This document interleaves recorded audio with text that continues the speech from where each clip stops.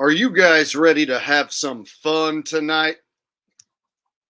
I hope so, because it's Saturday night. I ain't got nothing else going on. So I thought tonight would be a great night to go live. All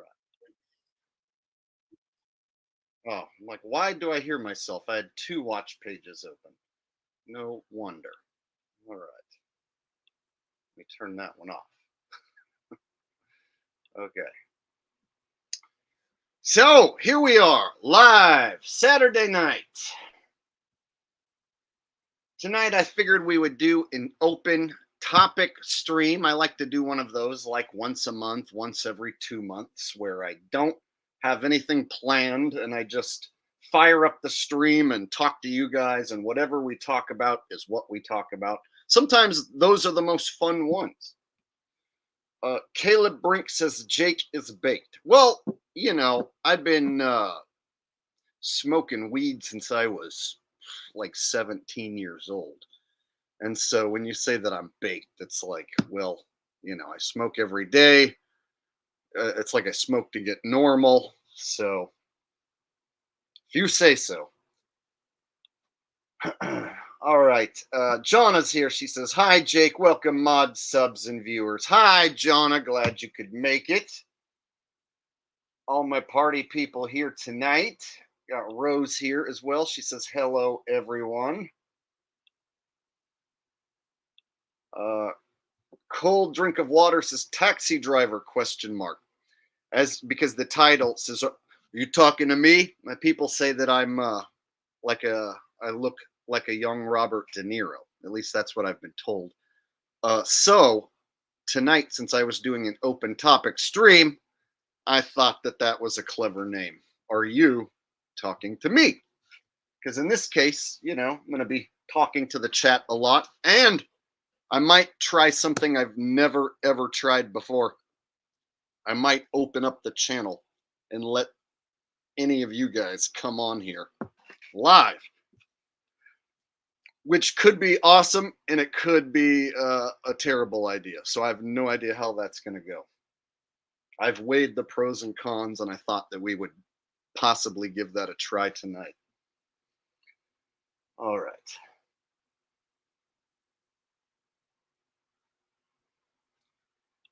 Rose like, whoa, yeah, I've seen the other channels with their open panel discussions where they let just like anyone pop in, and there's things about it that I like, and then there's things about it that I don't like. Like anyone can just pop in and say anything. So I would have to have some sort of guidelines and a way to get rid of people who I don't want.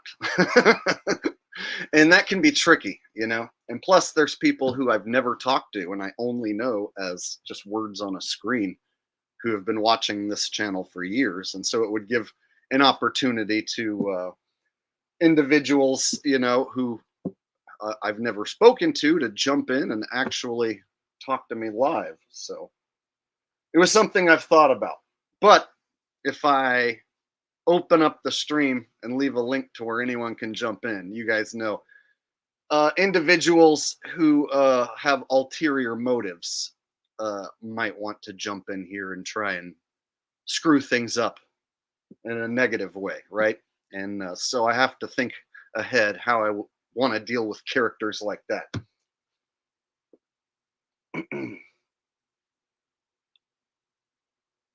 No, it'll be live, but I have a few ideas, like a few tricks where I can like put a picture up on screen and then make sure that whoever I'm going to talk to isn't like, some dude jerking off or something. So that's the deal, If I let just anyone pop on screen, I have to make sure there's not a dude jerking off or butt naked on screen, right? So one of those deals, I'll have to like, make sure about each person I let on screen beforehand. So I've already thought about that, how that's going to work. But yeah, basically, every, I don't know, 2 months or so, I like to do a stream where I just show up with without any topic prepared and just fire up the stream and away we go. So here we are. Away we go, guys. And this means tonight I'm in full comedic mode. We can go full bananas goof off mode. So if you want me to do impressions and songs and shit, we can do that. But you got to come correct for that stuff. All right. Other than that, open topic. We do whatever you guys want.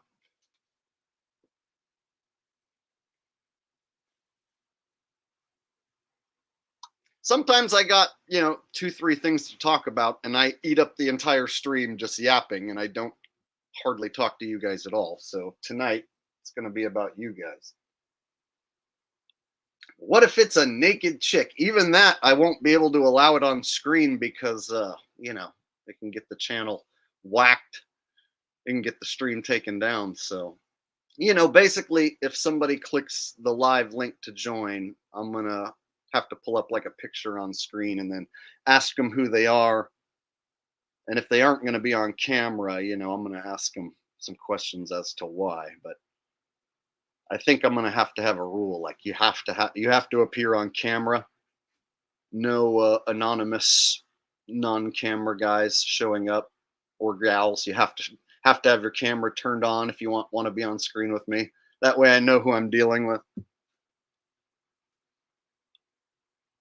Because I've already seen on the other open panel streams that like you get guys who are anonymous, you don't know their name, they don't want to be on camera, and then they jump in and want to spew a bunch of shit.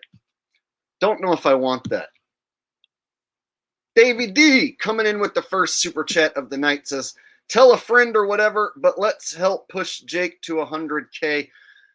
Yeah, the football stuff starts soon, but this season I'm going to maintain content for both audiences. So I'm going to keep doing the conspiracy content, keep doing the non-football streams for everyone who doesn't care about football.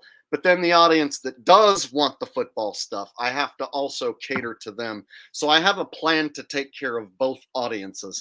And it's tricky because the original audience who I built here, most of them don't care about football shit. And then the people from the last 2 years that love the football shit, they don't care as much about the conspiracy content. So there is some crossover, but it is 2 different audiences. So I have to do my best to try and please both. So this year, I'm not going to get carried away with the football. I'm going to maintain the conspiracy content. And what I'm going to do is I'm going to do the top 10s on the top 10 most rigged plays on this channel, but I'm going to move my picks to Patreon. So I'm going to start charging for the picks. That way, guys who are just looking for picks and don't give a shit about my content, they can go to Patreon and pay for it. So I got a plan this season how I'm going to please both audiences and make it work for me. Thank you, Davey D. LaFleur. And hopefully, yeah, we cross 100K. Football season is when I grow the channel most.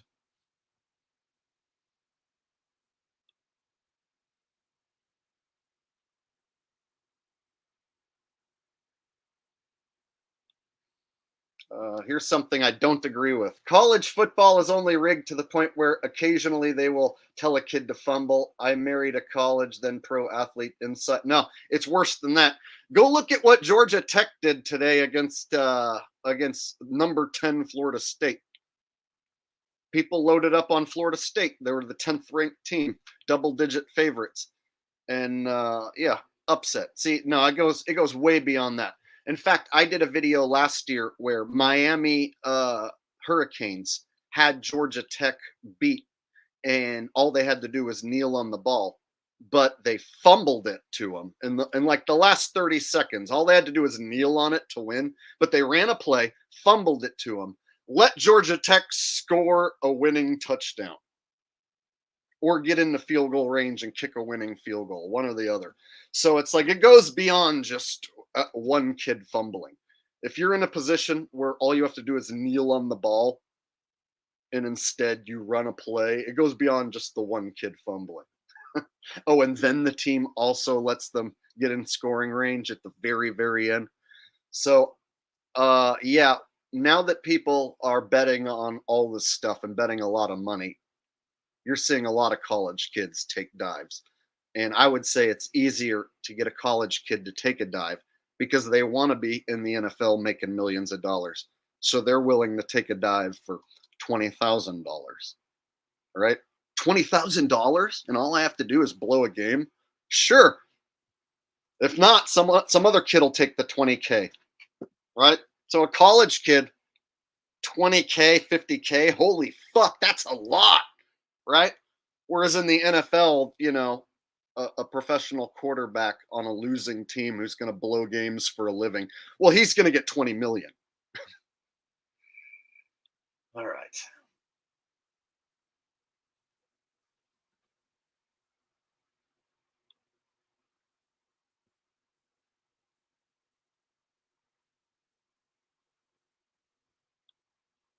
Okay, so this question I just answered. I have video on my channel from last season of Miami Hurricanes with the game one, and all they have to do is kneel on the ball, but instead they run a play, fumble it, and blow the and give up a score and blow the game. So I literally just answered that, and I have the video with my analysis on the channel.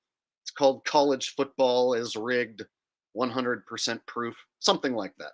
Scroll back to last season and look for the one college football video that I have.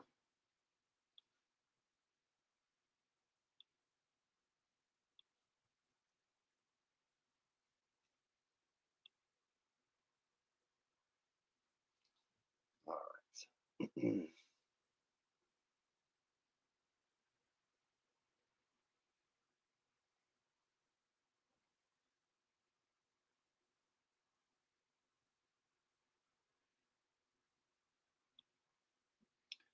Have you seen a dog man before?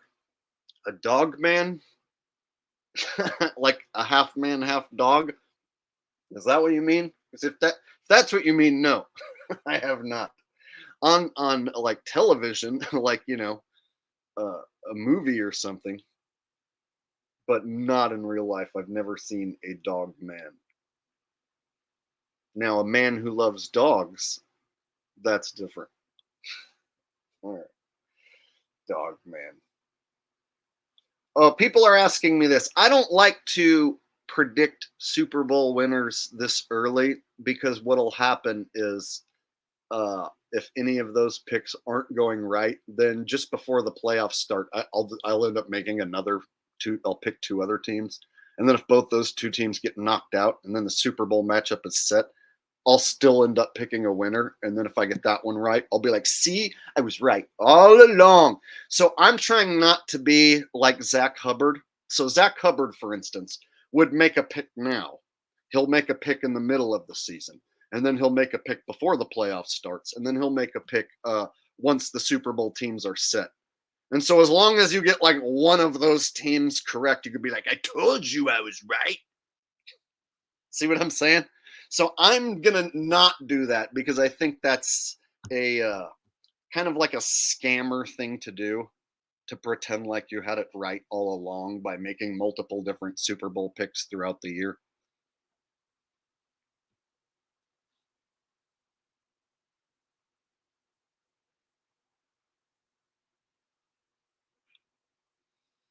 Howard, Houston, and some other team. Okay. Uh,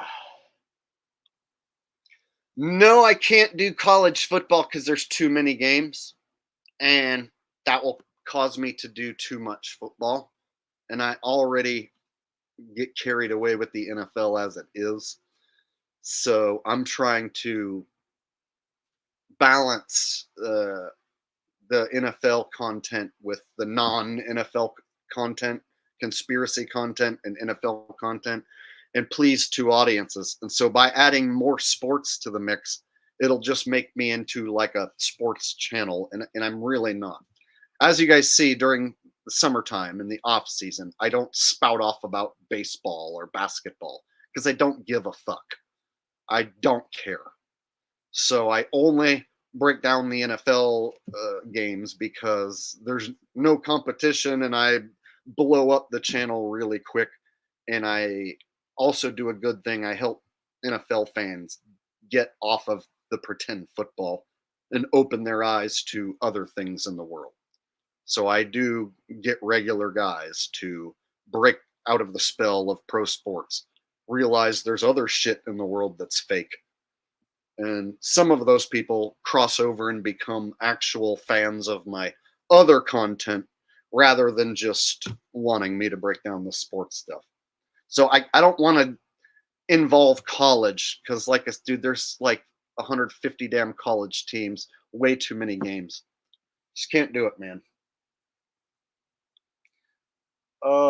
Got a super chat coming in from Glenn Lake. Says for the non NFL content. Thank you very much, Glenn Lake. I appreciate the donation. So, yeah, I didn't start this channel by talking about sports, but it does attract a lot of new viewers, and the new viewers hit the subscribe button at a high rate. So it causes the channel to grow fast. And so it's worth my while to do it. But last season, I got carried away with it, and the fans of my other content suffered because of it. And so this season, I'm going to make sure that that doesn't happen. Thank you, Glenn Lake. I appreciate that.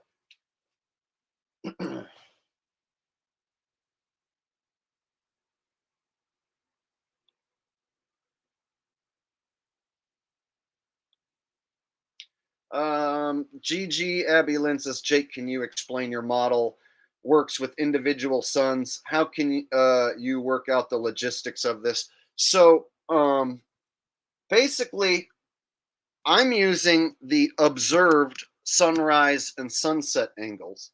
So the notion of everyone seeing their own individual sun, it's not because I needed to make up some sort of crazy thing to make it work. No, I looked at what the observed data is for the sun rising and setting.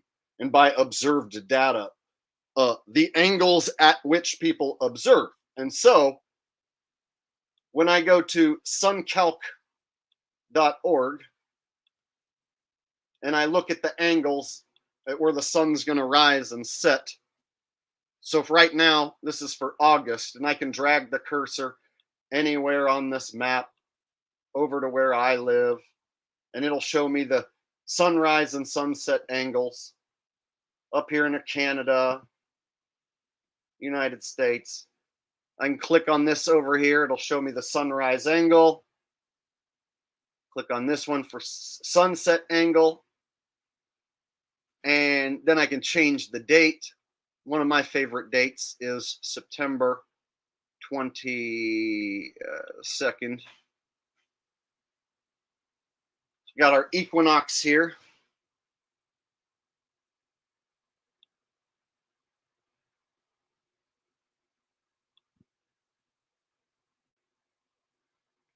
And this is where you'll see each person on the earth is going to see a 90-degree east sunrise, 270 west sunset. Even down here,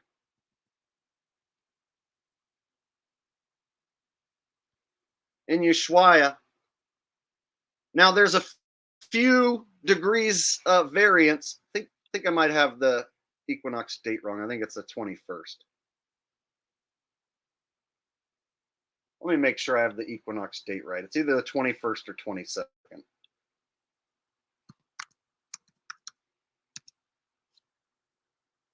22nd, okay. So there's a few degrees variance from the top of the map to the bottom of the map. But basically, everyone's seeing the sunrise from 90 degrees east and set to 270 west.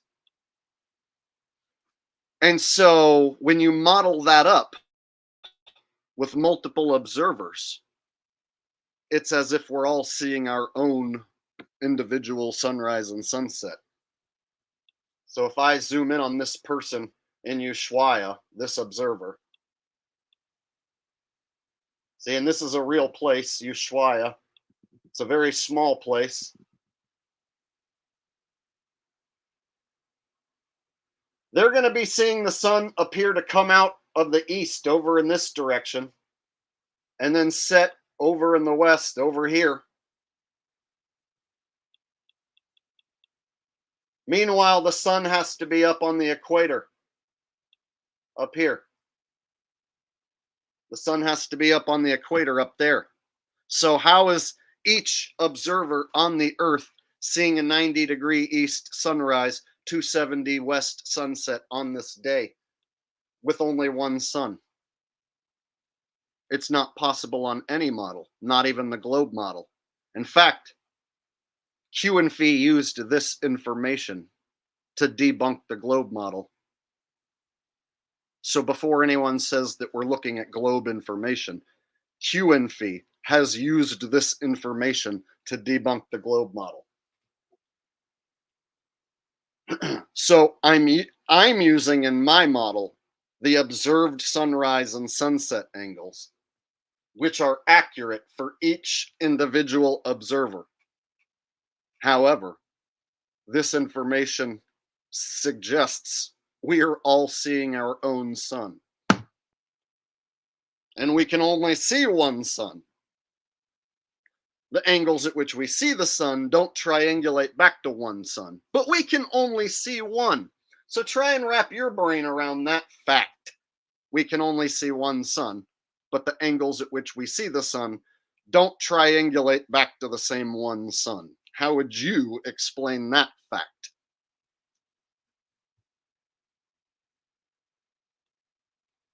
So when people are thinking, oh, I made up this individual suns thing to like get the flat earth to work. No, the individual suns thing is because when you look at the observed data around the world from where people see the sunrise and sunset, it doesn't match any given model. And it seems to suggest we are all seeing our own sun. So when Q and Fee started drawing the sunrise angles out into fictitious outer space 93 million miles off of a cartoon globe, well, you would need multiple suns in the globe model to accomplish it. And that's not happening. So there you go. My model, I don't even like to call it my model. It's just an improved model. I took a broken model and improved upon it by using the actual sunrise and sunset angles and using actual sunrise and sunset, as in we see the sun rise and set in most locations.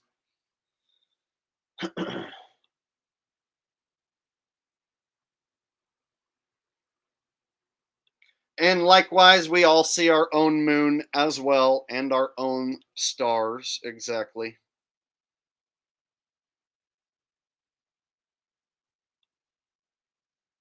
In fact, I can even pull up Stellarium, do a little demonstration what I'm talking about.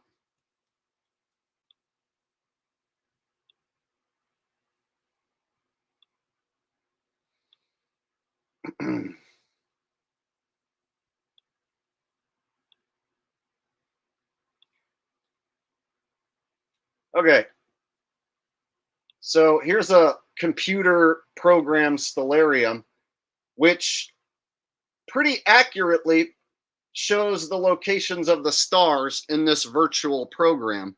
So this is a virtual field I'm virtually standing in, but the night sky is actually got the correct positions of the stars and the planets, moon, and all that stuff.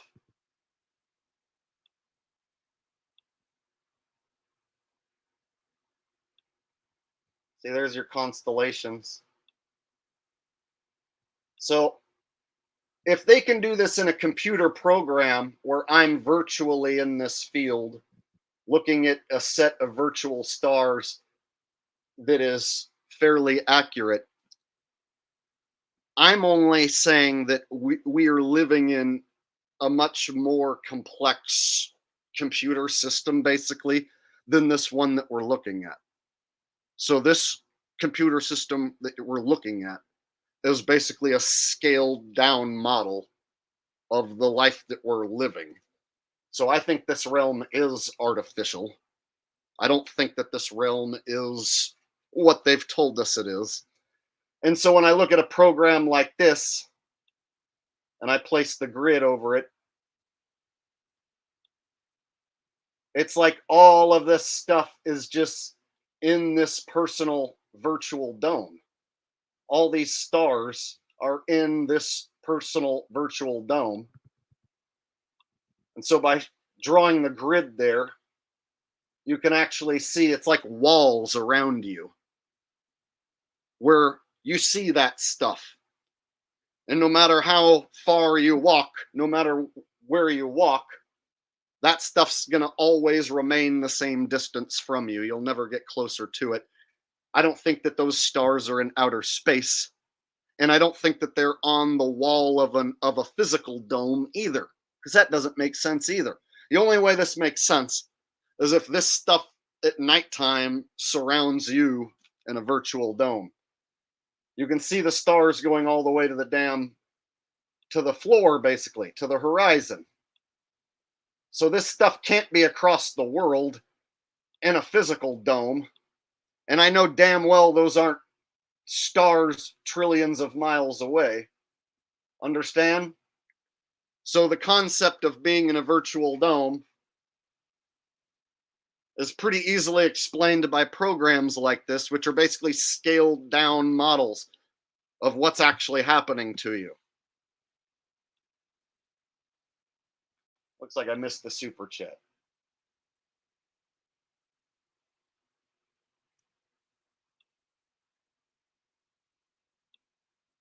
Glenn Lake says, can't remember being a member if there is no membership.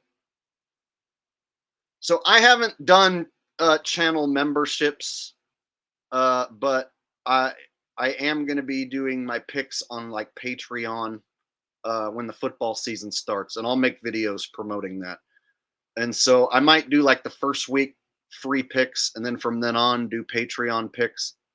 But I'll make a video giving people the link to the Patreon and all that stuff, because I basically want all the people who only care about football over there rather than over here.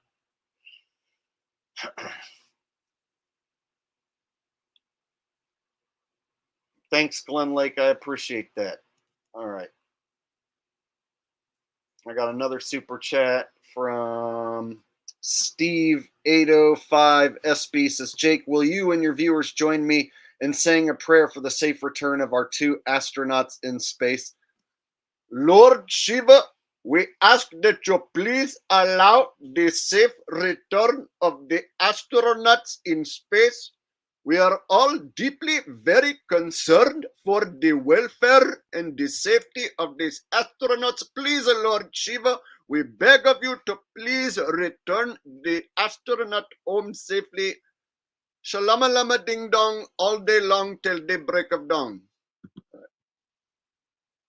And that last part really seals the deal. There you go. Thank you, Steve. 805SB. There you go. There is your astronaut return safely prayer. I've heard about it, but I haven't looked into it. That's something I could probably make a video about. All right.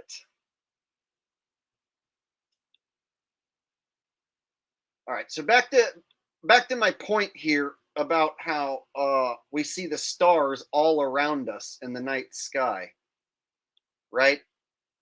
And so other flat earthers will claim that the stars are in the physical firmament. But see, that requires that you see across the world through daylight. Whereas this, you don't have to see across the world through daylight. You see in your own personal virtual dome of sight the stars around you. So for instance, I'm looking to the north right here, and I can see stars right near the horizon, all the way basically to the ground. Now, other flat earthers will say that those stars are in the firmament, a physical dome, like that those stars are actually in the firmament. But that would mean I'm looking across the world through daylight. The sun is over on the other side of the world. That's where people are seeing their sun, and it's daylight over there. So can't be looking across through daylight across the world into a physical dome. And if the stars were in a physical dome, that means you could travel towards uh, the south any direction or any direction towards any star, and you would be physically getting closer to it. If it was in a physical dome, you could actually get physically closer to the stars. With this model, you don't get closer to them no matter how far you travel forward. They'll just rotate behind you, and then you'll see the southern stars appear. The southern stars will come up out of the ground if you go to the south.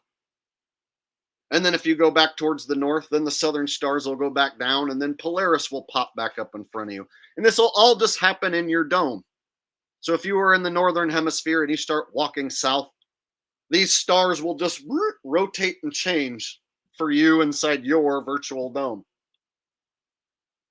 You see?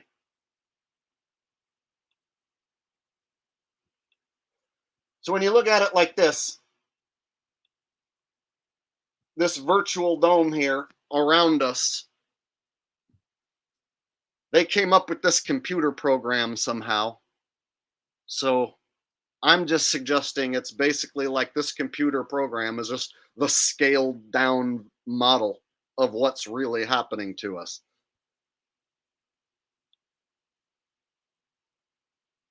All right. I don't want to go off too far on that because some people are not into that subject. So, but yes, there's been people who push that the stars are in the firmament and that they go around. But Q and Fee has modeled that up that like you would be physically looking across the world through daylight. And then if you walk towards the firmament in any direction, you would be physically getting closer to those stars. And you should theoretically be able to get to the firmament wall and see the stars like projected on there moving. No. See, so when you add virtual dome, it only sounds crazy until you realize like, oh shit, it actually like works perfect if you can just wrap your head around it.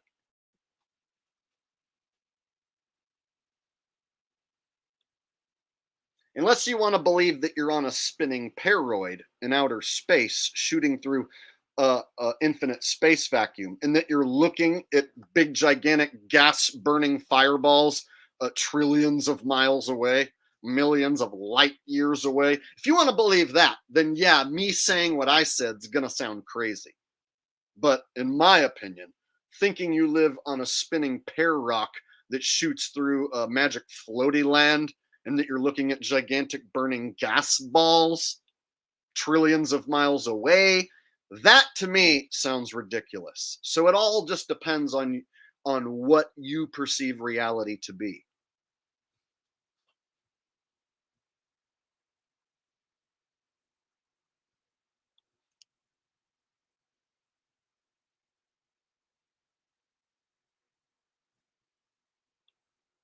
So 9-1er is where a lot of people wake up and break out of the matrix. That's when they figure out that we're being lied to on a massive scale. So I first figured out that like planes can't take down skyscrapers and that that's impossible when I did my own research. And for years I just figured that the planes were basically like an added prop to the demolition. But then years later, I figured out that like there were no planes, and that that's just a layering effect that you see on television.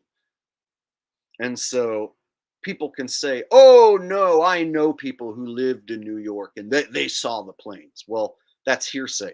So once you really look into it and you find out like, "Oh shit, they can dupe us so badly as far as just showing you something on television using Hollywood special effects."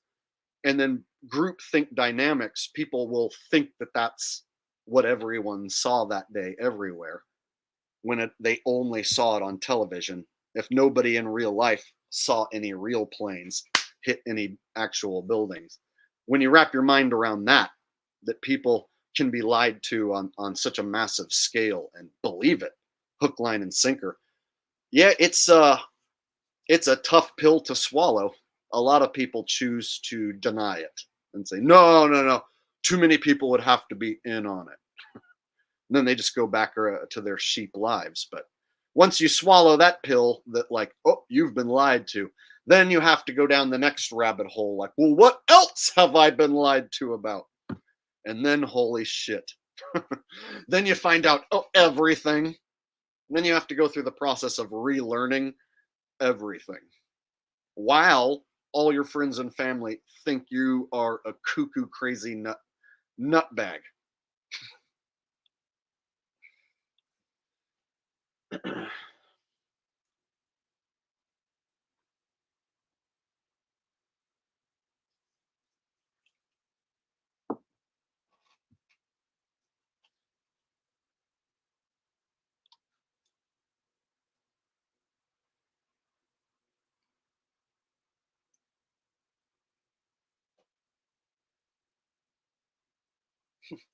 Getting a lot of 911 questions all of a sudden.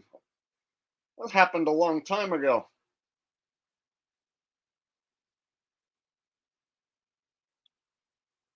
Yeah, it's another made for TV movie.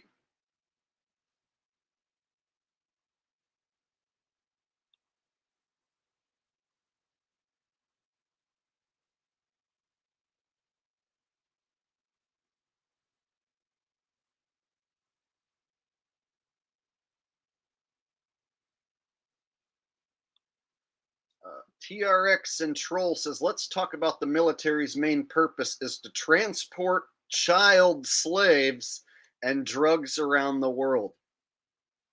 There's probably some truth to that.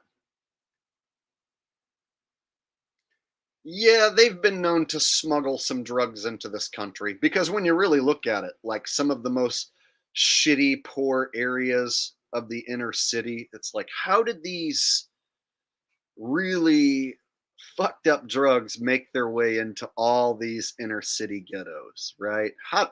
Is it just bad guy drug cartels that did that? No. So when you look at the planned destruction of certain areas, it's like they can turn areas of a city into the worst ghetto you've ever seen by bringing in the drugs on purpose and making them easily available. So there's cities like San Francisco where it's like the drugs are made easily available, the paraphernalia to do the drugs is made easily available, and it's like a system set up that like, okay, it's not bad guys and drug cartels just running this. Like, it's not just like the Mexican drug cartels and whatnot who's running this program. No way. Definitely military and police involvement for sure to get all those drugs to all those inner cities, to all those users. Chad Hurry says, Dr. Judith Wood, dustification. If you think it was just thermite, nope. I'm not exactly sure which reference you're making. I'm a bit out of the loop on like old 911 stuff. It was a path that I went down, looked at, and then now, like, I don't know if people bring it up all these years later and bring up something like what you're talking about. I'd have to go back and look to see what specifically you're talking about.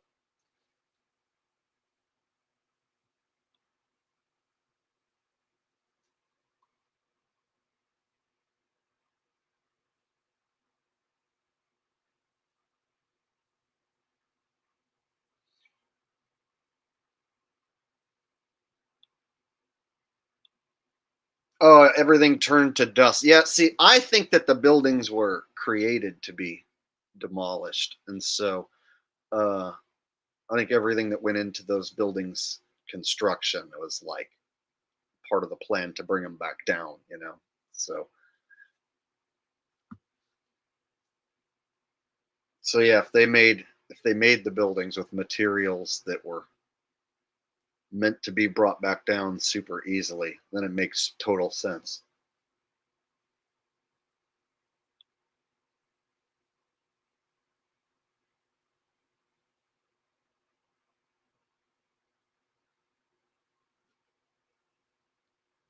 Thank you, Chad Hurry, for the donation. I appreciate that.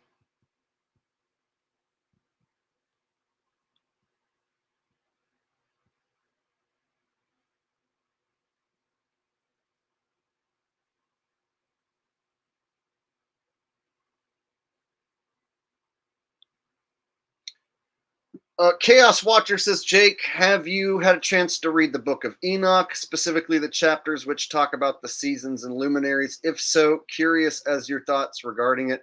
I haven't. I'll admit, I'm just not much of a reader, especially not nowadays. I'm always just looking at like videos on the computer, so I rarely read anything. I read your guys' chats more than I read any book. So no, I haven't.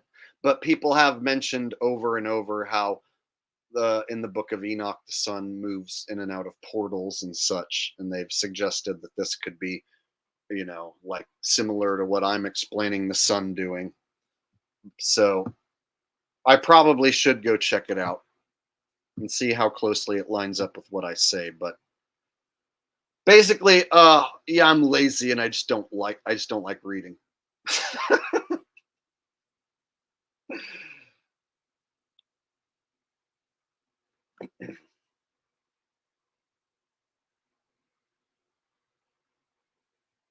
Adrian says reading is the only way to break the matrix. I don't know, man, because my dad reads the USA Today newspaper and he's kind of a dumb fuck because of it. Because he believes what's in the USA Today newspaper. And he thinks because he reads a newspaper and he doesn't watch television that makes him smart. So I know of some guys who think that the act of reading words makes them hyper intelligent. And it's not the case. Not the case. In fact, intellectually, like I can run laps around people who think that they're intellectually uh, at a much superior level than me just because they read some shit, because they read some words. And so, for instance, my dad, he'll read the USA Today and believe in global warming and then spout off some nonsense about how everyone's going to die in 50 years. So it all depends on what words you're reading, right?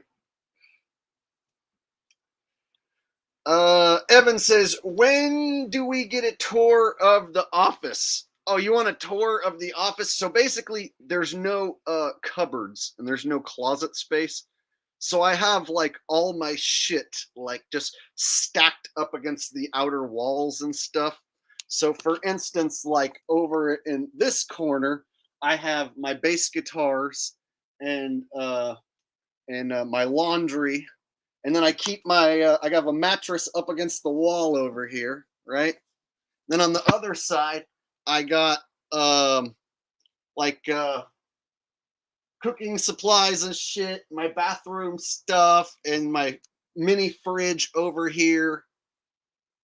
It's not big. And then underneath the mini fridge, I have a bunch of stuff stored underneath there, underneath a table.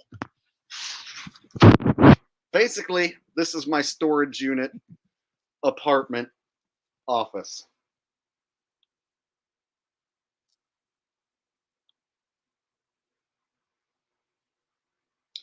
So I know, it looks like I'm just living in a tiny place, but if you know how much rent I pay here and how cheap it is, well, and I'm a single man, so it works. I'm a single dude. I don't have any kids, and I'm a pro YouTuber. That's my main income. So as long as I make enough to cover this office, well, then I'm good to go.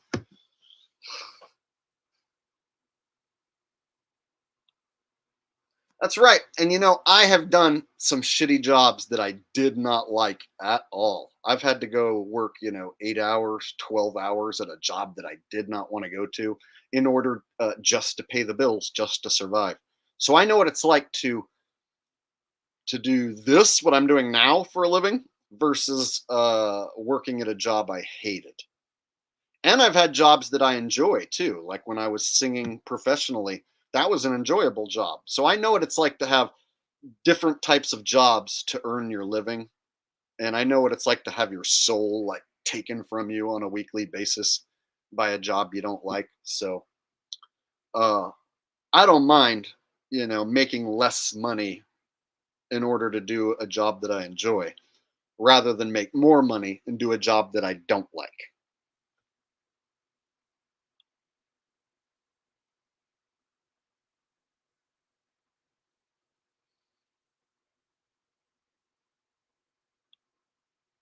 Yes, this is how I live my life right here, low overhead. So for instance, I own my vehicle. I don't have any debt.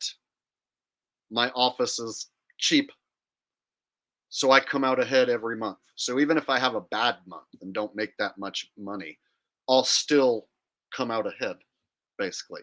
So uh I don't have this issue where like, oh no, I need to uh cut back on expenses, or oh, I have to worry about money. I'm not living paycheck to paycheck anymore. So it's nice that like if you're in a spot where you have your expenses under control and you have more coming in than going out, and then you do that for a number of years to where I'm like I'm not rich, but I don't have to worry about money.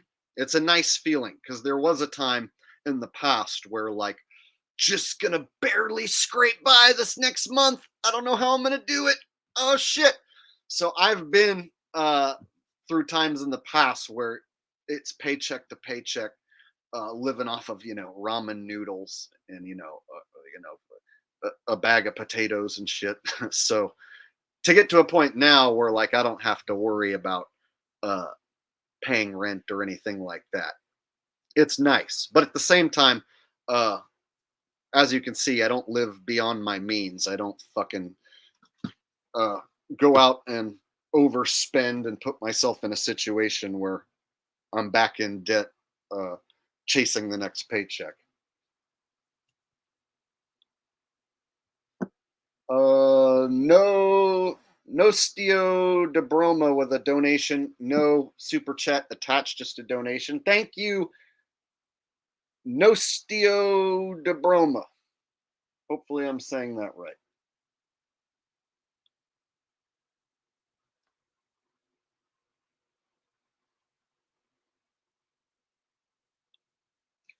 I wouldn't say I'm a minimalist because like I like to treat myself, and so for instance, I like to take trips, and so I go to the coast, Santa Cruz, Monterey, places like that, and I treat myself to a good time, and I do this quite often.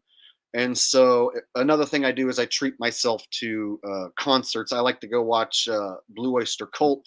So if Blue Oyster Cult, for instance, is going to play a show in Southern California, I'll buy a ticket, drive down there, spend a weekend, and blow a couple $100, just to treat myself and have a good time. So I'm not a minimalist as far as like uh, only having like a few items and just living in a room and never doing anything. And I have some flashy items, that I paid uh, a good amount of money for. So, for instance, I have a brand new bass guitar that I bought over here. So, there's some items, if I really want something, I'll buy it. You know what I'm saying? So, I wouldn't call myself a minimalist, but the way I live, other people might look at the way I live and consider it being a minimalist. If that makes sense, I don't know.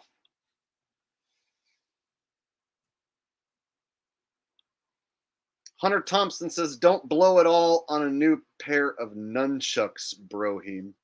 Nunchucks. I've never owned a pair of nunchucks. But thank you, Hunter Thompson.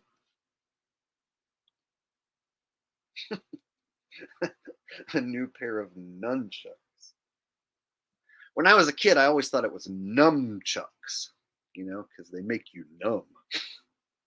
I remember when I was a kid, my introduction to nunchucks was Michelangelo from the Ninja Turtles, because he was the one that said cowabunga and had nunchucks.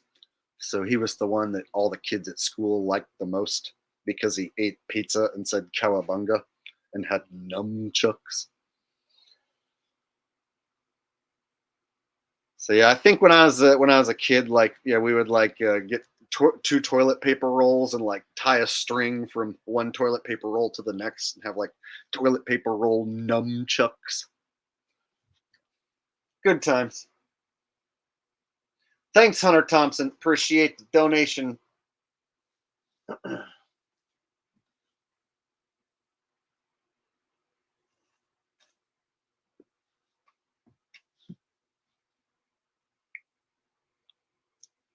Yes, bass guitar, spelled the same.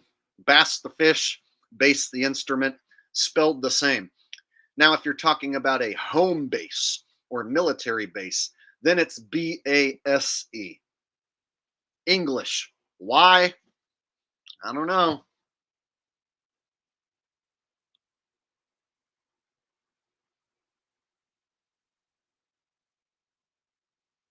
Oh, look who's here. We got one of the awake, or should I say asleep souls virtual homo crew. Clouds behind the sun disprove the globe and the AE model. Ask David Weiss, Jaron, or Witsit to explain clouds behind the sun. They won't even talk about it. They are wicked shills. I agree that those guys are shills. But Ronnie and Jason have lied about me personally so many times that I can't be civil with them because they've slandered me in an effort to discredit me over and over again. And whenever I call them out on that, they just deny it and lie about their lies. So, Ronnie, Jason, would you like to come on my stream right now and talk about the lies that you said about me? We can do that if you want to come on my stream. I can post the link and we can talk, Ronnie and Jason, because you guys, Ronnie and Jason have told me that aren't true, provably untrue. And I've called them out for it. And then they just lie about lying about me. They seem to think that like debunking parts of the AE map sun path is something that they have ownership of, and they don't. And they like to take credit for like everything I've done, and they don't deserve credit for everything I've done. And they've lied about me. So I have no problem assuming they're a couple of homos, a gay couple. I have no problem assuming that and saying that to my audience because they have had no problem slandering me to their little tiny dipshit audience. So I have no problem assuming they are a gay couple when talking about them to my much bigger audience.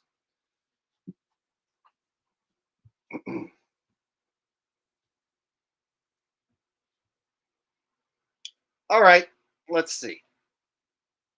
I'm going to put the StreamYard link up on there, up on screen. First time ever here. We'll see if Ronnie or Jason wants to talk about how they lied about me. See if they're willing to admit it or not.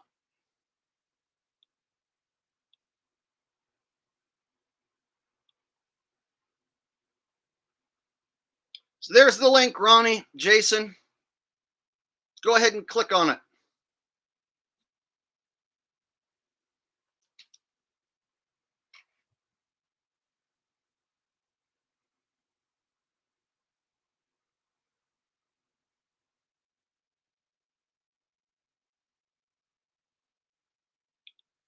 Virtual reality witness. You're one of 5 people who watch those those guys.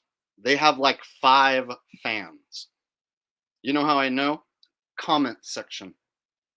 They get like 5 comments, and 2 or 3 of them are from them. And then you go over to Q and Fee's channel. Q and Fee will have 50 comments. See the difference? So Q and Fee will get around 1,000 views, and he'll have like 50 comments. And Awake Souls gets like around 1,000 views, and they have 5 comments, and 3 of them are from them. What does that tell you? They don't have any engagement. Nobody really likes them because they're dicks, and they lie a lot. Do they tell some truth? Yes, but they lie a lot, and they're dicks to a lot of people.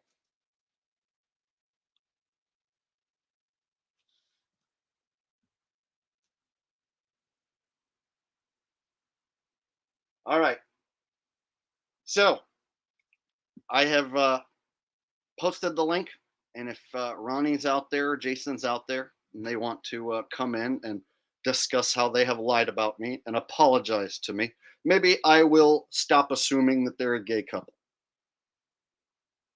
All right.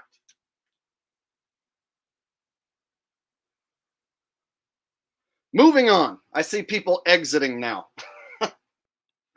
We were doing good.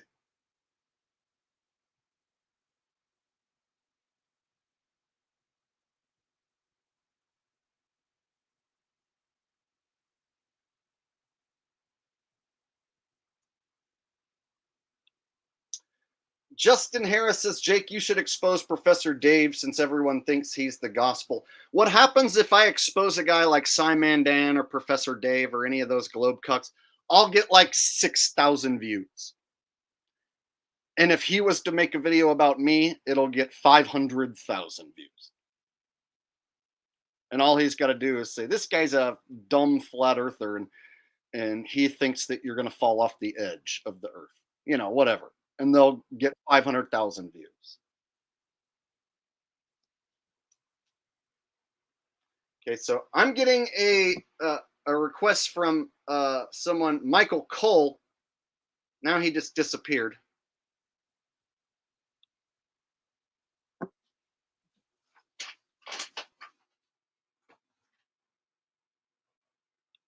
Tonight we are open topic. We were just shooting the shit about any topic. I like to do an open topic like once a month, maybe once every 2 months, where I don't have anything planned, and we just do a stream where I just read the comments, hang out.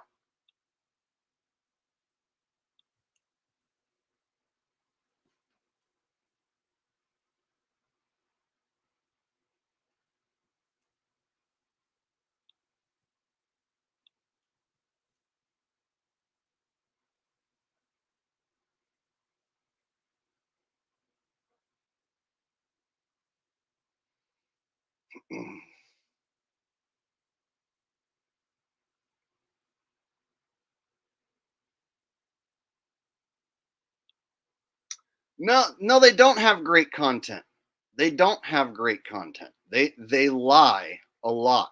So, for instance, they told a story that I hung out with Jiren and I'm friends with Jiren.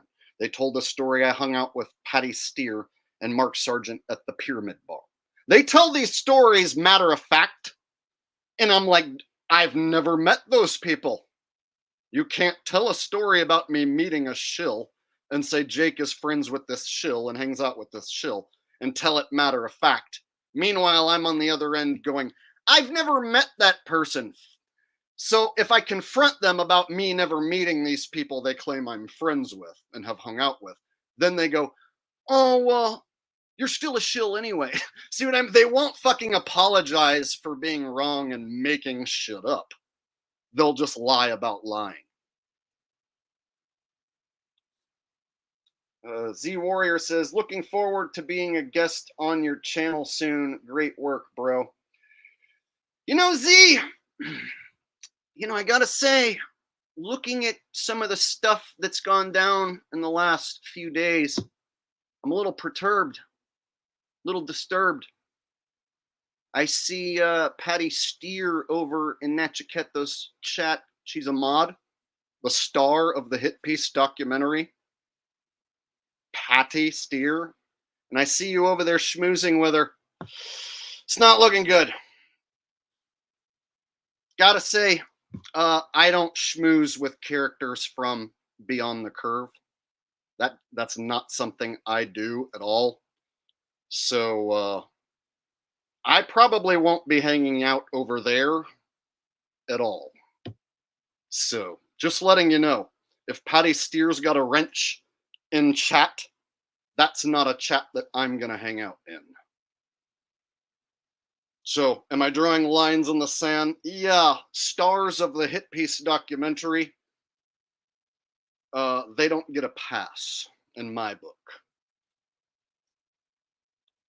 Patty Steer's never done anything except interview shills mostly. So Z, if you don't start noticing these things and you run with that crew, I'm just gonna consider you part of that crew.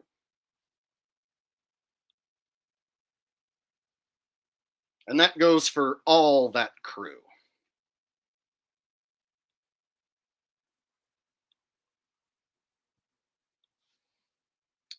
Bo2874 says you were right about Alex Stein. Yeah, I know.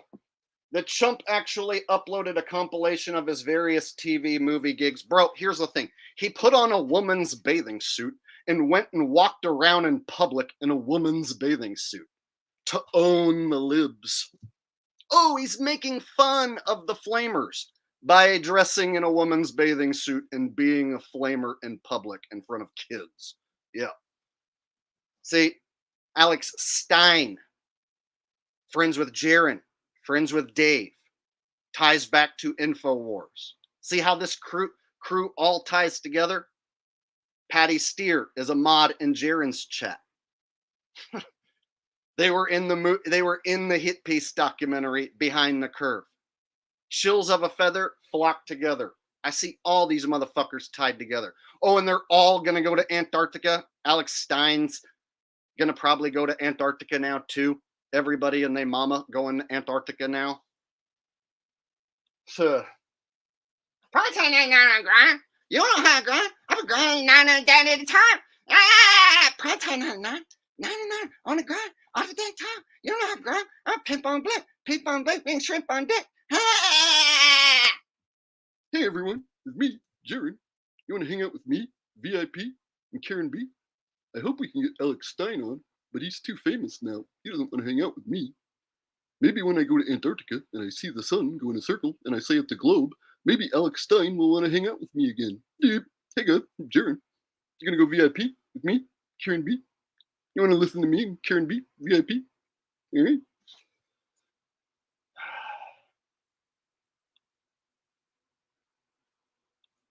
Can't play both sides. I know, exactly. You can't be like, oh, fuck Jaron. Oh, but Patty and Marky Sargent are totally cool. Nope. Oh, fuck Jaron. Oh, but Karen B's awesome. Nope. Doesn't work that way.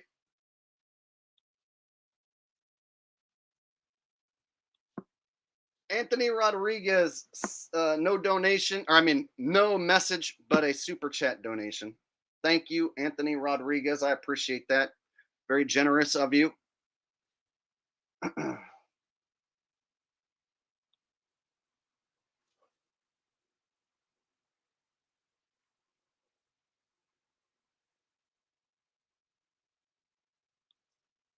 Baby Truther syndrome, indeed. Speaking of Baby Truther, do you guys know that that was the name of a show that I shut down? There was a show called Baby Truther Show, Baby Truther Show. Basically, Russian Vids, a faceless coward, called Jaron a baby truther.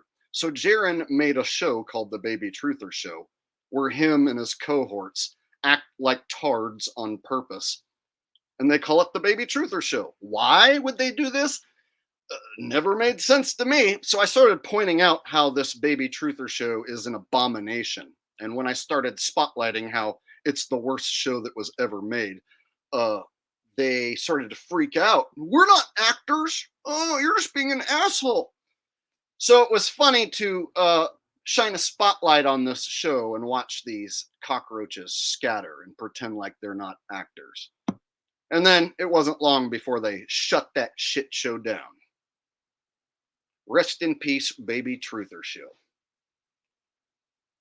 But he's got a new trick up his sleeve. Now he's running with Will Duffy.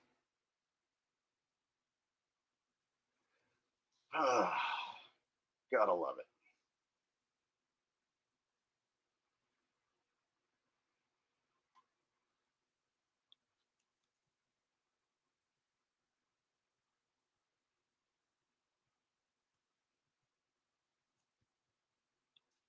All right, here's the deal with all sports. If there's a betting line, then it's fixed.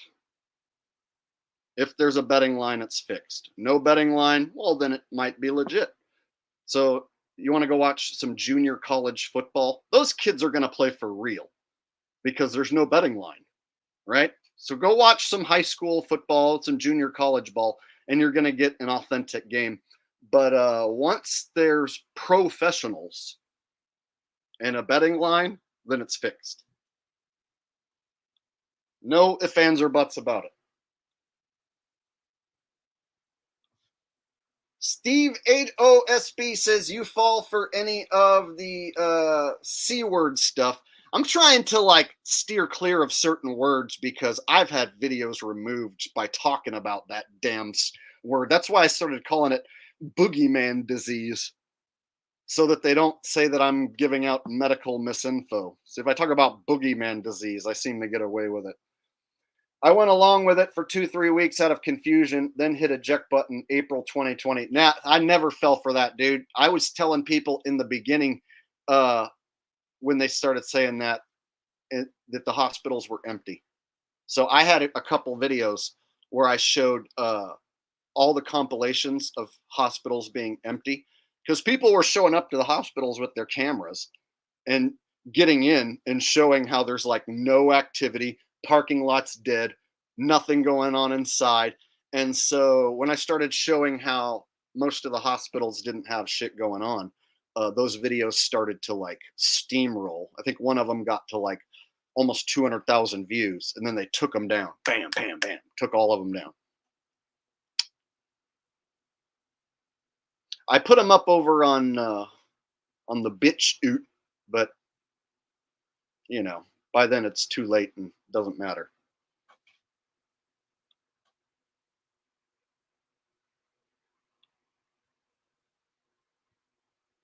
Thank you.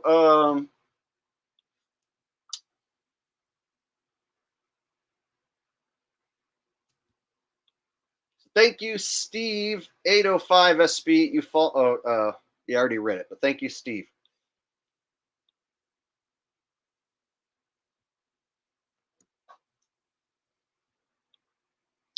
Well, you know, I've been saying that eventually they're going to have another boogeyman disease, and they're going to try some of the same shit they tried last time.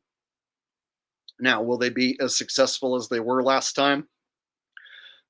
Because, you know, if you look at what happened last time, we went from like having random people at a grocery store like try and stop you from coming in. Random bystanders think it's okay to like assault you if you aren't like wearing a mask, to like everyone getting a memo that you're no longer allowed to do that. That just blew my mind. So like at what point do the normies get the memo? Okay, it's everyone wear a muzzle again and start hassling every single person who doesn't have one, and don't let them inside any store again. You know what I mean? If they start doing that again, then you know we're going to have a fucking problem. So as long as it doesn't get to the point where they aren't allowing me to walk into a store unless I like have a muzzle or some crap, then I don't care what they say is going on. I'll just go on about my life. But when it starts to impact me, where like some random like grocery bagger is going to be like, "Hey, you can't come in here. I'm going to stop you from coming in here." That's when we have a problem. That world I hated living in.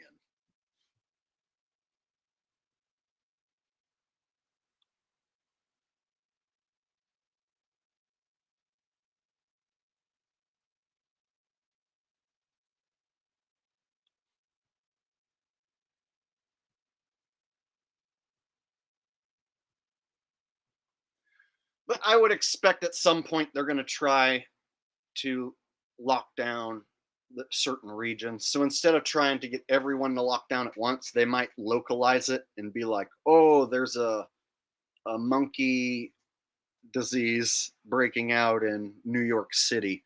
So this is going to be a New York City wide lockdown. You know what I mean? Shelter in place." So they might try and localize the lockdowns, focus their energy on certain big cities, right? Oh, this is a local lockdown of Seattle or something like that. Trying to get the whole country on board. I think they learned last time that like there's certain areas that just won't do it. There's certain small towns that won't go along with that shit. You know what I mean?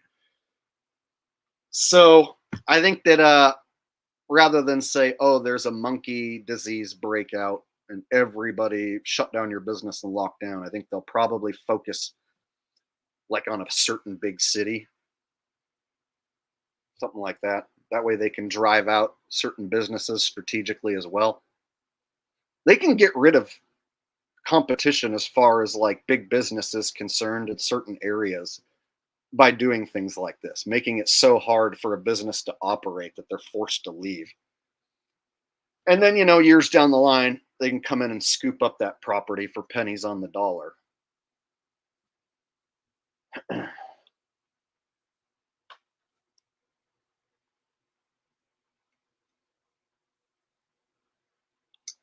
Talk about the rapture. Well, you see, predicting a rapture will just lead to you being wrong and then you changing your prediction. So I had a friend that thought that the earth was going to get raptured, and he told me that if I don't uh start believing in Jesus, I'm going to like go to hell. And he was like about to cry. And he told me it was this rapture date was coming. And like he was like going around telling people. And then when it didn't happen, he was like, "Oh, I think when God spoke to me, like he meant next year." So then he just moved it to the next year. So I've seen people like get all emotional about an upcoming rapture that doesn't happen.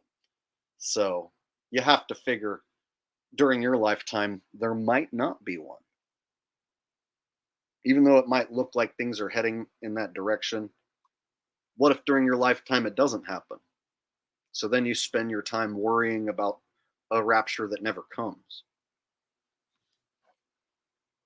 in fear of something you may never experience.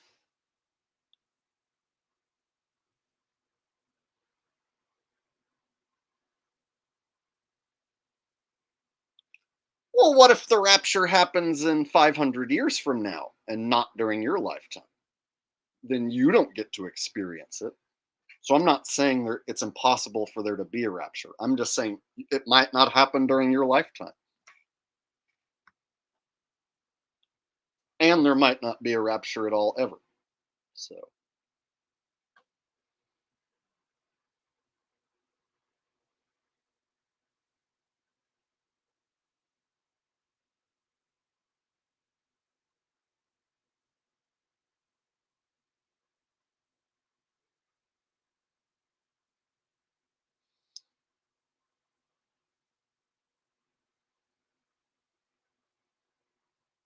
MS Perspective says, "I don't think there will ever be a rapture, not how scripture is written."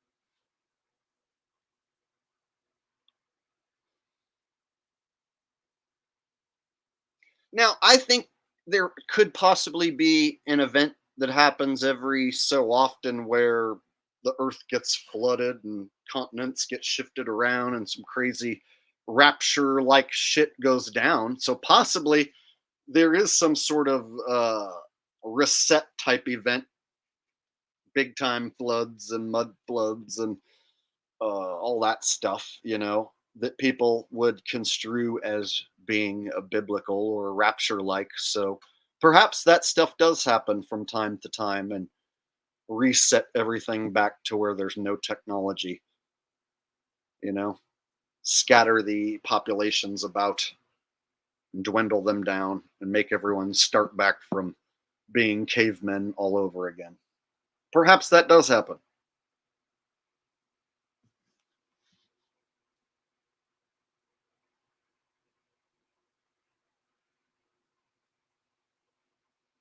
Danielle, I haven't seen you in a while.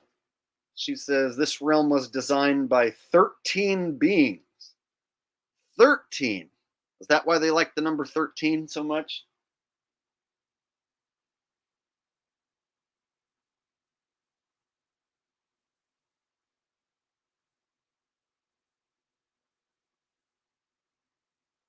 John Wayne says cavemen all over again. So if you imagine if the earth was to be flooded in volcanoes going off and massive earthquakes, yada yada, and then the electrical grids and all the technology that is like no longer working, and then you got to start basically from like square one again.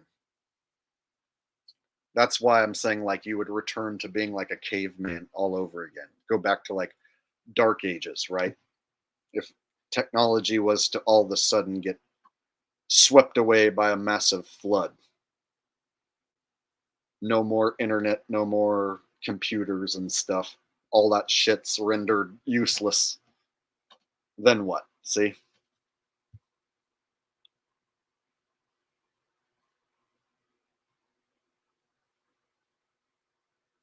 But I don't know if that event will ever happen, So maybe that's just an assumption that that could happen, but then who knows? Maybe it never does. Maybe that never happens during my life, so why worry about it?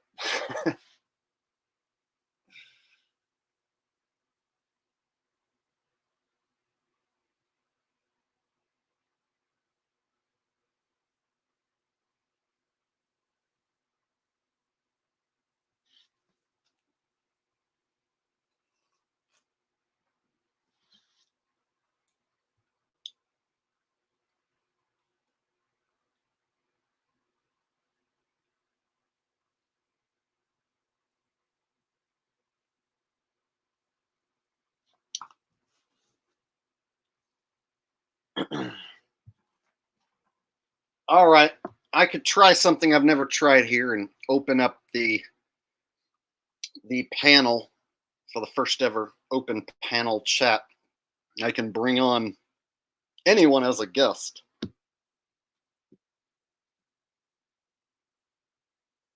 But uh there has to be some sort of rules, loose set of rules set in place. Like if you come on and you start wanting to immediately start talking about things that can get the channel shut down, I'll have to cut you off. So if I let you on and then you start spouting about how the evil Jays are doing everything evil and I'm an evil Jay for not talking about the evil Jay, that might just instantly get you removed. You see? Or if you start talking about vaxes and saying things that can get the stream taken down for medical misinfo, stuff like that, we have to avoid it. So if you want to say stuff like that, you have to say it in a way where you're not going to get the stream taken down. So if I feel like someone's intentionally saying shit to get the stream taken down, then I'll just cut them off. So I have to think ahead to like people wanting to say certain things just to mess up my stream. So if I open up the panel, I know there's going to be cool people who want to jump on and talk, and that's what I want. But I also know there's going to be dirtbags, shills, liars, trolls who are going to want to jump in and talk shit. So I have to be prepared for that too. So I can open it up if you guys want, but I don't know how good or how bad it will go if I let just anyone come on here.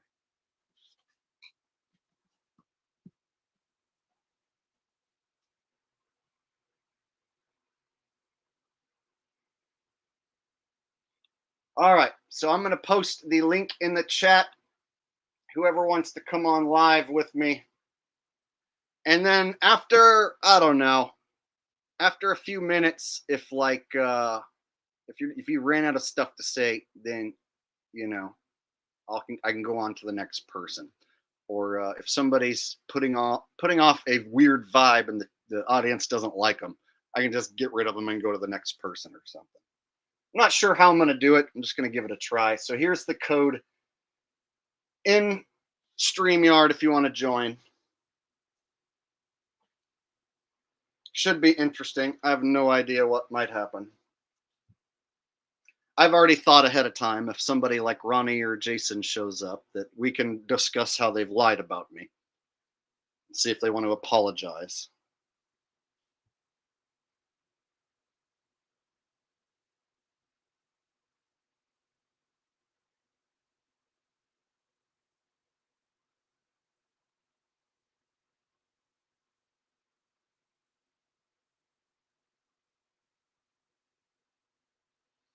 All right. Got a super chat coming in from Joe Ruiz, Lord of the Rings, says, "Hey Jake, can you do Stephen Hawking voice for fun?" The Earth is rotating around a massive black hole, which could be at the center of the galaxy. What is unknown is that neighboring galaxy, the Andromeda Galaxy, could also be orbiting its own massive black hole. Could it be that these two massive black holes are going to simultaneously become one singular massive black hole and suck the entire universe and make the entire universe have a collective celestial orgasm? There's my Stephen Hawking robot voice. Thank you, Joe Ruiz, Lord of the Rings.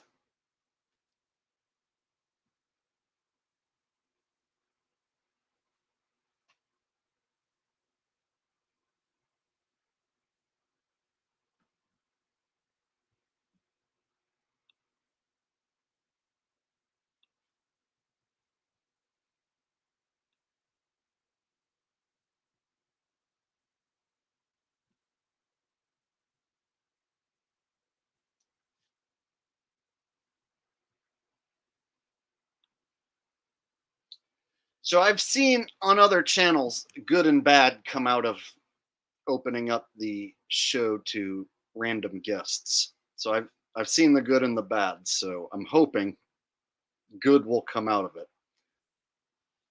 So first person we have Nathan Milham. So let me go ahead and put something up on screen real quick.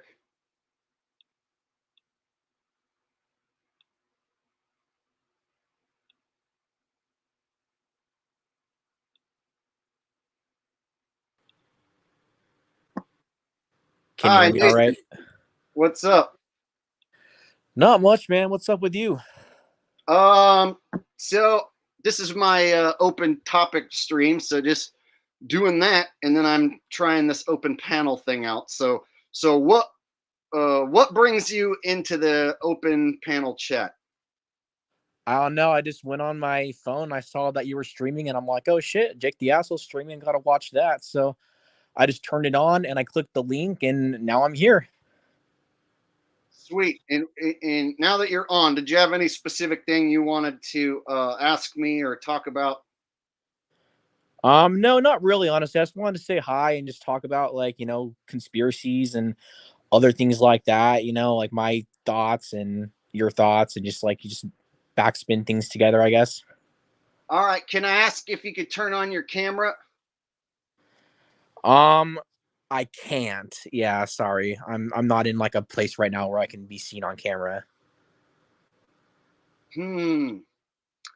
Okay. It's okay. You can boot me. It's fine. I just wanted to say hi. I just saw the link and clicked it. I don't know. I was a football only fan at first, and now I'm like, you woke me up to a lot of things, and yeah, I just wanted to say thanks. Okay. Well, I appreciate that. And so if you don't know what you want to talk about, and that's all you wanted to say, I'll move on to the next person. Yeah, sounds good. Someone's probably smarter than me or knows more about like what they want to talk about. So yeah, you can move on. All right. Well, thanks for stopping in.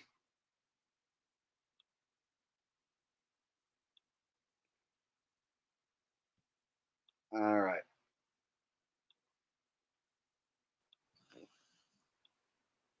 So we got another dude. What's up? What's your name?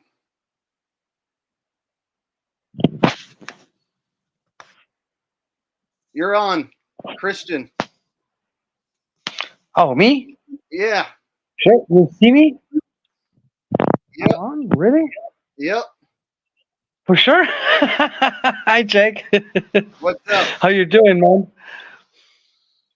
Oh, A you know, really, a, really- a really big shout out to you. Oh, how you doing, man? pretty good, dude. Just running the stream. So, what did you want to say? Oh, there he went.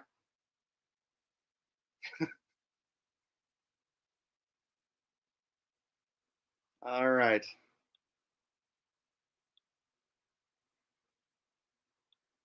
Gene Gill. Gene Gill, you're muted right now. What do you have to say? Gene Gill. Okay, he left. Now we got this dude. What's up? What's up, brother? How you doing, man? Tad Deadass My name's Derenberger. my name's Tad Denberger, brother. You can call me Brother T. But hey, Jake, man, I've been watching your stuff, bro. You got me hip, bro, to football for real, bro. I just want to tell you, bro, that that Jesus is real, brother. That Jesus really does love you, bro. I found Jesus and stuff, bro. Like for real. Like I really did. People like to hate on him and stuff, bro. But if you could use him with the knowledge that you got, Jake, because you are very smart, you have the gifts, brother. The devil is real. That's why they throw up their signs, brother. Like he's the of this world. But also, Jake, I wanted to kick a little freestyle for you, brother, because I could. This whole world is A fixed. little freestyle. Yeah, check this out. All right, look, I'm a Christian rapper, bro. I don't put stuff on YouTube. I used to put stuff All on right. YouTube. Hey, no pressure, but you have 450 people watching Okay, live. look. No Hey, pressure. look. Check this out. Look, Lord, guide me to where I'm needed. All your parables put together the words to teach the meaning of your son's teaching. Please guide me to the spot. So I took a walk. I got me a job at the pizza shop. I make sure the meat is fresh and hot. I do the dishes and I mop. Music, time to invest in it. Let's do it, pursue it. So the beef will never be fake if I have to stir up the pot. Give the best of what I make to the guests on their plate. I honor love, stay away from hate. Jesus up above, I wait the day when again he raised. World upside down, never cease to be amazed by the stakes that bind and drain. The energy in the brain, frequency changing more than self-gain. When I'm doing my thing, lately I've been praying, made amends with the Lord. Through me he speak, trying times to learn and reach. Lying tongues, I bite on my cheek, I'm grinding my teeth, I'm hiding my inner demon. Use them, I'm fighting the beast, I'm trying for peace. But there's some, I ain't got nothing else right there. Bro, But yeah, you mixed in vitamin B, and then that's what made me laugh because you said that something about vitamin B. I'm like, vitamin B? I don't know what I said for real, bro. But no, man, I just want to tell you, bro, Jesus is real, bro. I mean, bro, you got a good eye on stuff, bro. You're a very smart dude, bro. Like I mess with you, bro. I ain't even looked at the flat earth stuff. I ain't even really got into that stuff, bro. I see your eye, bro. You got an eye for stuff. And if you could use that, that's a gift, bro. That's a gift. Bro, like just read, bro. Read the Bible, bro. It's about a relationship with Jesus is all it is, bro. He died. All you got to do is believe in him. It's that simple, and you're eternal, bro. You believe he came, he died. 3 days later, he raised. It's that simple. I was in a coma for 29 days, brother. I swear on my soul, bro. He's real. We can end his rest. But anyway, bro, I just wanted to say what's up, man. I'm gonna holler at you again sometime, bro. But like I met you, you're a good dude, bro. Like you got an eye, bro. You're real, bro. I mean, you're real, bro. Maybe you're real. I mean, I don't know, bro. You got a lot of people, though. I know how this internet thing works, too. You know what I mean? I know they're real out there, bro. I baited them. I know they're real, bro. I know 100% the enemy's real, which makes him real, bro. So I just want to let you know that, brother. All right. Well, thank you very much, and I appreciate it. And Thanks, But look, thanks I used for to. stopping in. Yes, sir. I don't even really mess with my YouTube channel. I used to be Azrael T, but if y'all ever look on anything, you can tell through my stuff eventually that like I got stuff on Rap Fam a bunch of. So I got like 300 songs, brother, where I don't cuss and stuff. But all my YouTube stuff was before I knew Jesus, bro. But Jesus is real, bro. Jesus is real. Just know that, Jake. And once you realize that, bro, you are going to be a powerful person that can lead people to him. All right. I love you, my brother. Have a good night. All right, thanks, man. Thanks for joining us. All right, it's so far, it's went pretty good. You know.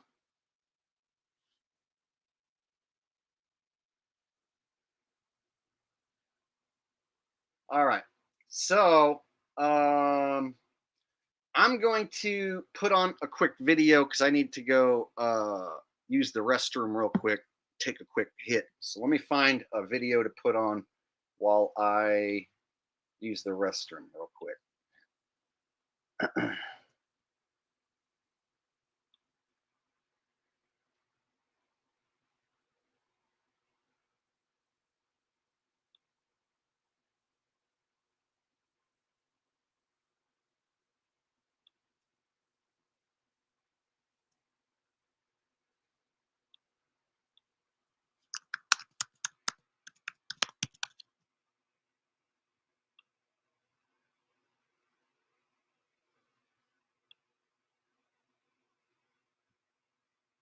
We got a super chat coming in from Joe Ruiz. Says they announced aliens landed in France. What do you do? Did they just announce that? I'll look into that when we get back. First thing I'm going to do is put on a music video while I use the restroom. So for anyone who hasn't seen this yet, this is There Are No Satellites in Space, written and performed by me.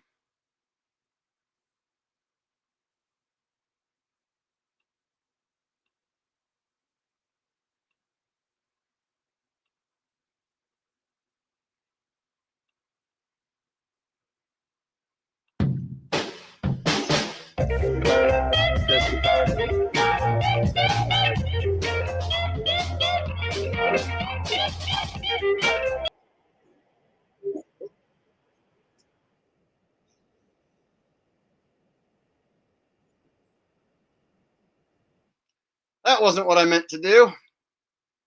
Totally just shut it off like a dumbass. I'm going to try that again.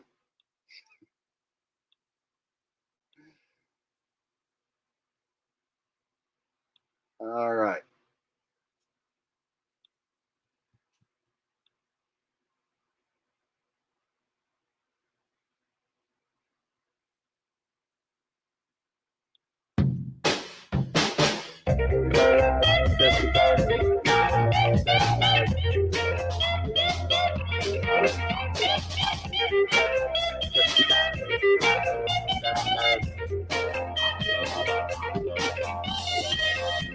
Scott Kelly, he's a fucking liar. He's hanging around in a harness in front of a green screen. That bald fucking liar's been in space. And you can see it written all over his blood red face. There are no satellites in space. NASA never went to the moon. There are no astronauts in space. So you assume there are no satellites in space. NASA never went to the moon. There is no space station in space. NASA never went to the moon. The image you see in the telescope, it might be a hologram. Have you ever heard of this thing called Project Bluebeam? Cause you'd be amazed what they're actually doing with all of our money. They're keeping us locked away from the land. of milk and honey. There are no satellites in space. NASA never went to the moon. There are no astronauts in space. So you assume there are no satellites in space. NASA never went to the moon. There is no space station in space. NASA never went to the moon. You can't fool me, cause I'm too slick. You can't fool me, cause my mind's too quick. Bitch, so suck on my dick. Cause I'm not falling for your corny cartoons. Because I am not a well-indoctrinated. On no satellites in space. NASA never went to the moon. On no astronauts in space. So you assume there are no satellites in space. NASA never went to the moon. There is no space station in space. NASA never went to the moon.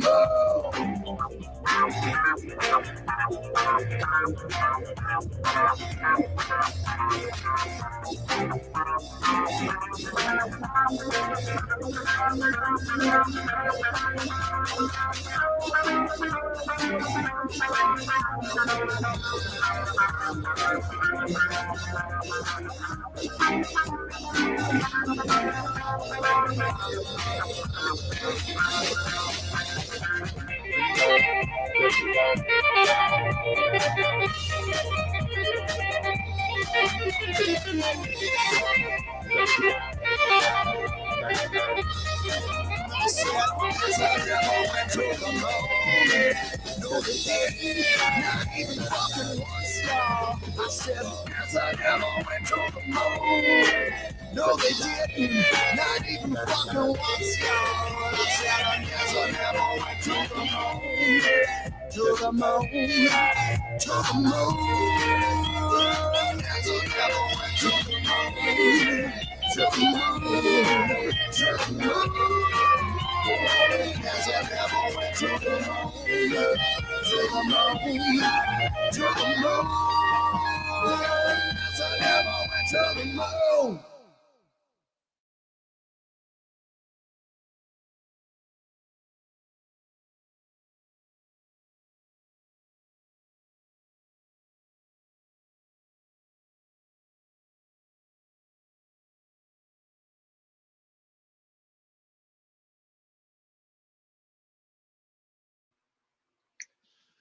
And there we go. We are back.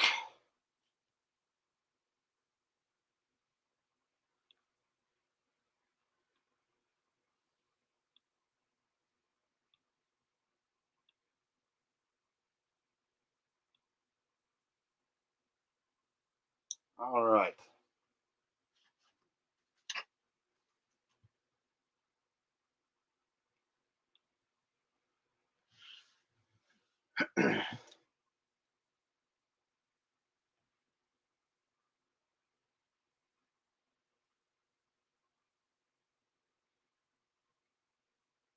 Okay, I'm going to put the link back in. So we're doing open panel, open topic. So here's a chance for anyone who wants to join the stream, talk about something. Here is the link.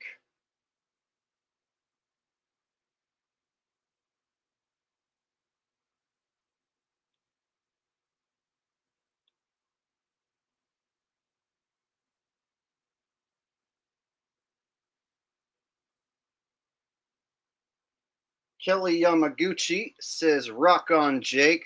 Rock on, Kelly. But you got to watch out because there's some church ladies here who, if they see you doing that devil horns emoji, they'll think that you must follow Satan. So you got to watch out. I won't hold it against you, though, Kelly. Nathan Milham says, thanks for having me on, Jake. Sorry I didn't have anything to talk about, but yeah, I love when you talk about who controls the world and shit. Hey, bro, it was perfect. See, it's fun to have people jump on, say a little something, and then jump back off, you know? And so rather than try and overstay your welcome and have people in the chat turn on you, you said your piece, you hit your rap, you got in where you fit in. I appreciate it. It's good times.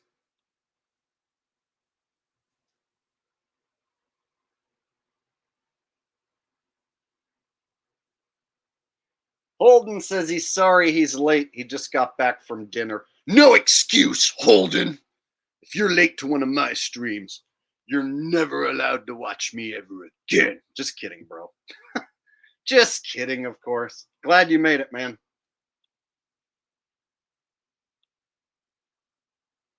Got a guy trying to get on right now. Let me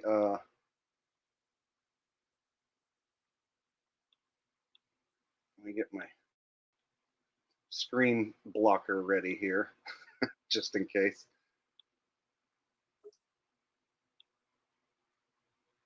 All right, what's up, Dave? Call 40. Hey, Jake. Good to see you on tonight. So we got Dave here. So what are you looking to talk about here on your moment? Well, I've only been with you a couple weeks, and I like it so far. You know, I like the fakery exposure in the NFL and all that stuff, and also the stuff on the side to that we don't get too specific on, but you know what I mean, the presentation. And so what got you to subscribe? That's where I'm curious. Like, what was the video? I was just going to that. I've been following. I've actually known Nachiketa for close to 5 years. We were in Mandela Effect streams in 2019 on SMQAI, and there were a few that we were kicking around. Then we were together a little bit on Clubhouse, and basically flat Earth, Mandela Effect, yes, flat Earth, yes. And just to let you know, and I don't know if you're interested, but I'm my field of study, you could say, is paranormal investigation. I've investigated over 300 like ghost hunts, that kind of thing. So I'm pretty hip to that, and I've talked to many, various spirits, entities. Had some IR captures and some pretty crazy stuff. And I was just curious, like, I know you like break the fakery thing, like what you think of a lot of these like mainstream, like paranormal type things. And if you have any questions for me regarding spirit at all. I personally don't make any content about paranormal, and I don't watch any content about paranormal stuff. And so like in my everyday life, it's like I don't here in my office like have any sort of like supernatural contact with any entities. And then when I leave here and I like, go, let's say, to the beach for a weekend or something, they don't follow me to the beach or nothing. And so I just don't ever have any sort of supernatural, oh, this is weird, I'm getting the presence of an entity. None of that ever really happens to me. And so I don't watch any content about it. So and I don't have any content about it. So I just that's an area for me that I just haven't had any experience with it, Yeah, my view on the like the Mandela effect and life glitches and all that stuff is it's at least to a percent dimensional, because I've been in a dimension, like I said, over 300 times. I've had conversations. I've returned to different locations a few times and picked up the same spirit and had conversations, and they had that bad vibe. And so, for me, I know the dimensions are there. And I also believe that alternate timelines are there for you and I. And that's why we have these glitches where we may be like driving along and, oh man, I'm going to hit the back of that truck, and you slam on the brakes. I'm never going to make it. And then you're like 3 feet short and you go, no, I should have hit that bumper. Dude, I had one of those just the other day, and where I was inches from hitting somebody, but just enough to where it was like, sweet. I just saved myself from having to get out and give them my insurance and go through a bunch of shit. But yeah, that's interesting. So you have a channel of your own that you talk about? Yeah, it's a small channel, 261 subs now. I play a little guitar on it and cover like Mandela effect and flat earth mostly. And I just throw some stuff on there. Like I threw a cool Peter Frampton live on there the other day, and I just kind of mix it up. A couple of zoom in on stars stuff, and that stuff.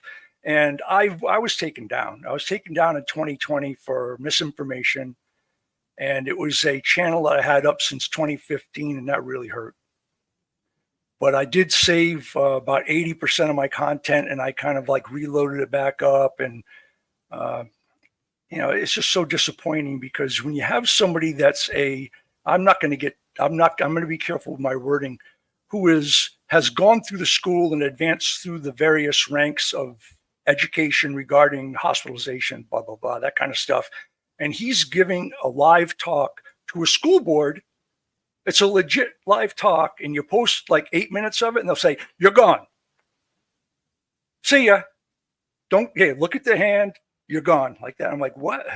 Excuse me? It happens to smaller channels more so when you're trying to get started, because if you're not monetized and you're posting stuff that is controversial, their algorithm will basically look at you as like not worthy of their product. You see what so one of the things you have to kind of do is mix in somehow friendly content in one way or another. You got to kind of mix in some stuff that doesn't trigger algorithms. And if you can do that a little bit and build your audience to where you do say controversial stuff, but also mix in some ad friendly stuff, and if you can get yourself monetized, then they're less likely to take you down. Because I noticed, like, it's channels getting started who aren't monetized, who try and just do nothing but hardcore truth. They'll snipe you. So in order around that, you kind of have to have something else that you do to confuse the algorithm to where you're not a troublemaker. You're not one of those truth-telling troublemakers. Does that make sense? 100%. And, I am completely off board on the alien thing and the space and all that. It's just in the meteors, and it's just ridiculous. But I've noticed, and I don't know if you've noticed, it seems like a rite of passage when channels get to like 70K, 80K, 90K subs. Suddenly, like it seems like almost across the board, they throw in some alien content. Is that just me? It can all just depend. Like I've had people like accuse me of having too big of a channel to be legit. But like, if you look at my channel's growth, I don't grow at all when I talk about conspiracies. My channel stays fucking flatlined. In fact, when I called out Trump's ear thing, that deal, I lost subscribers just for telling the truth. And so like the only time I grow is when I call out football for being fake. Nowadays, it's the only way I break the shadow ban. And so this coming football season, I might grow between 10,000 to 30,000 new subs, and even cross 100,000 subs. And people will say, oh, that's too big. You have to be, one of them to have a channel. But no, if you talk about the certain subjects, you can grow. Whereas if you talk about the wrong subjects, you won't grow. So I know what it's like to have my channel not grow at all for 6 months. And then this next month, when I say, oh, look at these fake football players playing fake football, I'm going to grow 2,000 subs a week. Yeah. There's a small channel I watch sometime. He's called Algorithm. I think he's in Colorado. I'm pretty sure he's in Colorado. and he's a Broncos fan, and he's been exposing these guys over the middle. They're like balsa wood with like balls bouncing off them. These like, these advanced receivers just can't. Their hands don't work that week. It's just ridiculous. Or cameras behind the quarterback. Hey, I'm open. Hey, I'm open. Nobody sees them. It's right? it's a total pretend game, and it's gotten so damn ridiculous. And since I'm like the main guy who calls it out, that's one of the reasons why my channel explodes with growth, is because out of anyone in the world, I'm the top guy. That's pretty good to not have any competition and be like the guy. You know what I mean? And it still hasn't reached its peak. So if I was to like gain attraction on each of the social media platforms, I get to really blow the fuck out of this thing. And so it really comes down to what subject you talk about and when, if you want views on this platform. So for instance, if something goes down on the news and you talk about it that night within like an hour, then you're going to catch the algorithm stroke of everyone talking about it and it being new. Whereas if you fucking talk about a random subject that's not being talked about or trending, then you're just going to get less views. And so there's certain things I've learned as far as on YouTube that like, if you want to like compete and get those views, you have to like play the YouTube game.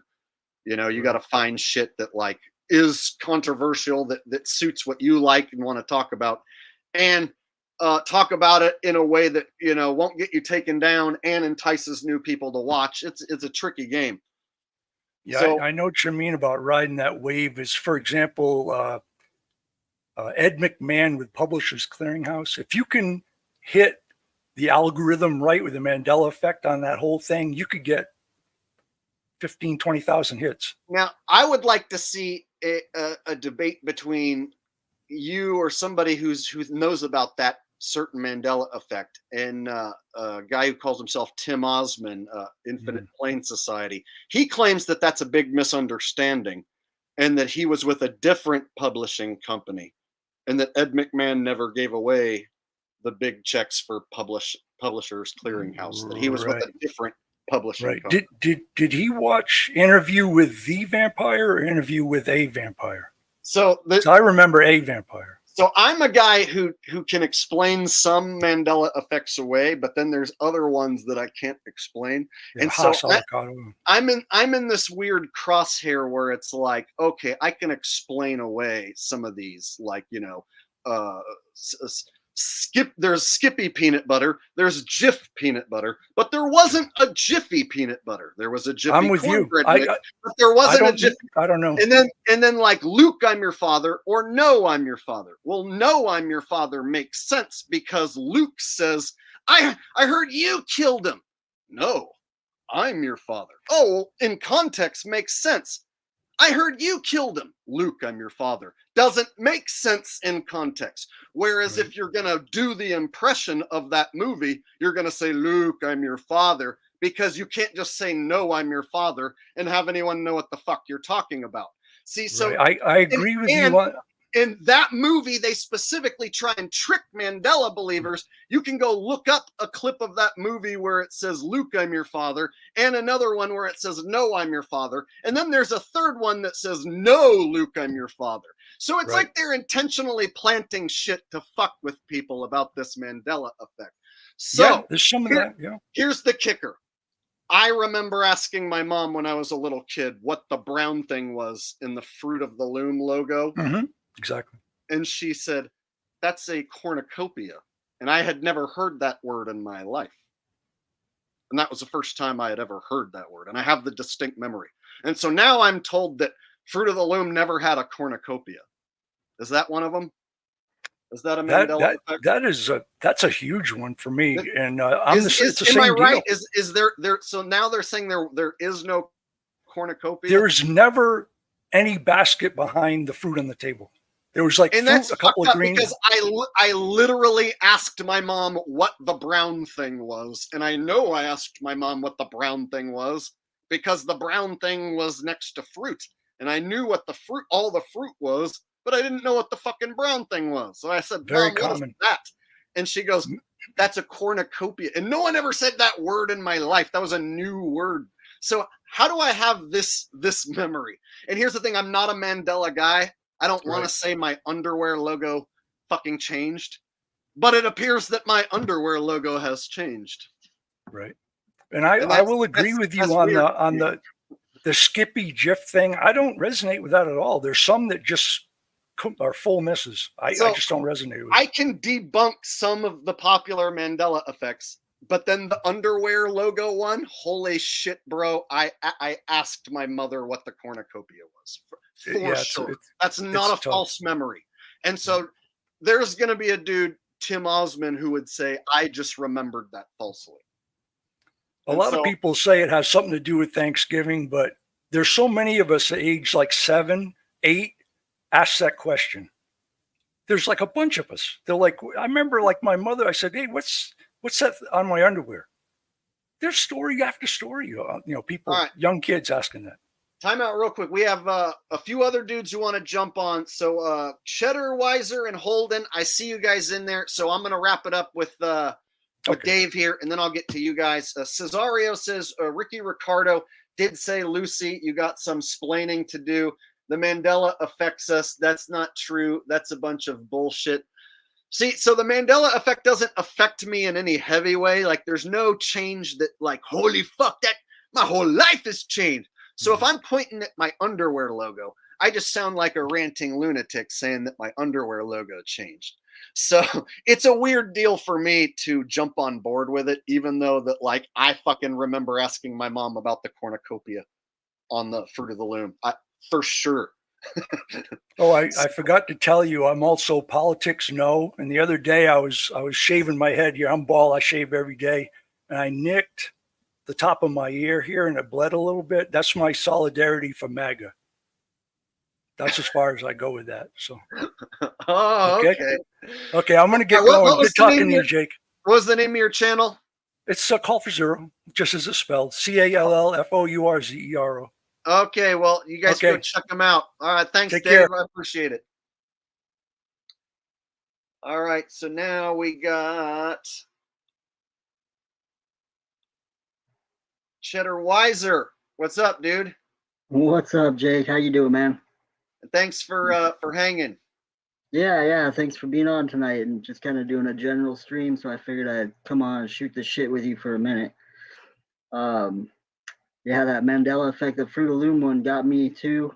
The biggest one for me was that Berenstain Bears, because I was really good at spelling, and I always wondered as a kid, like, is it Steen or Stein? And it couldn't have been Stain. That's just way too different. So that one. I remember Stein as well. Now, see, I tried to write that one off as like, okay, I was a little kid. They always had teachers reading those books. I never personally read those. When I was a little kid, those were the type of books a teacher read to the class.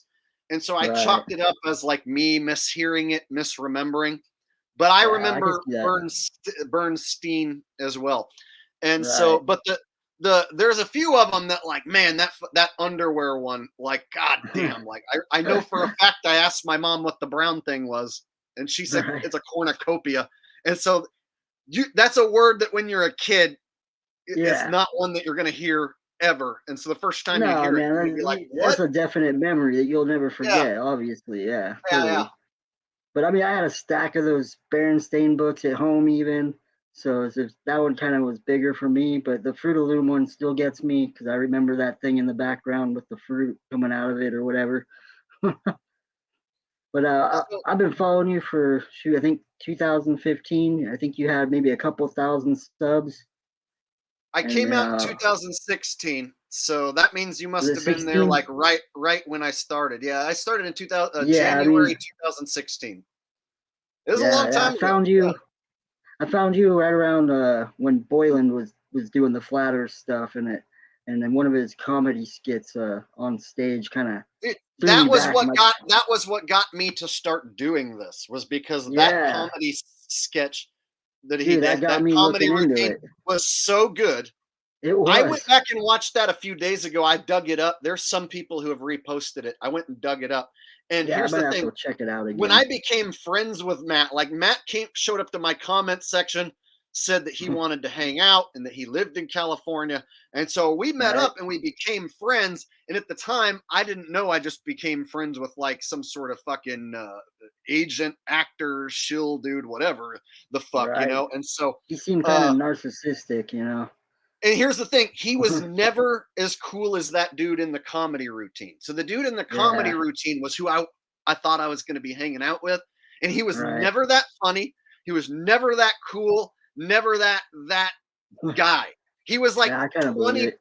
he was like 10, 15% of that, maybe. Right, right. You never know So who what- you're gonna, what they're like off camera, you know, when you meet So people hanging in out with him person. was more of a pain in the ass sometimes. And like he would Right. bitch about his old girlfriends and bitch about this, that, and the other. And he was only like 10% of that character who we're Yeah. talking about that, like, That doesn't oh surprise yeah. me. So I that's what watched your got me. videos when all that shit went down with you and him too, and you know, fuck that guy, whatever.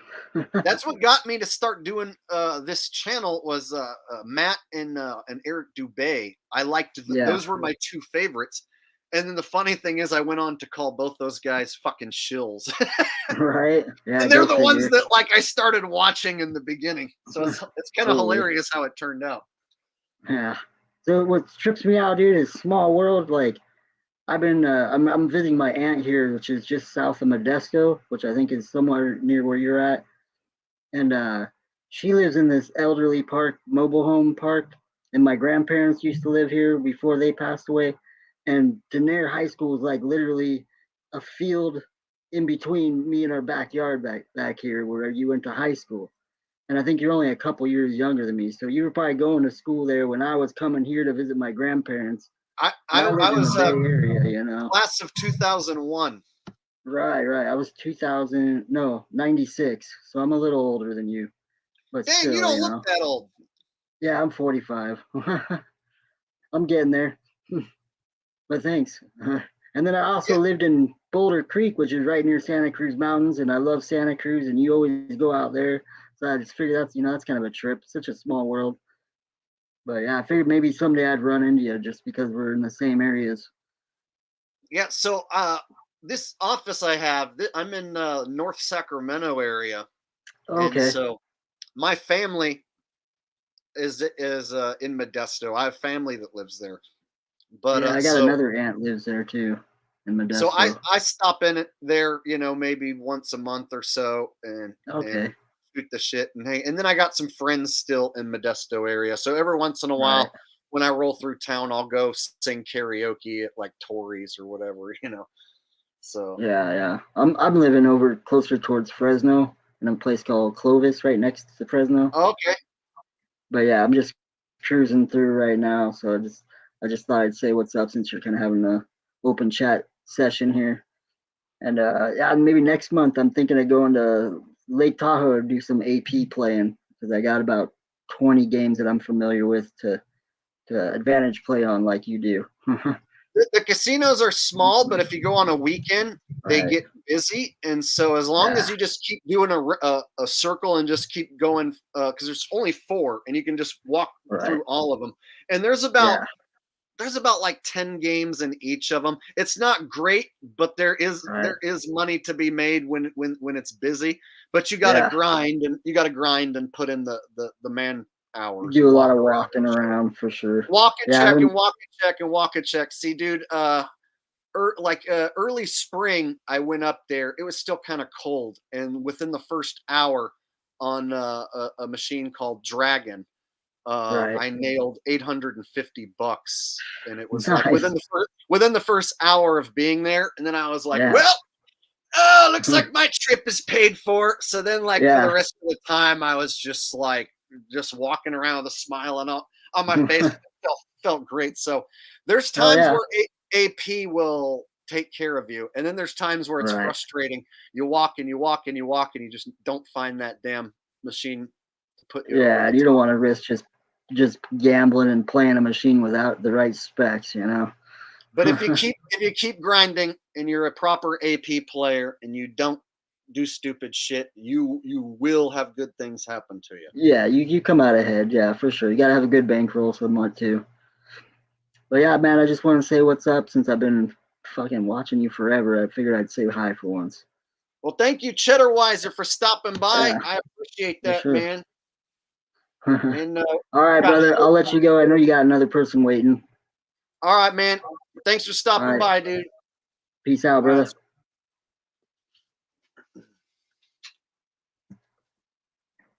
So we got Holden backstage, and I have not talked to Holden before.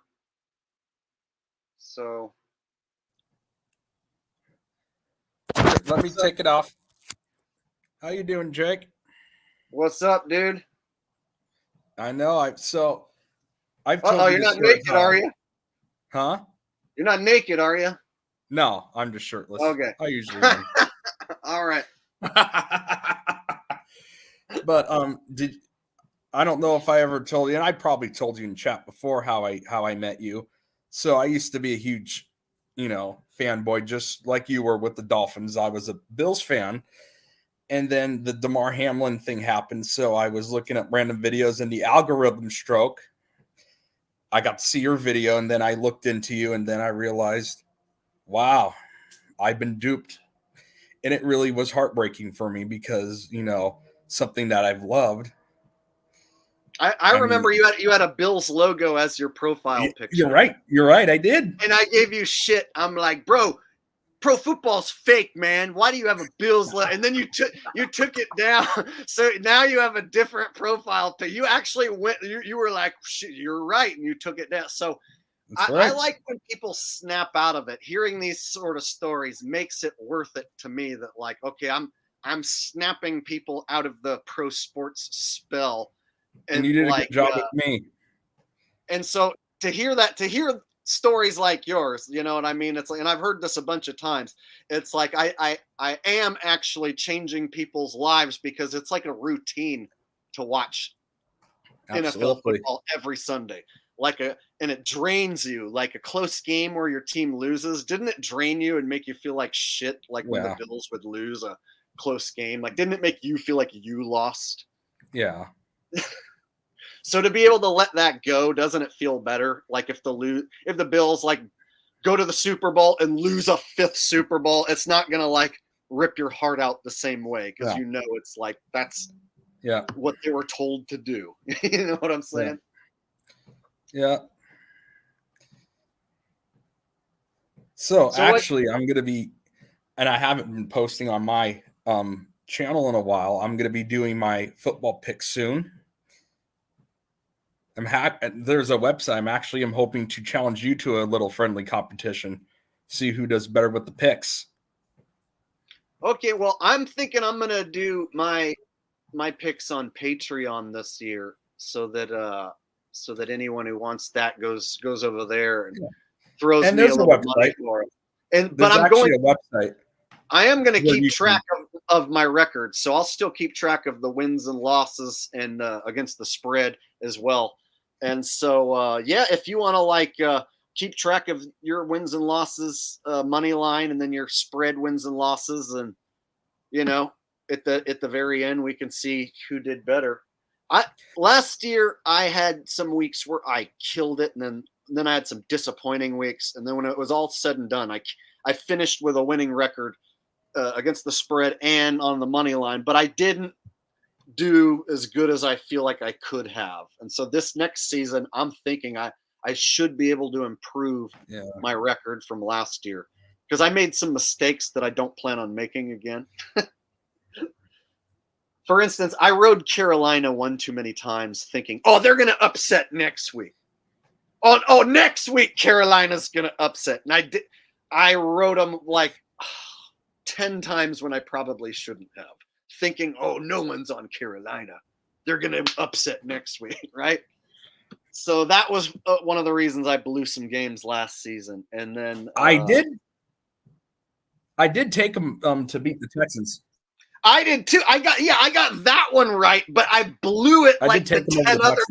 There was like 10 other times where I thought, ooh, yeah, they're going to upset. And so I have several losses on my You know what else? Because of fucking Carolina. You know what else makes it look fishy? What's that? Oh, you have a super chat. Hold on, let me read this real quick. It looks Hey, like it's Jake, from Mike Williams for $20. I'd love to see some videos how math is fake, physics is fake, chemistry is fake, et cetera, et cetera. There's a lot to be said about periodic table pi, everything we've been taught, all bullshit. Man, we've been lied to about so much. And so that's not my area of expertise. Yeah. So when it gets down to like arguing over the molecular level, you know what I mean, and atoms and stuff, things we can't see with our own eyes, you know, that's really not my area of expertise, and I don't really like to argue about, you know, like things like that aren't really in my wheelhouse. But I do agree with you that a lot of what we've been told is fake, so it wouldn't shock me at all if, you know, the periodic table of elements isn't what we're told, you know, for sure. Thank you, Mike. I appreciate the donation. I appreciate that. All right, so what's the name of your channel, Holden? So it's actually in the parentheses on my name.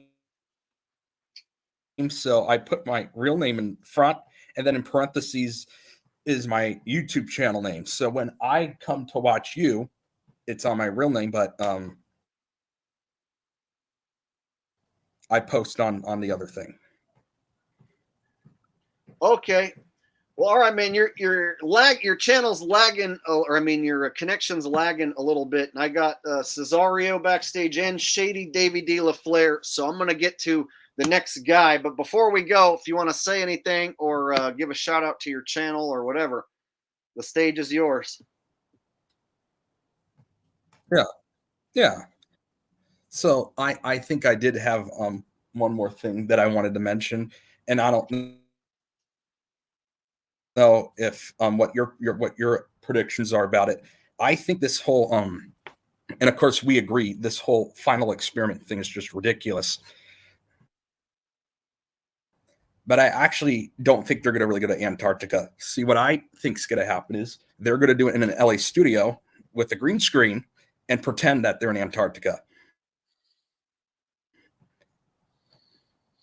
I don't think they're really going.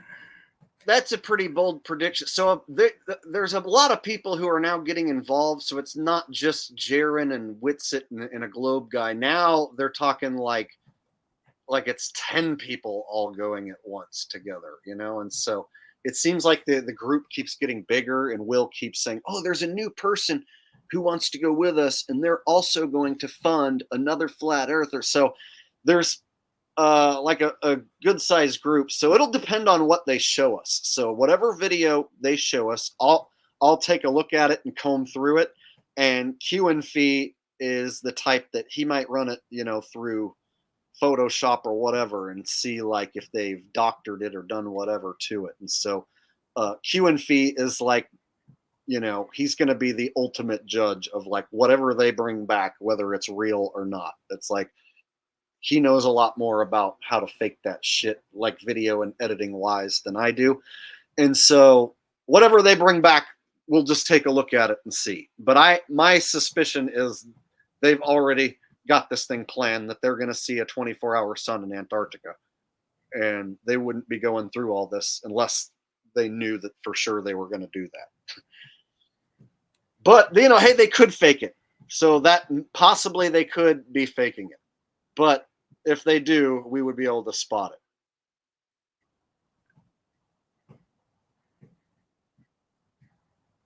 Yeah, and I'm not going to believe a word they say no matter what. So, all right, bro, I'm gonna. Nothing's going to change my mind because, of course, I believe you and not people like.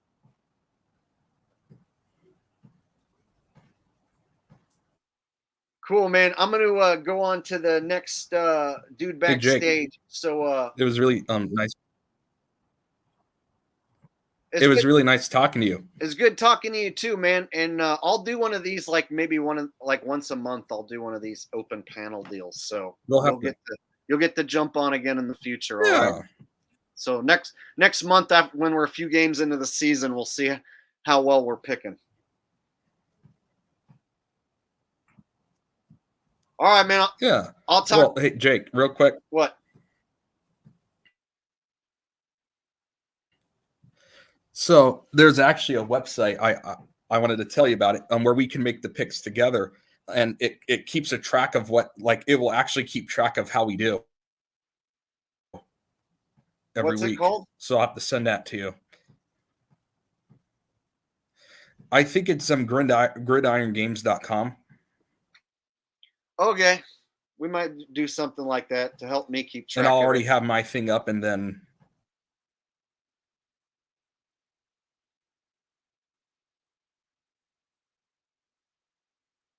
Yeah, your stream's lagging bad, bro. All right, I'm gonna have to get to the still, next guy. so But thanks for stopping by, Holden.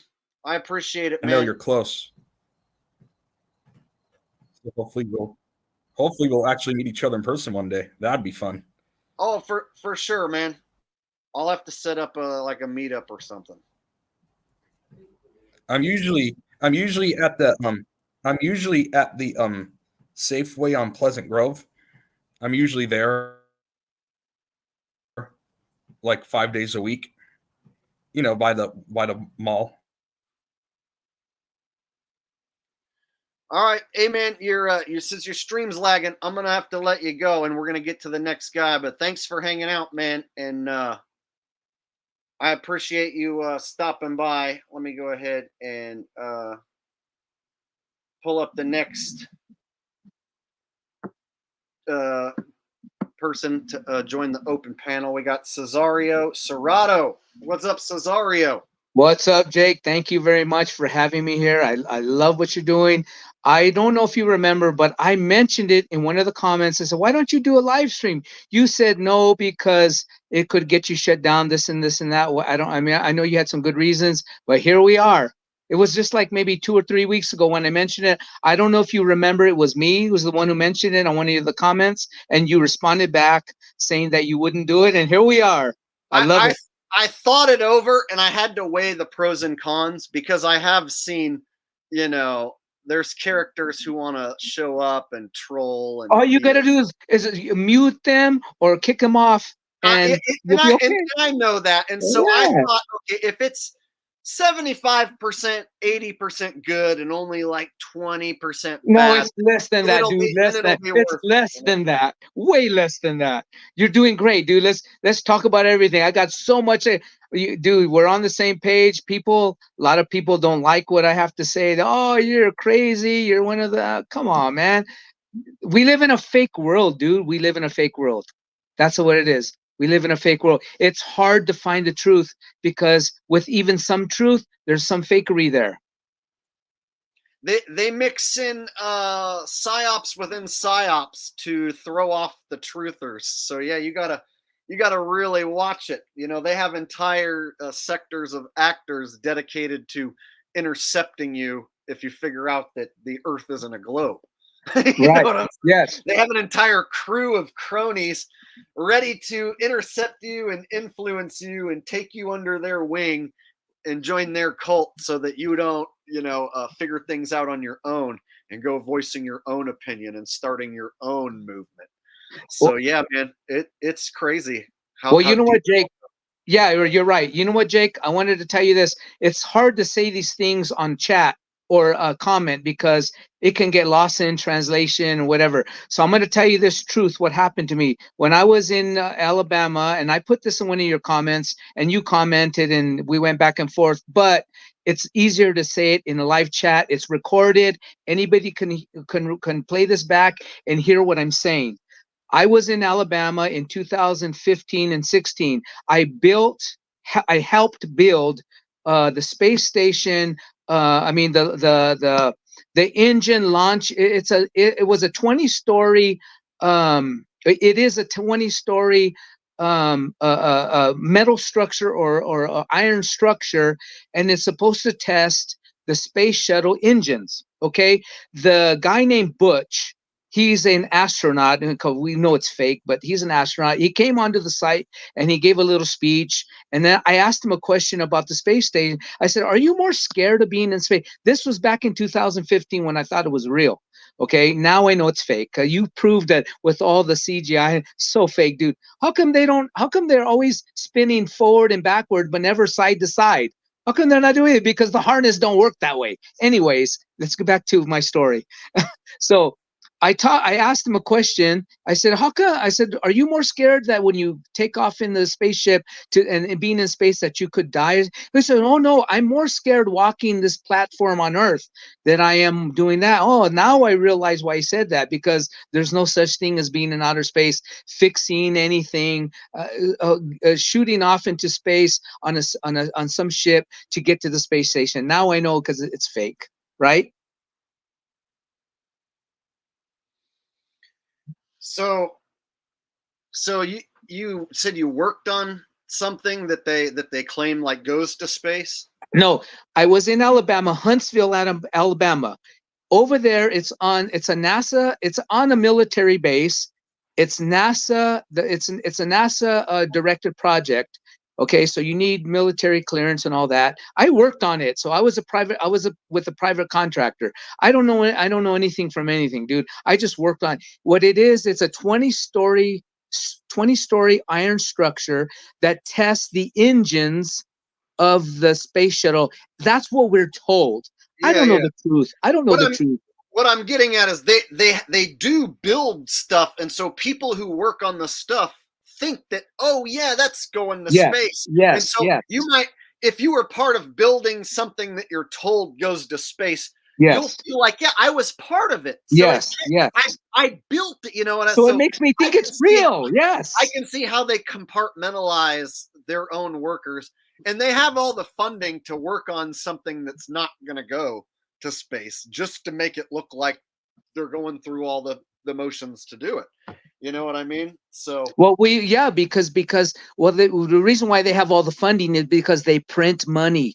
The money is fake. Actually, there's two different words. One is lawful money, which is silver and gold, and legal tender, which is the federal reserve notes. This is the fake paper that's in your pocket. So that's fake too. So how can they afford to fund all these things? Because they print the money. We've all played the game Monopoly. What is one of the rules of the Monopoly board of the Monopoly game? It says if the bank runs out of money, you just print it. And that's how they can get away with funding the wars, funding Ukraine, funding this. They fund it with fake money because it's not money at all. It's fiat currency called the Federal Reserve note. Everybody knows it, dude. You know the only difference that me writing a piece of paper to you, like say for instance, Jake, I wanted to buy a car from you from $10,000. All I got to do is write on a piece of toilet paper saying $10,000 I owe you, and the only reason why you won't accept it is because the people that create this fake money said that you can't. The only difference is because they said you can't. That's it. But it's the same concept, it's the same thing. But actually, you cannot do it. But it's the same thing. You know, people were buying toilet paper, dude, for like $20 for like one roll back when the scamdemic was here. I Remember know. that? And Right? then People when were I trading a Pharaoh note, dude, for $20 a roll, $100 for 4 rolls, dude. That's so stupid. Right?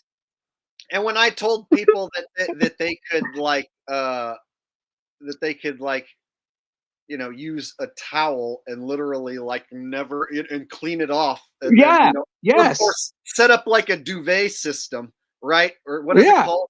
Is that what it's called? The Dupe. duvet? No. Yeah. Yeah. Yeah. Yeah. Right. Right. Yeah. Yeah. It's what What are the French use. The French use that little Yeah, yeah. it's So that if little you thing were to that's yeah if you that were to cleans your set up one of butthole. those Right. systems that Right. shoots Right. water at your asshole and then just Right.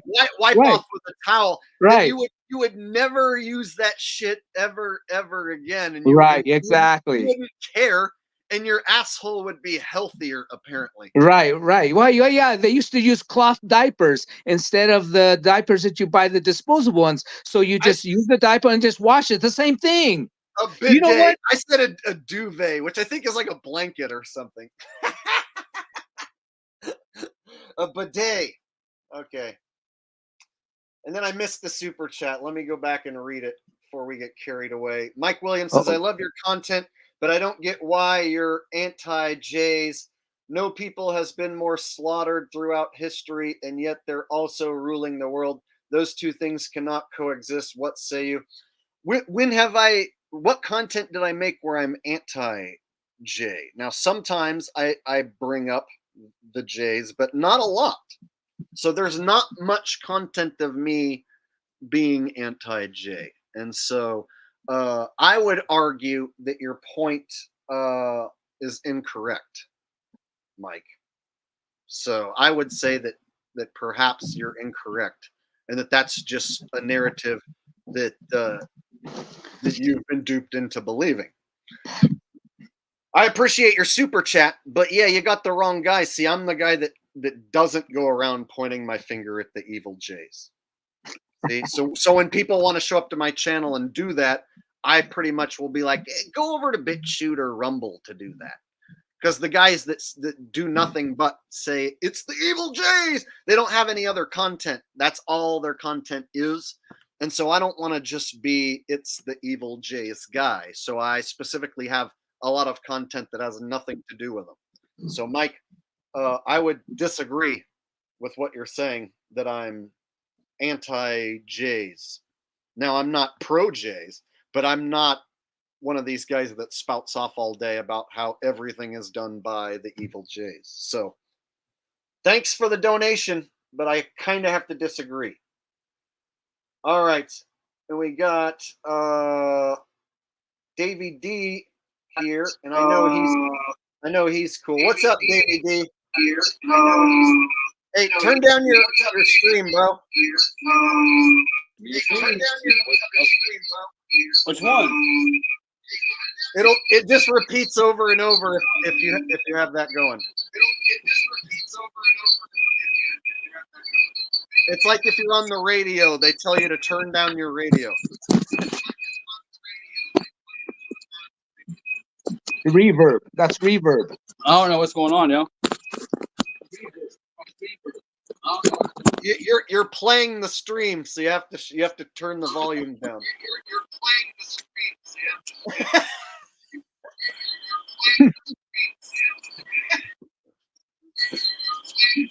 Yeah, I can't do the stream while I hear myself say what I'm saying. That better? There you go. I can't hear you though. Yeah. You can't hear Hello? me on your phone? You can't hear me? Is it working? We can hear you. What? We can hear you.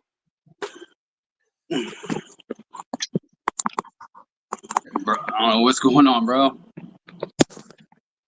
It looks fine. So here's the deal. If anyone wants to join, if you have me on in the background, it's gonna make that noise and it's gonna echo and shit. So the same thing would happen if you call into the radio station.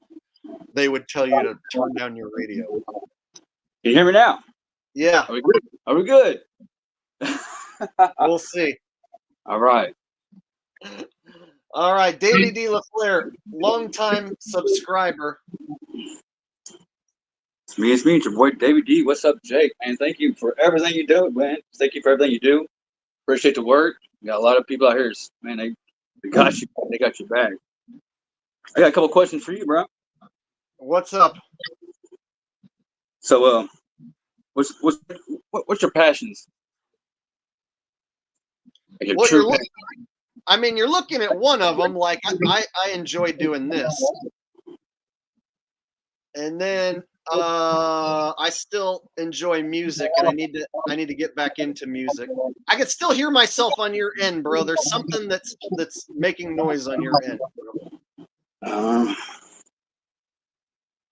Yeah, Jake, you said you were going to make the music. What happened? It's called being lazy. But you know what? I was gonna make some music, but then I got high.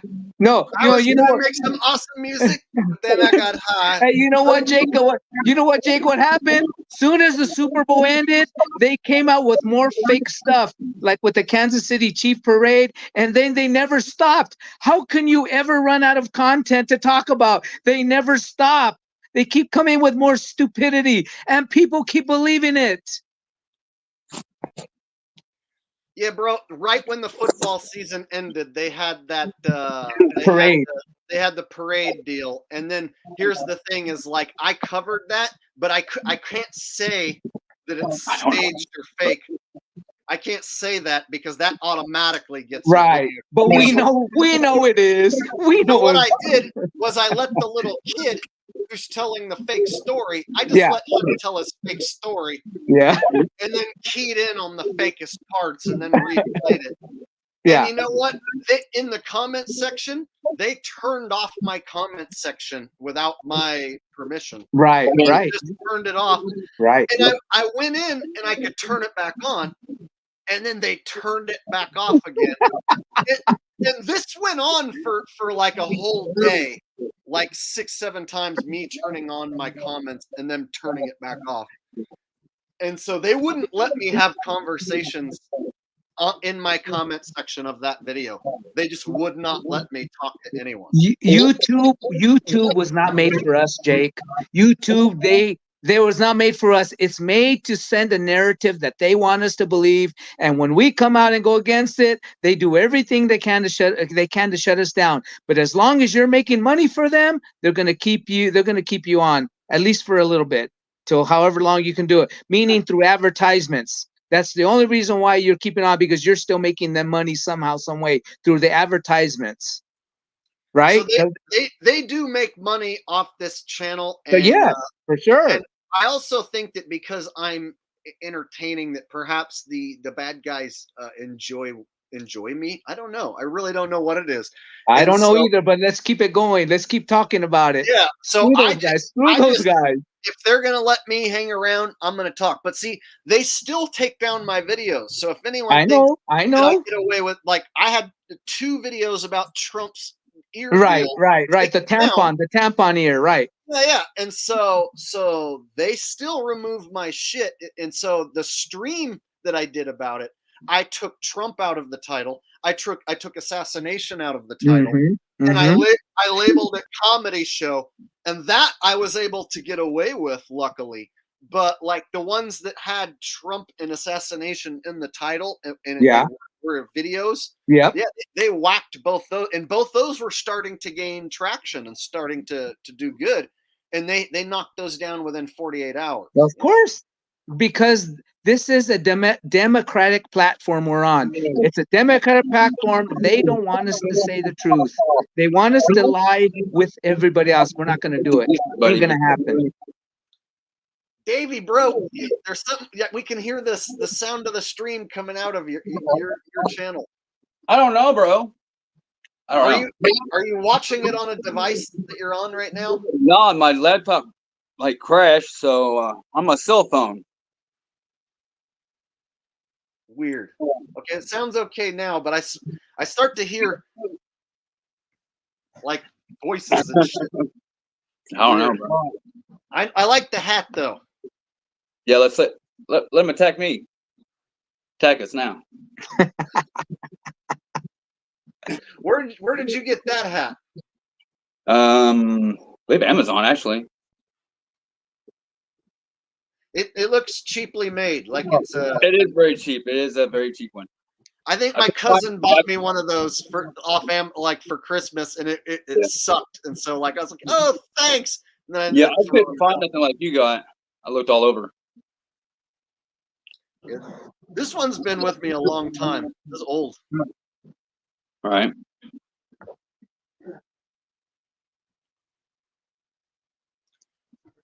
They're saying you need. Why ain't these shills? Where they at, Jake? Oh, where they at? So far, none of them have showed up. I thought for sure like Ronnie would show up and run his mouth, but he hasn't. Yeah, bro, you might need to do like earbuds or something. Look, this the better one did on this one, and this one just like crashed. So I don't know what is going. I don't know what's next, buddy. Obviously, my cell phone's the last thing I can do. Yeah. Oh, man. So Jake, I'm in Denver. I live in Denver now. So you need to come back. Last time you came, I didn't know you. So you need to come back. I promise you, you won't be disappointed. I had a good time when I came through, but it has been many years, and Okay, so you need to come back. You need to come back. it We got would be. casinos over here too. We can play the slot machines. You can show us how it's done, and we can record it and show us how it's done. We got casinos over here. How long have you been in Denver? 20 years now. I'm a Cali boy. I'm from Cali, man. Okay, I used to go to North California. My family lived in Bangor, California, as a country. I don't know if you've heard of Bangor. It's like by Yuba City, Marysville. It's out there. So I used to stay out there for a while when I was a kid. But I'm a Cali boy, so we got a lot of Cali people over here. We're party animals, man. Big party. We love to smoke and drink. We love to do it all. yeah, man. I was thinking of like setting up like a meetup in some of these major cities that are like closer to me, to where I can drive over, within a day or two, and then drive back or something. So Denver is close enough to where I could shoot over there, in a day and a half drive. And It's a 15-hour drive, something like that. You can yeah, spend the night and then finish. You go do half a trip, spend the night, and do another half a trip, or like 8 hours and do another 8 hours. You'll be here. You'll have. I promise you, you won't be disappointed. here's a guy that says Denver is shit now. Well, all major cities have shit areas, but then all major cities usually have a nice area too.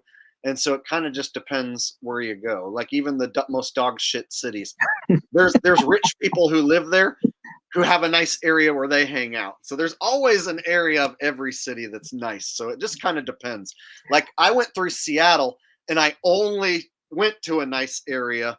God, I forget the name of the beach that I went to, but basically I was told to just not go to the shit areas of Seattle and just hang out in the posh, nice areas only. And so when I did that, I was like, oh, fuck, Seattle's fine as long as you don't go to the shit areas. Well, Denver is a Democratic-run state, just like Cali. So, like, what you got the good and the bad here. Well, we stay away from that, or we can go visit the 10 cities if you want. You can do videos there. It'll be the same thing that you did in Frisco. Same thing. You have good and bad here. All right, sounds good, man. Okay, I need to use the restroom real quick. So let me see if I can get Davey D back on, and then you guys talk for a minute while I have to go pee. I'll be right back. You guys talk. Okay, Davey, what's up, man? I don't know who you are. What do you got to say? I was trying to figure out what year was that Colorado meetup. Oh, I don't know. I didn't know. It was a few years ago. I don't know. Yeah, I was trying to figure out that day because I was almost going to go to that. I didn't go. Supposed to went to that and wish I would have. So what is it you But like? I was hoping these Shills would come on here, man. I was hoping. Nah, screw them guys. Screw them guys. Screw them. Let's talk about what you like. Are you a football fan? Are you a flat Earth guy? What is it that really bothers you and really like to talk about? Well, for me, man, it just kind of came out that I realized you didn't live on this ball. This whole childhood fantasy that they put in your head real young. The guy indoctrinates you real young. You know what I'm saying? So when you realize that stuff is just like fake and imaginary, and you go to seek to find out what is this place? Where do we come from? Who am I? And that's kind of how my story kind of began for me. And sometimes it don't happen for everybody, and sometimes it might happen too late. And I think maybe at my age it happened at the right time. You know what I mean? But yeah, I'm way older than you, dude. I've been fooled I've been fooled longer than you have. But hey, man, there's still so many people out there. They don't know what to do. They don't know what's going on, man. Well, if you watch the DNC or the RNC, if you heard all the lies they spoke on, all the garbage I can't believe people still believe this. They say the same junk every election year, the same stupid junk. We need to, this is the most important election of your lifetime. They say, we're going to do this, we're going to do that. And when they get in there, they don't do it. Stupid. So fake, man. All right, y'all. I'm gonna move on to the next dude. So closing statements from Cesario, and then we'll get closing statements from Davey. What do you got to say to the audience before I move on to the next dude backstage? Okay, let's go. Like, we'll just get some names like Robert Kiyosaki or Donald Trump. When somebody says, I'm a good friend of this guy, like Oprah Winfrey, that's all you need to know about that person. Donald Trump and these astronauts, these fake astronauts, the Aldridge and all these fake guys, all of them have their names on the Hollywood Walk of Fame. That's all you need to know. If they have their name on the Hollywood Weirdo Walk of Fame, that's telling you they're fake. They're a paid actor. I mean, they're an actor, paid liar. So their job is to lie to you. And if you believe them, you're as much a fool as they are, because they know they're lying. They know they're lying. They get paid to lie. If you're a welfare recipient, a real one, like say you get food stamps, say you get assistance from the government, you should not feel ashamed. You know why? Because the biggest welfare recipients are cops, politicians, Elon Musk, Bezos, Walmart, all of them. But you know what they call them? Tax subsidies. That's the same thing as food stamps and government assistance. So if you ever need to be on welfare for whatever reason, don't be ashamed. Don't be ashamed of it, because those are the biggest welfare recipients in all of we can know. But they don't talk about it that way. They call them tax subsidies. So that's my biggest takeaway. You got it, Jake? Does that make sense to you, Jake? I gotta be Does honest. that make sense? I was partially like paying attention to chat and partially listening to you. So I got the gist of what you were saying, though. Oh, you can always play it. But go back on the live stream. You can listen to the recording and hear what I'm saying. I always do. All right. Thank you. Thank you for having me here. Thank you. Thanks for hanging out, bro. Thank you. Thank you.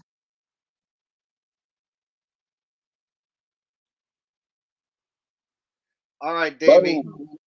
So apologize for all the technical difficulties. Usually happens with me. Somebody in chat mentioned that you have double crosses on your shirt, but it looks like those are drawstrings for your hood, right? Yep. See, here, put the drawstrings back over your shoulders. Put them over your shoulders so that they're not making crosses.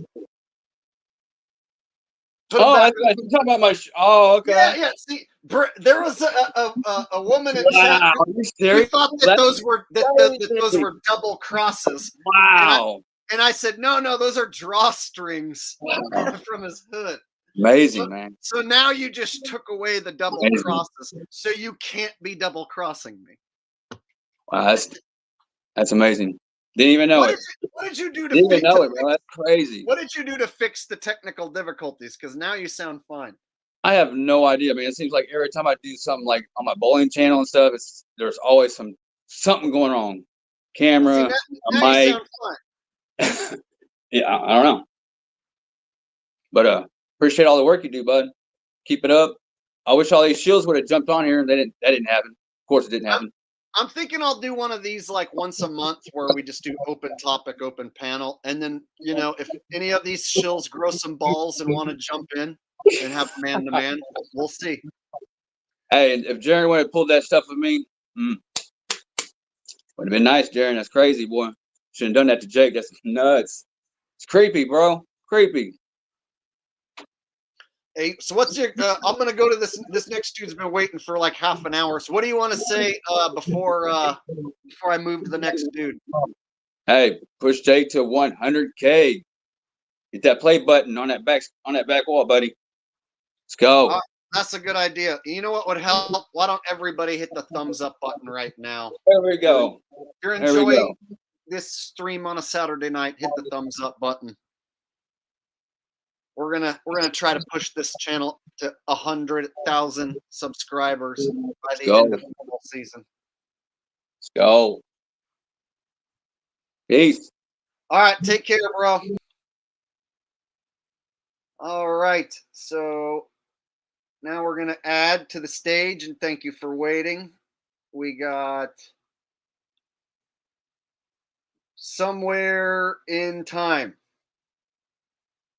Hello. Hi there. Hit that like button. I I'm agree with that. enjoying it, Jake. So, second time listening and first time calling in as a guest. And is this the first time you've had an open channel? This is the first time I've let anyone come on. So this is your only second time ever watching me ever? Yes, yes. And I love it. I think you're entertaining and I'm absolutely enjoying it. What I caught on was the gambling part and your stats on telling everybody, no, do not, it is fixed, because I was born and raised myself in Vegas and I was a dealer. And I do know well, with my dad being quite a bit older than me, he was born in 1923 and used to say, Michaelin, if you can bet on it, it's probably rigged. And that's coming from an old timer. Yeah, so today there was a big upset in college football. So they kicked off the college football season, and one of the top 10 Well, ranked he teams. liked college. Yeah. So they had a big upset go down today with one of the top 10 teams lost, like right out of the gate to the first game. So yeah, they're definitely raking in piles of cash with their pretend sports, and there's no shortage of piles of cash to rake in. Oh, it's a rig for sure. I dealt to Dana White. I used to have an NDA, but I can speak about it, and they fly through that money after pulling it in from the events and go in their little private rooms and do what they do. Used to have an NDA with Dana White, huh? Well, not just him, with the Palazzo Venetian from '99 to 2013. I was a high-end blackjack dealer in the back rooms of like the high end in the suites, or up in the upstairs, or what was the guy? He's married to Beyonce. What was his name? He had Jay-Z? Club 40. Yes, yeah. He used to come in. His manager used to play a lot. Yep, he had that club right off of the betting sports arena right there. It was called Club 40. He had that for a while. And they had about 4 tables in there, I'd say, just off the room. So you just recently found the channel. That's interesting. So what was it that caught you? What first thing did you click on here? You were up really late and panel hopping, and I caught you on somebody's live chat or live stream. Like, you went up on their panel and you just gave them heck, and I just loved it. And I was like, Was it Enslaved by Truth? Was that? It could have been, possibly. I don't even watch that channel that often, which is Neither funny do that I But even tuned in that night. It was two low dudes just being lowbrow and talking shit, and then I jumped in. That's the one you're talking about, right? And then schooled Yes, I them. think so. It was hilarious. You just took them to Yeah. town and back and left the groceries behind. Yeah. On their own channel. Yeah, it was pretty fun. So yeah, basically, and that's what brought you here tonight. Well, and last week, I caught you probably about maybe 3, whenever the last time, perhaps you had that hat on and you were hilarious. So I used to be a performer myself, and I can appreciate it. That was my first career before I was a dealer. And yeah, Trump was my boss actually for 2.5 years in Atlantic City. So the rabbit hole goes deep. Yeah, interesting. Apprentice, I believe, was a one big audition. Well, you found an interesting channel, and if you scroll back on my catalog, like, I've covered a plethora of different topics, and so any major conspiracy that goes down, people usually will come running to my channel to see what I'm going to say about it, and then I talk about the NFL being rigged, and that gets a ton of views, and so I cover a lot of different stuff, and then my streams. I tend to be more, comedic and talkative. I'll go, 3 hours long. So the streams are kind of like different than the content that I put out. So I try and Brilliant. make Good. there's something, for multiple different Mm-hmm. audiences to enjoy. Well, I can tap on all those subjects. I like all of them. Definitely. One that I'll give you for a little one was the grays across the ear. I just found it quite interesting because the first thing I did was look at the fairgrounds itself, and it's Butler Agricultural Fairgrounds 501c, sponsored by the Marines, and they have a range for pew-pews just a few miles away for practicing. They've got all kinds of programs for kids for that fairgrounds. And they also have a far-leaning type of a channel. I believe it's called ProPublica. And they put out all kinds of interesting things. And I thought that was an interesting fact about that particular fairgrounds where it took place, but nobody really dug into who runs their security or what their programs are or anything. And I kind of went down a rabbit hole I didn't think I wanted to go down. I was like, wow, that's a lot there. But I guess case closed. We got our, our one loner, our boy. Yeah, I just went over the evidence we were handed, like very basic, like, okay, like let's watch in slow-mo, frame by frame. Let's watch this photographer get set up just perfectly, there, and then they pan away at one moment, and like this tractor starts spewing mist and spray as like a diversion tactic. But don't we just have the direct view for the actual boom? Like, there's not another. You're not getting any personal after the fact. No, and then I showed everyone's phone is off. Not one person had a recording on their phone. Everyone's phone had a black screen. Mm-hmm. So let me read this there's super a chat lot real of quick, there you go. Go because it's from a guy, Mike Williams. That's a nice one. Says, are you aware that in the rabbinic writings called the Talmud, Bava Basra 58a, it says there are two sons? That's a pretty ancient belief.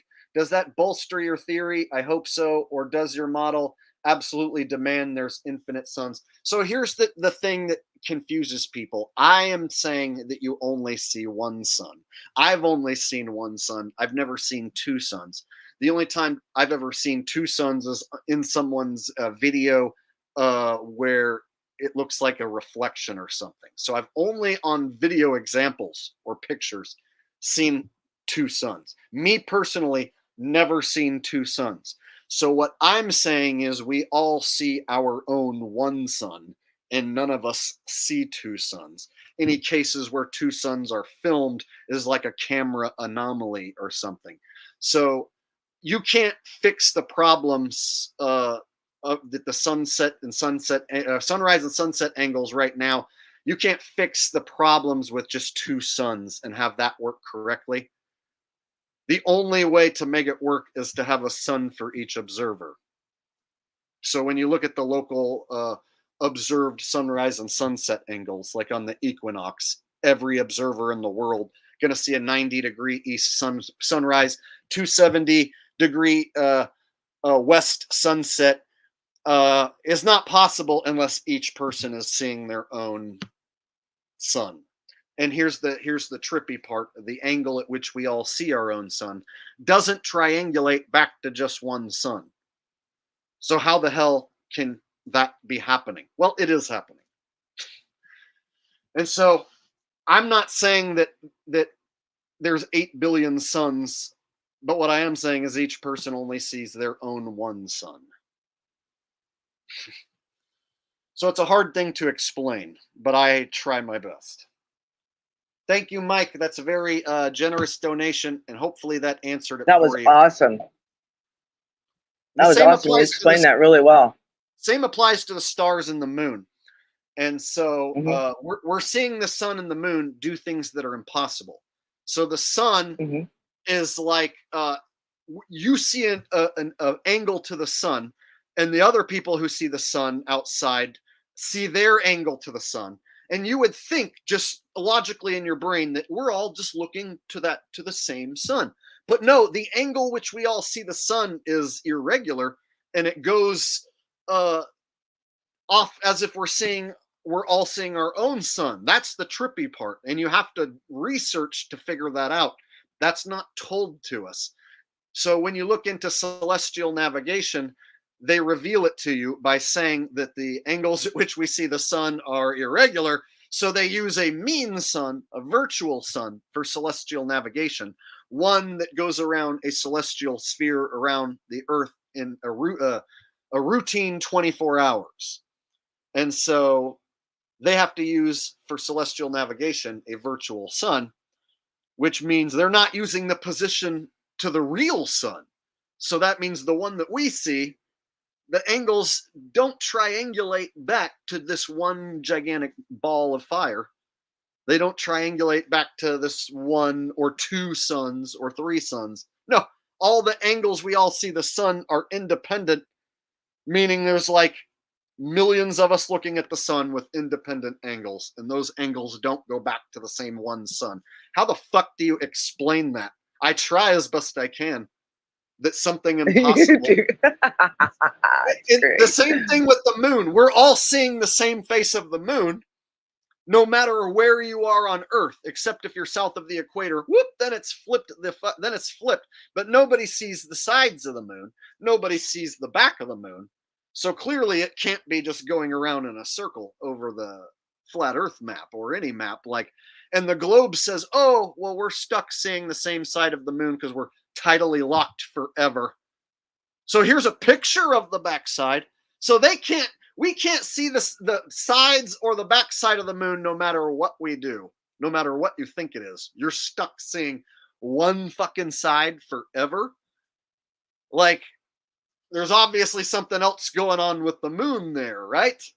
And so how did you feel when I observed the eclipse? And I did take in quite a really good, well, they started spraying at 11:23, and when I was supposed to see it was about 1:34 is when the total was supposed to be where I'm at, which is in the range of where it was coming. But the skies were pretty well dusted over at this point, but I could see through. Now, what I found, it looked like to me, it was not the moon that crossed. It felt like it was a shutter, and it was an actual, we were looking through, kind of like the reflection, the sun's there, but through behind it was like a shutter. It happens and it's there. It's like a portal, an opening, but it's like behind the sun. It's kind of like it gets set up so that you actually are looking into another dimension, and it's like a shutter on an eyeglasses when you're getting your eyes tested, and the lens goes whoop, whoop. That's what it reminded me of. Now, I could be completely wrong. Yeah. I saw a lunar eclipse, but it was like dark red. So it wasn't like a black thing it was more like a dark red fucking thing, like super darkish red took over a good portion of the moon. And it was almost like, okay, maybe the moon just does that to itself. I was trying to come up with other explanations, like the moon just does that to itself, or like there's a third translucent disc or something that only can be seen when it gets in front of the moon or the sun.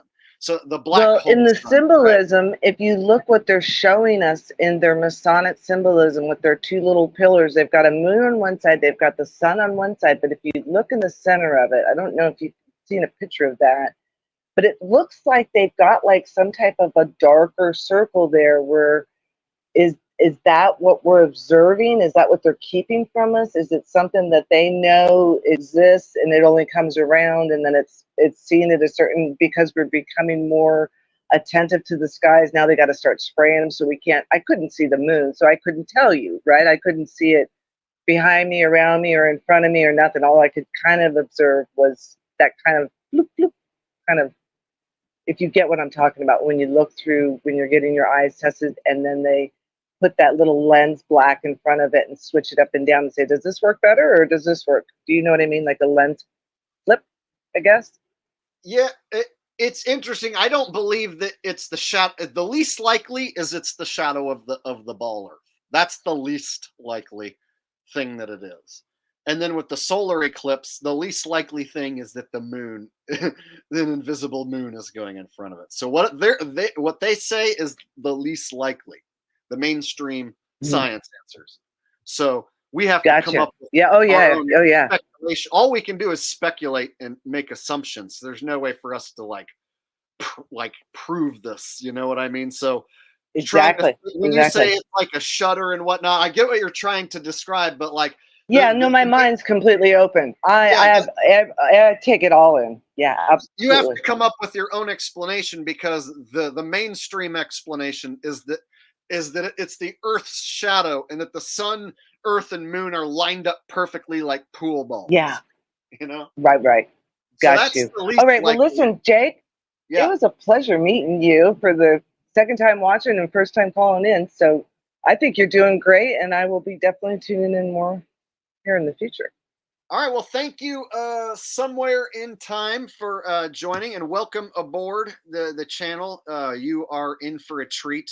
So those It's been people who've fun been so far. following a long time, they'll let you know what we do here is different than any other channel. So welcome aboard. All right. Well, I'm ready for the ride. Everybody, make sure you like and share, because it's awesome. I'm enjoying it. Take care now. All right. Thank you.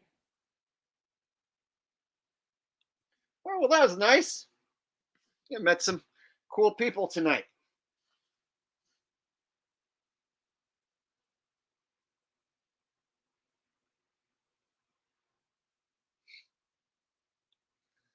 She says, I think he met her at BOC in Reno. No, she said that was the second time she's ever watched, first time ever joining. So interesting that people, who are jumping in the stream, they're like super, super new subs. And then there's hardcore subs who've been watching for years, So we've had a combo tonight, where some new viewers who just showed up jumped in. And then one guy said he was here since the beginning back in 2016. So cool. All right.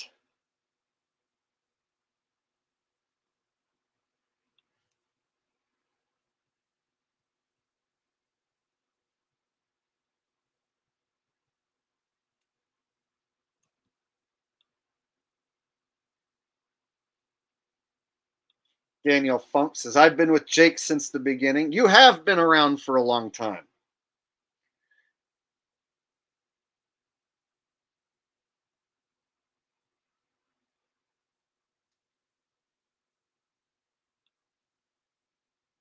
Thank you. I appreciate you joining us tonight.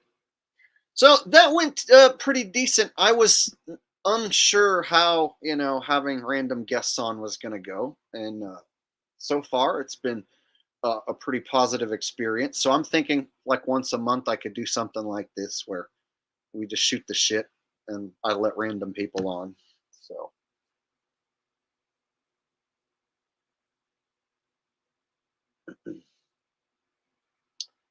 yeah, I was thinking there was going to be a few shills and shitbags who were going to try to jump on, but nope.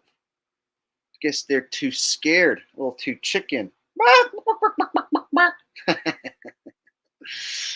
Justin Williams says, Jake the asshole. What's up, Jake? Just got in from a restaurant work, dead tired. Do you think social media is a viable, easy income for most, or not likely to usually pay anything? So it can all depend. So you got to put in the time and effort. So if you find a niche that gets a lot of viewers and you're able to get new viewers consistently to subscribe, and then if you make engaging content and you can get views or you can sell a product or whatever it is, there's money to be made out there in so many ways. So in 2024 there's so many ways to make money that didn't used to exist. So when I was a teenager and in my early 20s, there was no way to be like a pro YouTuber. And so doing what I'm doing now was never anything that I thought was going to happen. So Another thing, it takes work sometimes to build up whatever it is you're going to talk about. So it might take you a year, 2 years, 3 years to become profitable. So you have to look at it like, are you willing to start tomorrow from scratch and then build your audience from scratch so that 3 years from now, 4 years from now, you can be profitable and do this for a living. So if you're not willing to do that, and if you're not willing to put in that much time, well, then you may never get there. So it took me years to be able to do this professionally and be able to comfortably pay all my bills. And I had to set my life up in a certain way to be able to do that. And there were times where the channel didn't make hardly any money and I barely scraped by and I was super poor. So if you try and put all your eggs into one basket and and it doesn't work out, then you can find yourself in poverty real quick. So I would just recommend that when you're starting out, not to expect too much. And then if it doesn't happen for you right away, you have to put in a good amount of time and effort for these things to pay off. You can't expect them to just start paying off and you to start getting super chats and selling shirts and shit like right out of the gate. You got to have an audience that you've built who wants to send you the super chats and who wants to buy your shirts or whatever, you know.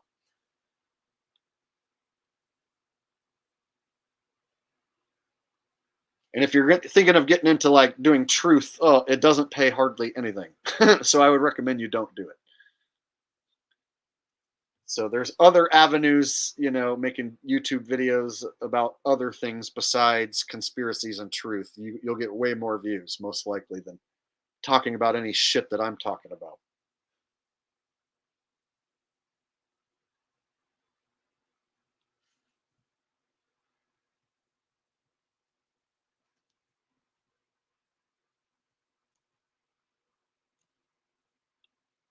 Davey says, too much drinky and smoky, gonna pass out. Good night. Thanks, Jake.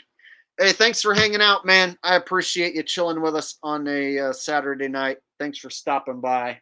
I'm sure you'll jump in on a future open panel show. So I'll be seeing you around for sure.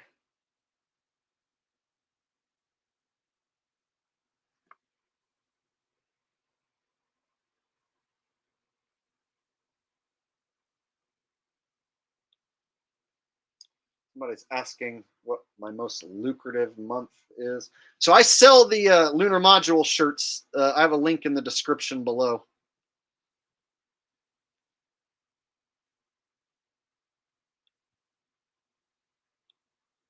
One guy was asking, I really thought Ronnie and Jason would get on your channel with you, surprised by their actions. Yeah, they're chicken shits, I guess. They only want to do it on their channel where they can like put graphics of me, getting burned by eternal flames of Satan while they like put themselves on God's throne and call me a satanic shill and make up lies and slander me. Yeah, apparently they don't want to come deal with me one-on-one here and account for those lies that they've told about me. Are you willing to say what your most lucrative month you have had on YouTube? Last season, football season, October, November, December, I was rolling. So yeah, football season last year, I was doing the pick videos and the top 10 most rigged plays, getting a lot of views. And then the advertisers on the ad revenue, they were paying like top dollar. So for every 1,000 views, I was getting like $5-6. So for instance, on a video that gets 30,000 views, I was making like $300-400 on just one video ad revenue. And then my live streams, people always donate during my live streams. So last season, while football season was in full swing and I was doing some live streams and stuff, I was doing better than I ever had. And that's without any Patreon support or anything like that.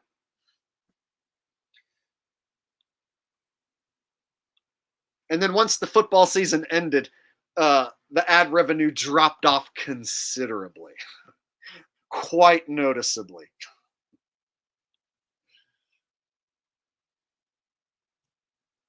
All right. Alejandro Leonardo says, have you heard of MiG Flug? They will fly you to zero gravity. No, they won't. So here's what happens. You go up in an airplane and they do parabolic maneuvers, which is this. And when the plane goes down like this, you'll start looking like you're floating in zero gravity, but it's because the plane's going downward. And then when the plane does this and starts coming back up, you'll hit the floor for a second, but then you'll go right back to floating. So if you look up here on YouTube, parabolic flights, zero gravity parabolic flights, it's just an airplane doing this. You don't actually, there's no such thing as zero gravity. There's no such thing as outer space. So there's no point at which you pop out and are in magic floaty land. That's fake. But take that airplane and point the nose down. Well, for 30 seconds, you're going to float and look like you're in magic floaty land. And if you take that footage and then green screen in a background of somebody in space or whatever, or in the space station, now you can make it look like somebody's floating in the space station when really they were inside of an airplane that's doing parabolic maneuvers.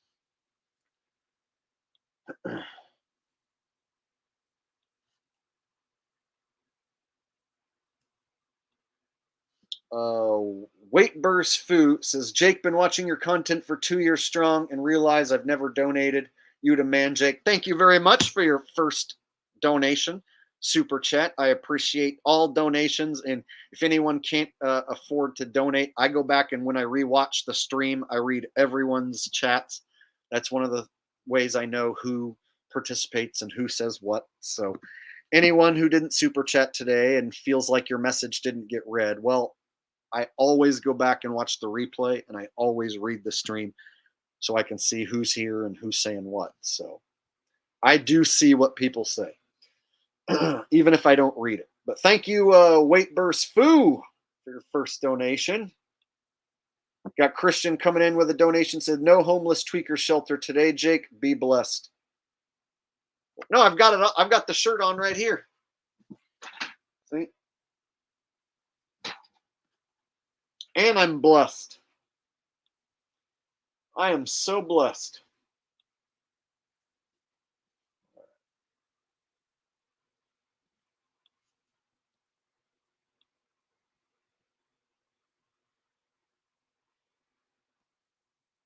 He said, where's my super chat went? Well, I think I just read it. This one right here. Yeah, read that one. I think I'm caught up on super chats.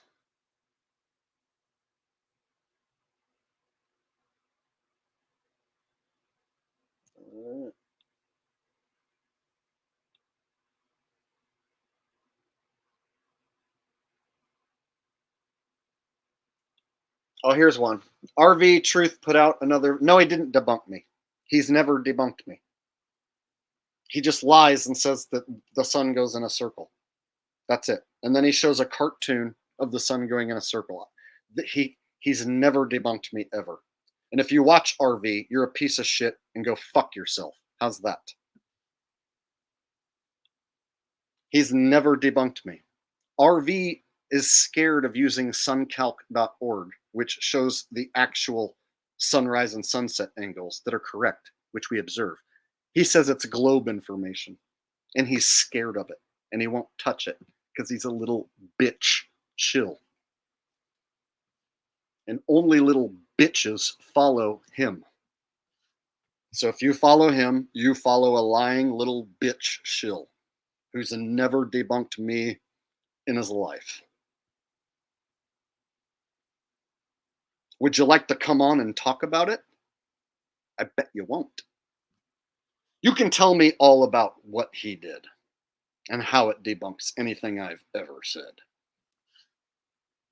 Last time he made a video, he said that durian fruit grow in tropical regions, so therefore the sun goes in a circle.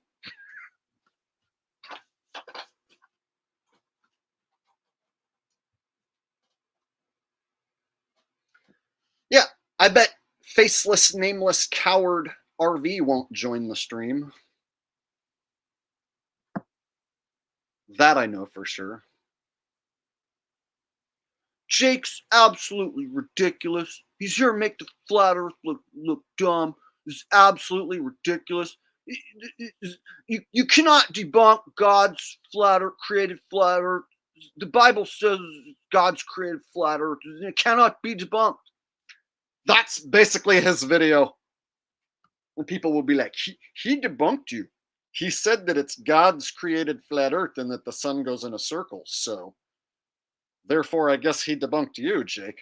Like, did he show the azimuth of the sunrise and sunsetting in Australia in the month of December with an observer? No, he won't do that. He's a chicken shit who promotes a flawed model that's going to get debunked by Will Duffy.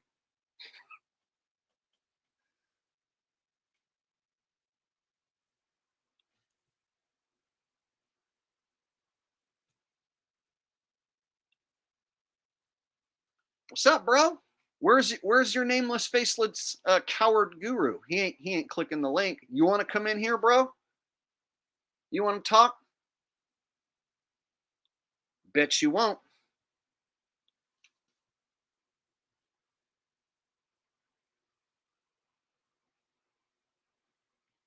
Yes.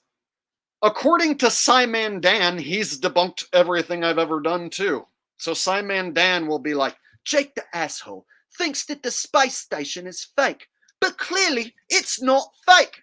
And people will be like, Simon Dan debunked you. You said the space station is fake. And he proved it wasn't when he said that it isn't fake. Right? So I guess Simon Dan debunks me every time he says the space station is not fake and that I'm wrong. That's all you have to do to make a debunk video is just say that someone's wrong now, apparently.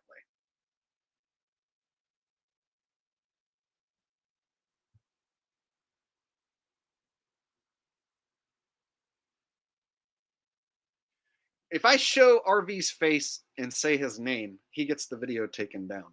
He has a direct connect person that he talks to at YouTube legal department, and he gets the video taken down in 24 hours if I show his face and give his name. But I do have some videos over on the bitch oot which give his name and show his face. So there's that.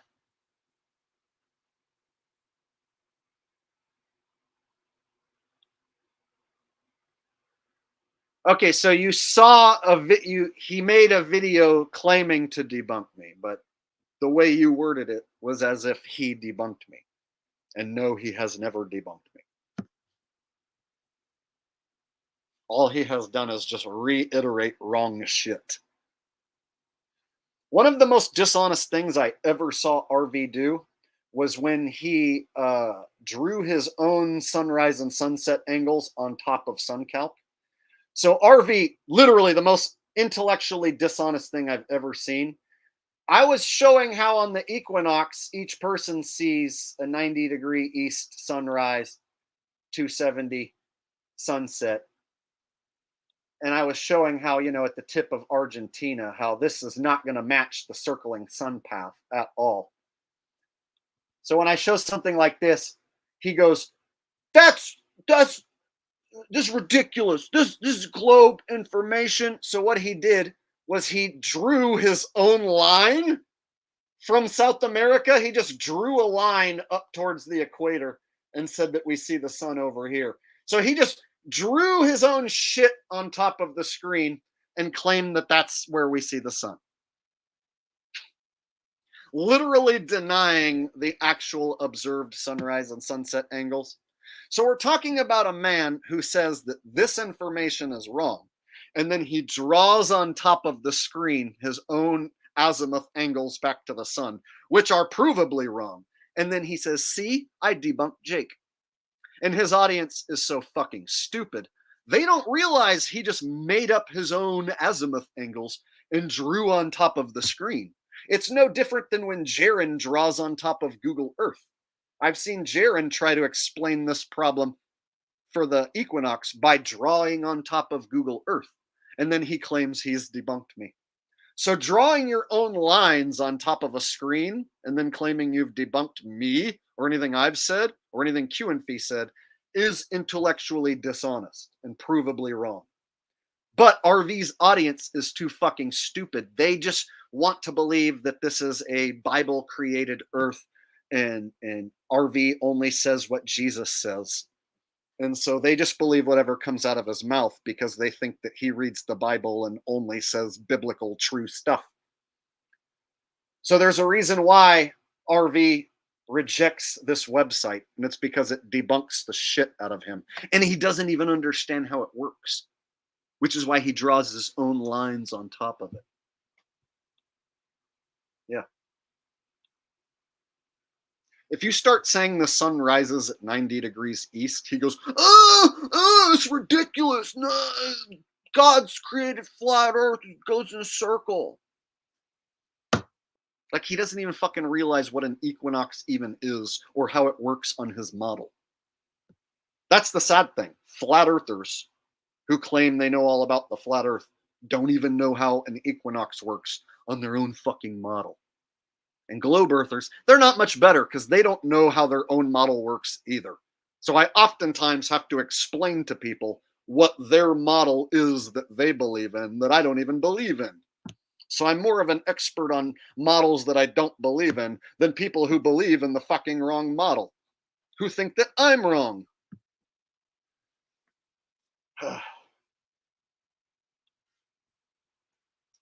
For instance, your typical globe believer walking down the street, ask them how far the sun is. They don't know. Ask them how far the moon is. They don't know.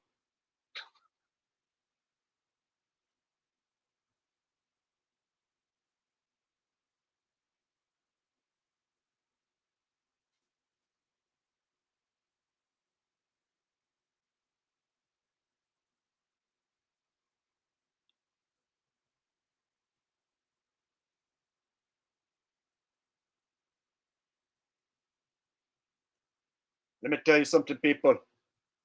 This is just the dumb shit to please the masses, people. Let me tell you something. The earth is flat and the man come from the extra continents beyond the ocean. Let me tell you something, people. Speaking of, yeah, beware of liars telling you bullshit, leading you astray. It's just a dumb shit to please the masses, people. Let me tell you something. The man does not come from the inner continents. The man come from the continent beyond the ice wall.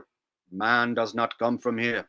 That's why there's no earthquake where man originate from. That's some new shit that happened only here on Earth where you think you're from. Let me tell you something, people. And there's people who'll buy that shit from Mag like he's dropping truth bombs on your ass. In fact, let me go find that video where Mag does say that. And I debunk the living shit out of him. But still, people love Mag.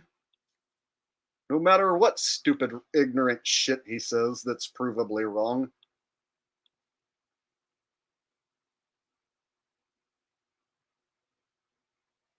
I haven't shown many clips today, so let me go dig up this one clip of Mag.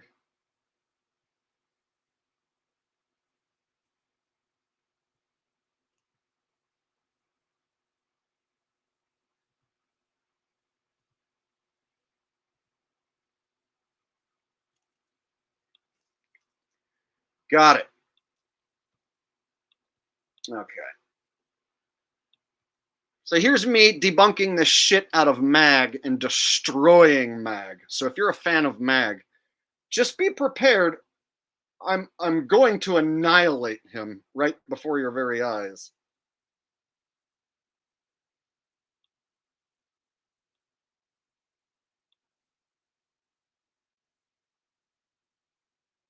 Funny you bring up the Mag because he put out a video today that I wish he didn't do it, but it looks like Mag's another damn disinfo agent. I didn't want it to be true. Every once in a while he'll say something that I'm like, Mag, no, don't do that. But today he put out a video and he's showing the cartoon lands outside the AE map. You know, the fictitious land masses that some flat earthers like to show. So Mag's showing those and claiming that those are real places and that that's where human origin comes from. So now Mag is showing cartoons from places that he can't prove exists, saying that that's where humans came from. Now, some people don't mind, you know, there's a lot of people who are flat earthers, they call themselves truthers, and they'll say, oh, well, there is more land that's undiscovered. So it's perfectly acceptable to just show a cartoon of land and just say that that's real. Here's the thing. You can say that there's more land, probably, that you think there's more land. That's totally acceptable. I've said that a shitload of times. But if you show a cartoon of extra land and claim that that's real, that I have a problem with. So if you're going to show like extra land masses and be like, oh, that's Hyperborea, that's Fantasia, that's Atlantis, you better have some awesome proof to go with it. Besides, of course, it's a cartoon. There it is. See? And so Mag, he went with the cartoon AE map, but it has the extra land masses outside of it. I don't know if you've seen that one. I'll show you. And now he's saying that that's where humans come from, is those extra land masses.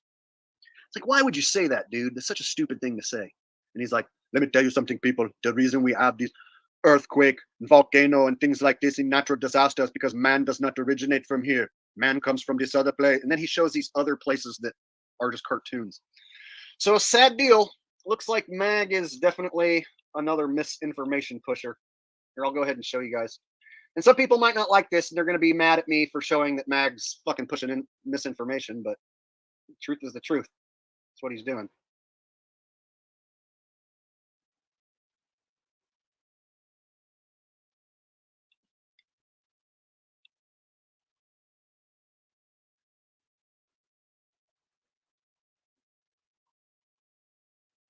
Positive.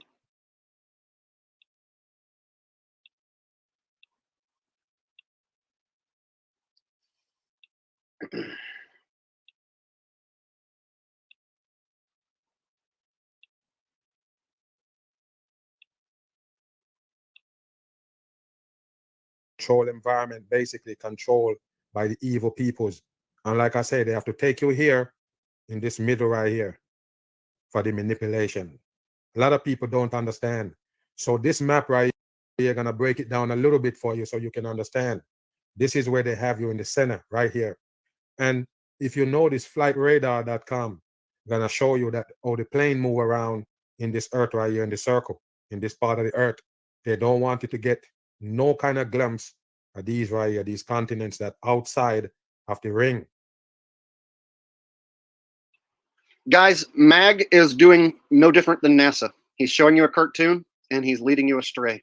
He just said that they don't want you to see those continents outside the ice wall. The ones that he's showing you. So they don't want them, the bad guys, don't want you to see those cartoon continents outside the ice wall that are completely made up, that Mag has no proof of. Now, I know there's probably people here who love Mag and want to suck his dick and think everything he says is 100% truth because you've loved him for so long. Well, here's the deal. You can't show a cartoon and act like you have proof of that and then push it as being true and then tell people that they're not showing these other continents. Well, dude, prove those other continents are real first. Like, that would be the most amazing thing ever in the world if Mag proved that there's other continents out there for sure. So he's showing this cartoon, telling people that there's other continents out there and that those are them, that those are the ones. He's not saying this is what it could look like. He's saying that those are the fucking continents that are hidden from you. That means Mag's a fucking disinfo agent, straight up. You can't say that. This is what David Weiss does. He shows a cartoon map of places that aren't real, that are made up. No proof to even show they exist. And then claim that, like, we're humans from some other place, from one of these other land masses. That's misinformation.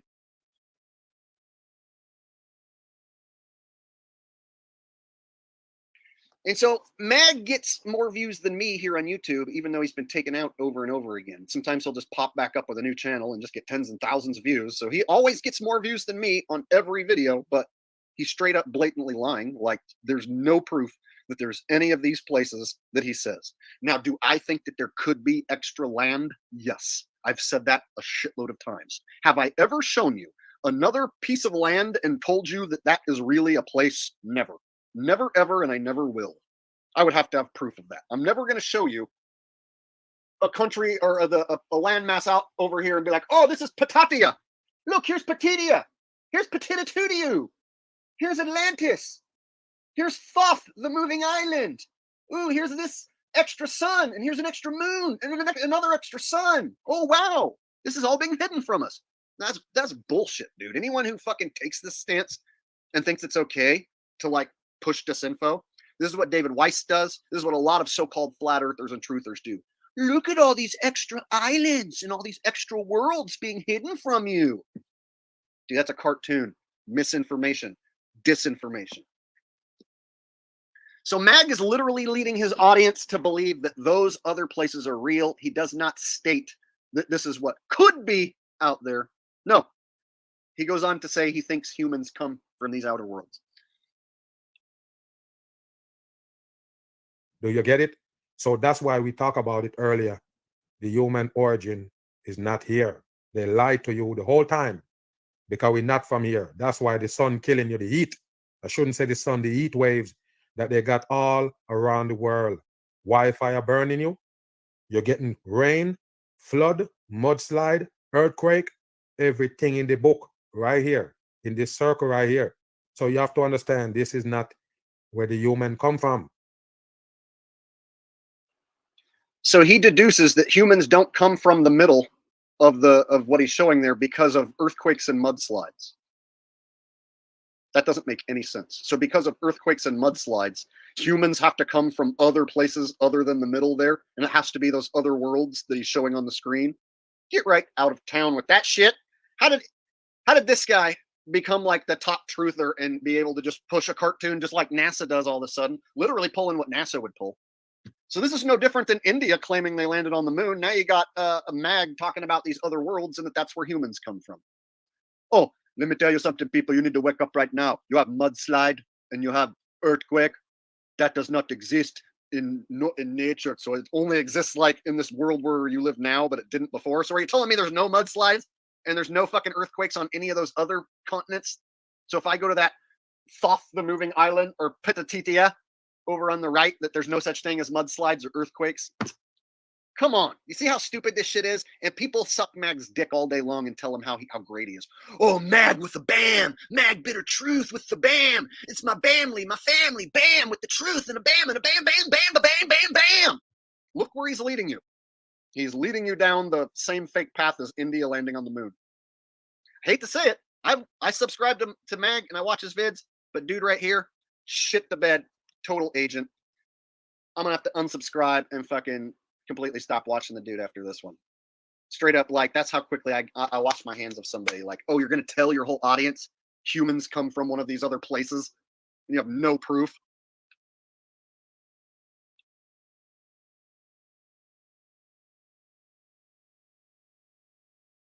The human didn't originate it from the circle right here that they have us in. But like I say, we need assistance once we leave the original spot right there. Now, the reason why I'm going to talk about it before we get into anything else. He said the original spot right there, as in the original place where man came from, is what? That thing called Hapis? There's a fucking landmass on the screen called Hapis. Hapis. Do you have proof of that existing? Does anyone have proof of Hapis existing and people coming from there? Mag just told his whole audience that that's where people come from. He just casually told you that Hapis on the screen is where people come from. This guy gets more views than me on every video as if he's some sort of source for truth. And here he is pushing a cartoon as the source of where man comes from. But I guess you guys are cool with that. All you Mag fans out there, totally cool with it. You don't have a problem with it at all. All you Mag lovers, you think that you come from Hapice because he said so. You come from that cartoon. All your family and everyone you know originates from that cartoon because Mag says so. Oh, what? Am I being a dick for calling him out for making something up? Like where man originates from? Fuck Mag for life for saying this. Man originates from a cartoon on the screen. Fuck Mag for life. Disinfo agent shill. Unsubscribing from the dude. Done with that dude. All I'm ever going to do is make fun of him now. He just straight told you we come from Hapice, the place on the screen. He didn't say maybe this is what it looks like. Here's what could be out there. No! Man comes from these cartoons.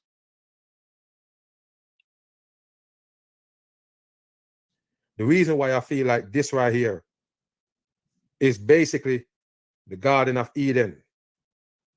Sounds stupid?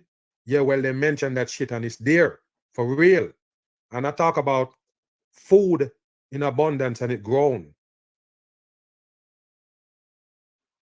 There it is, you guys. It's the Garden of Eden because he says so.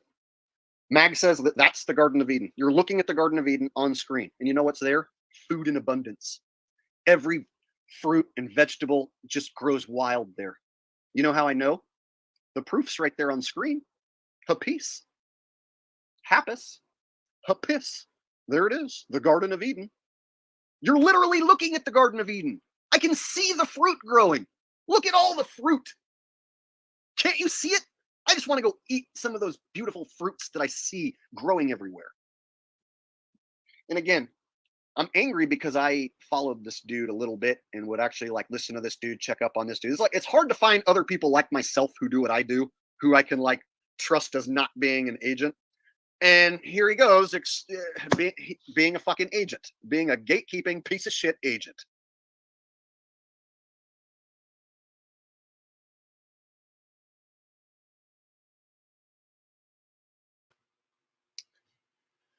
Yeah, see, that was cool. I had me fill in for me, and it was almost like I was just streaming, but that was me from like, I don't know, a year and a half, 2 years ago, explaining why I think Mag's a shill. All right. Yeah, it's the Garden of Eden because Mag says so, right? Some people might laugh, they might think this is stupid, but that place is a real. You need to wake your ass up right now.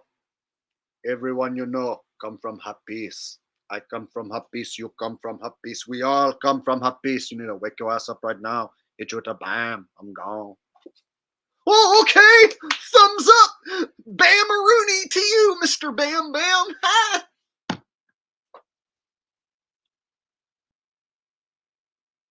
Yeah, my competition in the truther world. But I love Mag. Yeah, I see why.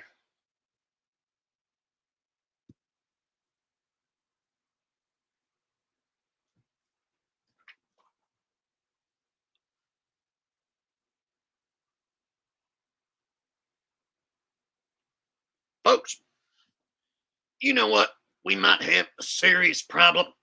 I had David Weiss come on my show, and he might have actually convinced me that the earth is flat. Now, before some of you flip out, go crazy on me, I want you to realize something, all right?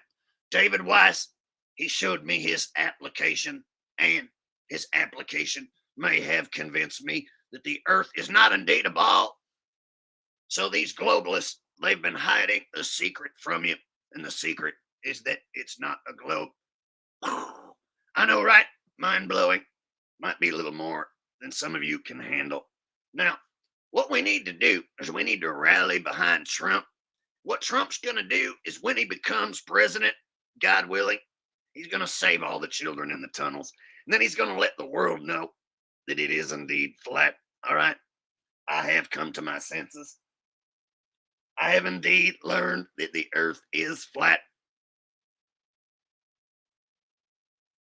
That's what we need. We need Alex Jones to go flat. Sure, that's right around the corner.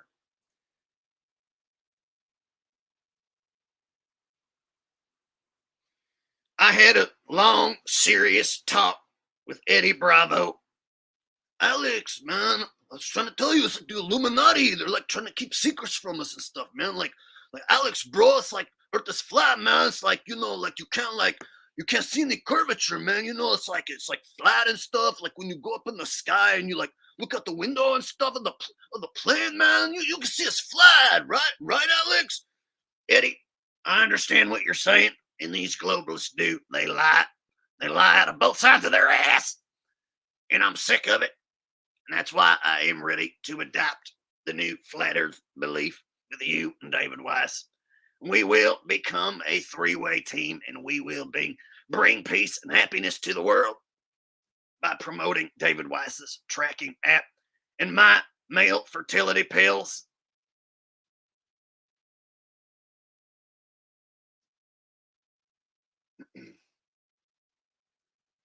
And of course, this is where I transition into my Cheech Marin. So it's like my Eddie Bravo. It borders on the fringe of becoming Cheech. So it's like, Alex, man, I was telling you it's Illuminati. Don't you know? I've been trying to tell Joe on his podcast for years, man. He just laughs at me, but no, it's flat. It's like it almost starts to sound like Cheech.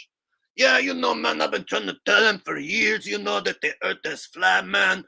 You know, like I told my mom, hey, ma, you know, I'm gonna move out because you're a ball earther, mom. You know, the earth is flat. And then she told me that I can't come back no more. I said, screw you, mom. I don't want to come back and live here no more. Because, like, you know, man, like I never saw the earth as a ball from space, you know, man. Like I don't know anyone who went to space, man. Yeah, man, I don't know anyone who went to space without the use of drugs. Yeah, man, one time I went to space, but it was because I ate too much acid, man. Ate too much acid one time, I went to space. I was like, whoa, yeah, man. One time I went to space too, man. But I've never been able to go without the assistance of LSD, man. All right. There you go.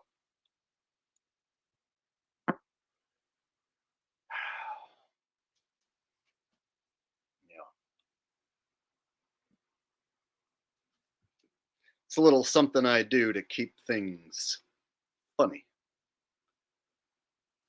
Which separates me from those other channels. You know, those other channels that are serious all the time. Yeah, well, they wish they were this amusing deep down. They're jealous of how incredibly amusing I am.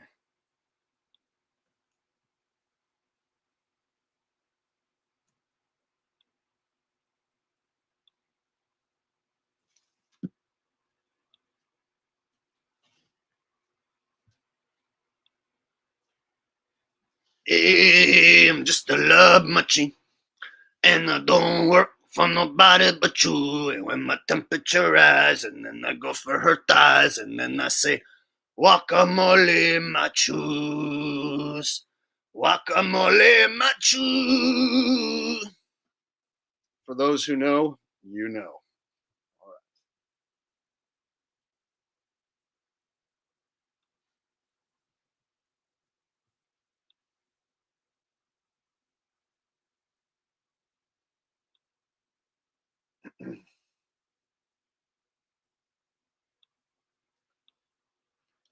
Everything works exactly as expected on the flat earth.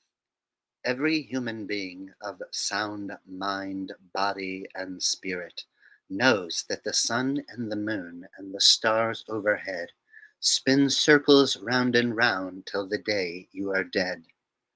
Samuel Rowbotham once wrote that the earth is as flat as the eye can see, therefore it cannot be a ball, diddly-dee-dee-dee. And so everything on the flat earth works exactly as you would expect, and everyone and everything you know is improved by the knowledge that the earth is flat.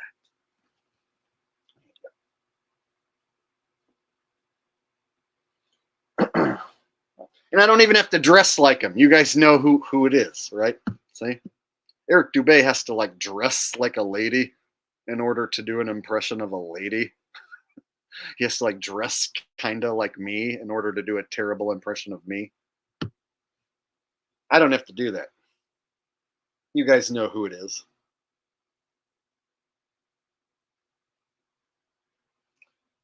Man, I ain't trying to fuck Eric Dubé.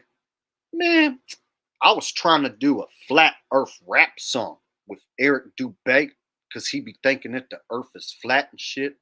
Man, but he wasn't trying to work with me. I was like, well, fuck you, man. I don't even think the earth is flat. I just wanted to do a rap track, you know what I'm saying? So I ain't trying to work with Eric Dubé. Motherfucker think the earth is flat. DCran4D Cranford with a super sticker. Thank you, DCran4D Cranford. DCran4D Cran. Cran D dar.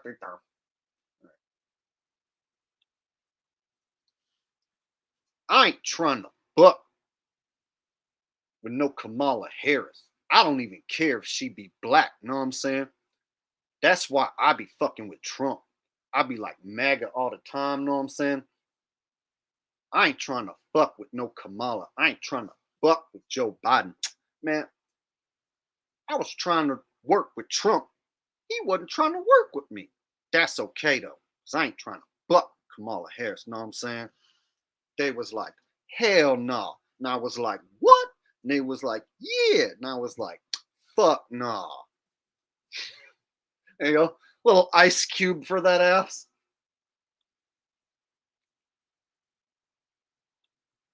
That's my ice cube.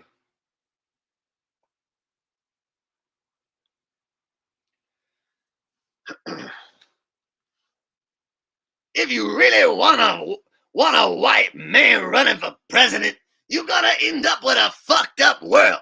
Everybody knows Obama was the best president who ever lived.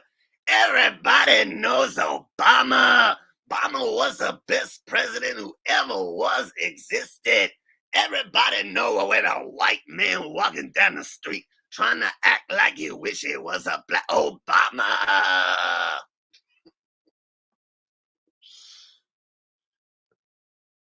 Elmo will not vote for Kamala Harris because Kamala Harris is a scary witch.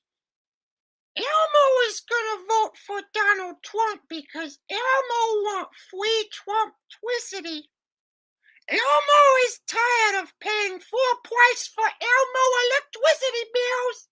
So Elmo wants Trump to introduce Trumptricity to the world.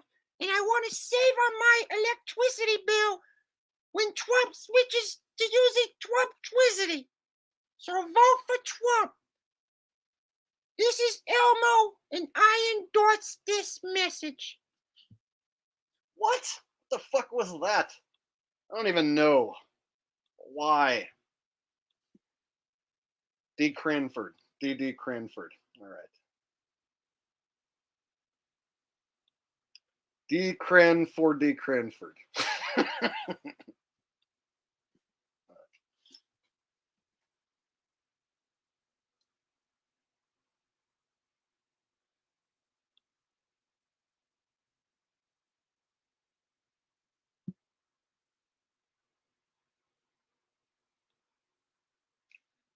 No, I don't think that there's multiple suns. I think we only see one, but we each see our own one sun, and we can't see anyone else's suns.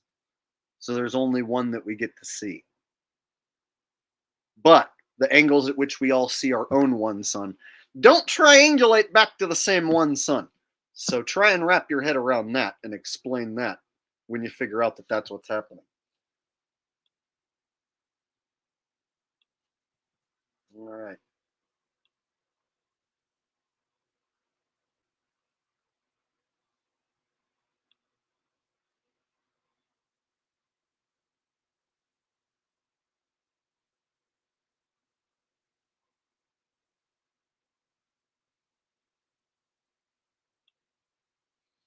All of your political actors are anti-gun in the long run.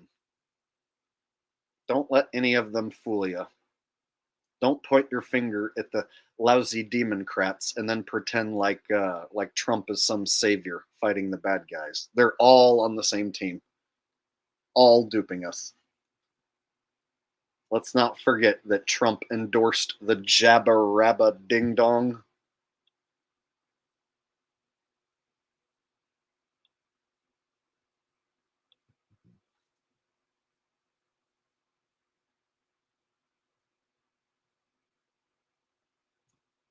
Oh, Michael Cole says, when shills get off script, they're talentless. Well, here's the thing about most shills is they don't have any talent. So, for instance, like, it's like across the board. It's like, what's David Weiss's talent? It's like he's a creepy old man who hawks an app everywhere he goes. Like, but what's his talent? That's it. He's a creepy old man who is like a car salesman for his app, right? My app.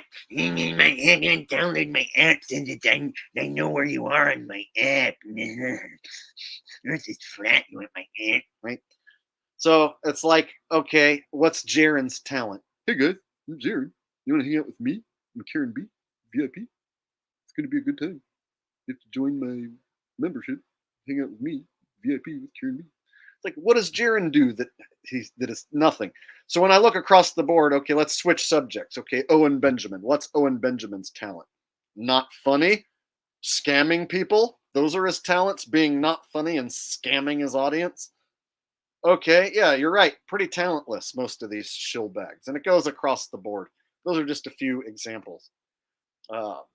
Zachary Hubbard, scamming his audience. Yeah, he's talented at scamming his audience. But what about beyond that? Like, is he a good singer? Does he does he do really good high dives? Like, what is his skill outside of being a scammer? So I noticed the guys who are shitbag scammers, like that's like their only skill is like being a scumbag scammer, but they don't have anything outside of that they do that brings anyone any joy. So yes, most shills, their only talent that they exploit is duping and lying to people.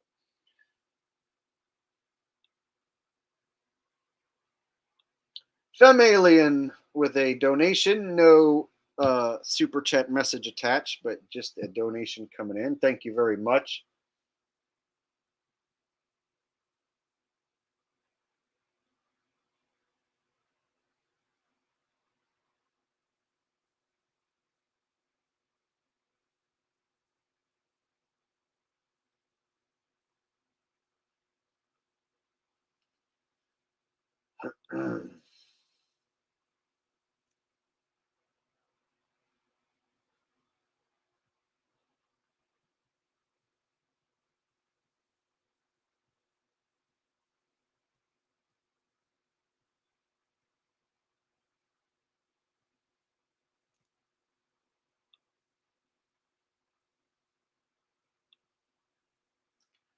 Owen can play piano. Okay, he's got a little bit of piano skill. He's not like amazing or anything. He's not like gonna blow people's minds, but I guess he can play a little piano.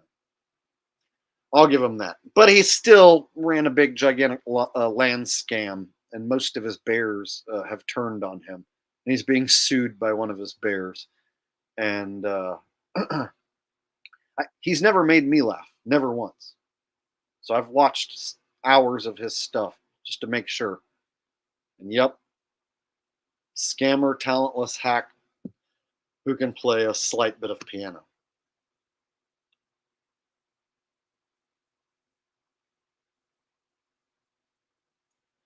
I'm mainly mostly upset at Owen because he calls himself a comedian and he's not funny. Like, he doesn't have anything going on his streams that counts to me as being funny. And so I've never seen him do anything that I would consider anywhere near funny. And so he's usually just bitching and moaning on his streams. And so I never understood why anyone ever thought he was funny to begin with. So one of the main things that bothers me about him, more so than the land scam, is that he's just not funny, but he calls himself a comedian.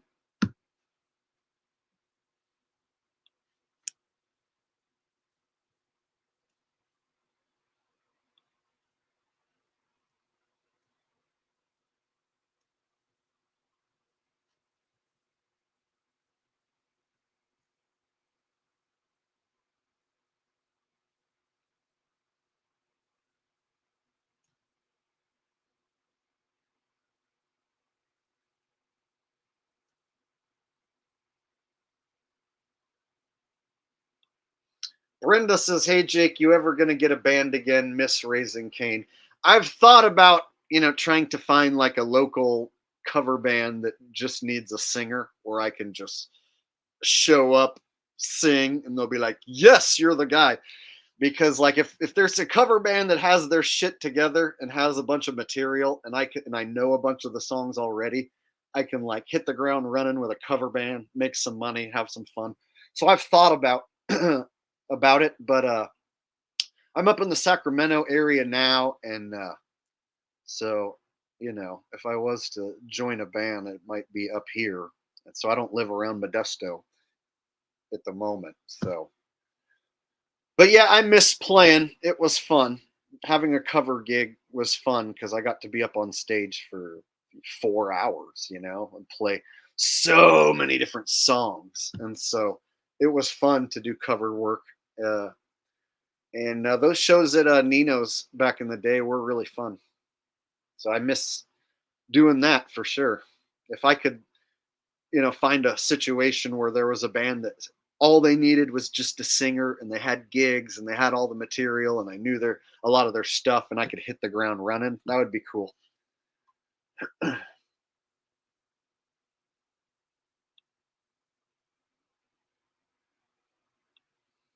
I'm not Zach Hubbard. I don't like to make a pick now and then change my mind and make another pick and then change my mind and make another pick and then change my mind and make another pick and then pretend I was right all along. So I'm just going to pick the games just before they happen. So trying to say who's going to win the Super Bowl right now, if I get it wrong and neither of those teams even make the playoffs, then I end up changing my mind and making a new pick. Then I'm just pulling a Zach Hubbard.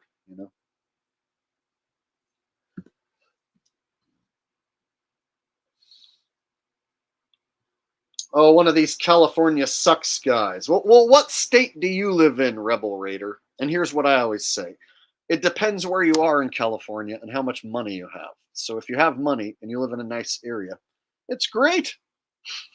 If you don't have money and you live in a shit area, it sucks. So I know what it's like to have a little of both. Like I live in a bit of a shit area, but I can go visit areas that are nice and have a great time for the weekend, let's say. And you, if you live in another state, won't be able to experience what I experience. So, for instance, if you lived in a state like, Nebraska, and you're telling me California sucks, well, you can't go hang out by the ocean tomorrow night and enjoy like walking around, with it 75 degrees, perfect temperature all day, and then 60 degrees at night, just perfect weather with a sea breeze. You can't experience anything like that. So it's like I'm a person who loves the ocean and loves to be in perfect weather. And so in California, there's an ocean and there's places that have microclimates where you can be in perfect weather and everyone's happy to be outside. And so it just depends how much money you have and where you're at.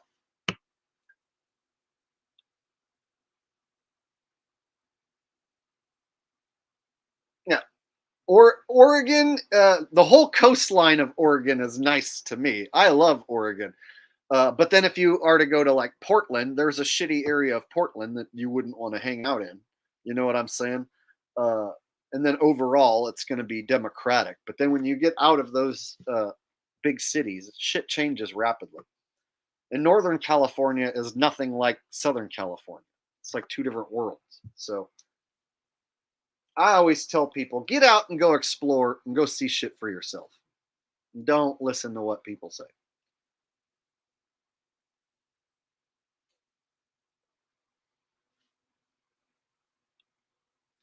Femalian, it's bad traffic in all the major cities mostly. So like I used to live in Atlanta many years ago, well, in a suburb of Atlanta called Roswell for like 6 years.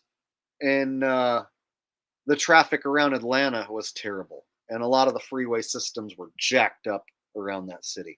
And then Las Vegas has times where it's terrible because they have construction and shit going on and it diverts people on detours and it gets, it takes half an hour just to go a couple miles, an hour or two just to drive from one end of the strip to the other. So it all just depends on the big city and the time of day and whatnot.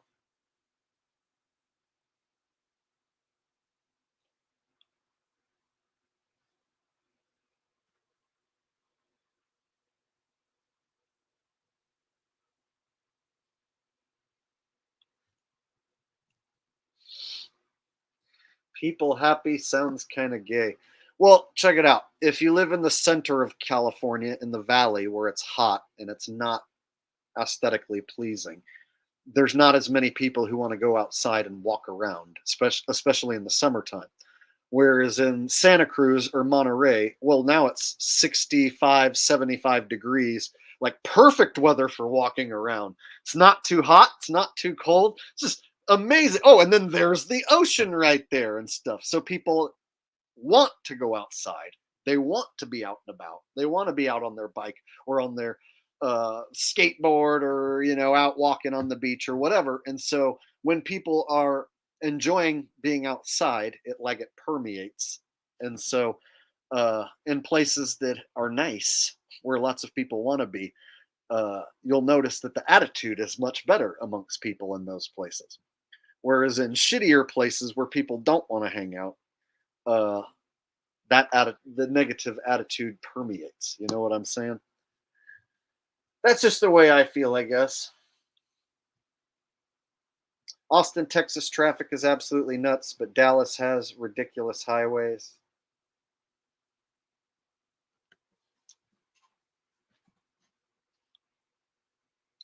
Santa Cruz is one of my favorite towns in the whole country.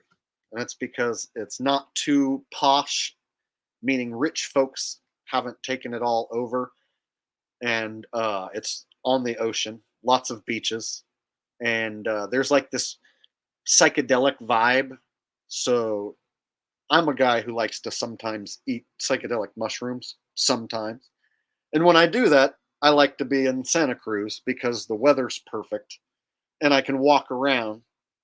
And when you combine the beach, perfect weather, good vibes, and a town that is just kind of made for psychedelics, when you combine all that, it can just create just an excellent experience that you can't get anywhere else or in other towns. So I know what it's like to eat mushrooms in Las Vegas or Reno versus Santa Cruz. So I know what it's like to trip in different locations, and the location can really make your trip so much better. And Santa Cruz is one of these places that it's like almost like it's kind of made for psychedelic trips. And so let me just pull up the weather and show you guys what I'm talking about.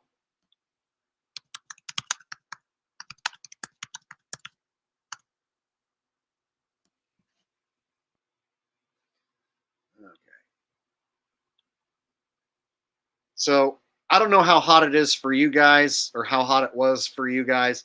So where I live, it gets to be over 100 degrees in July and August. And if I take a short drive to Santa Cruz, like a 2-hour drive, then the weather's perfect. And it looks like this.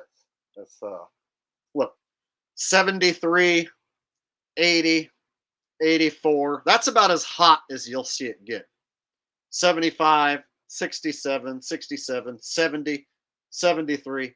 See, so these temperatures are perfect. You know what I'm saying?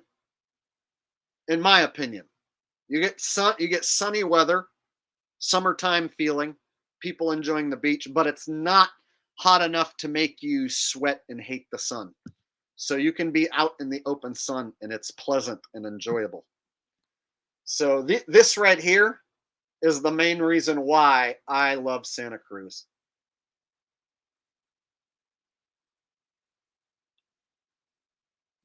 Oh, looks like I took myself off screen.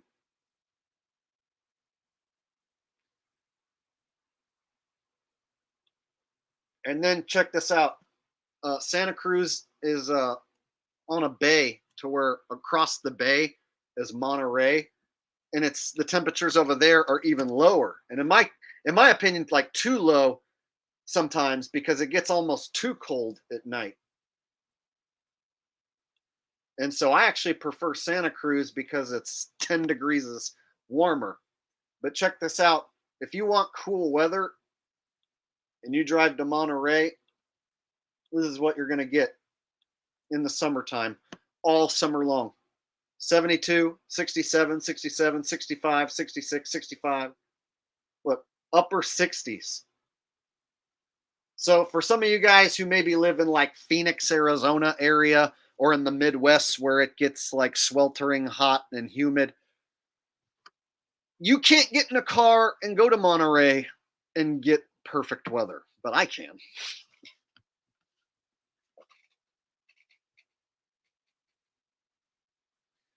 See, so that's one thing about living in California that is awesome. And if you can afford, taking a trip to the coast,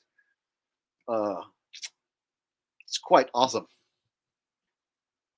In fact, I'm planning on hanging out with two of my mods this Monday.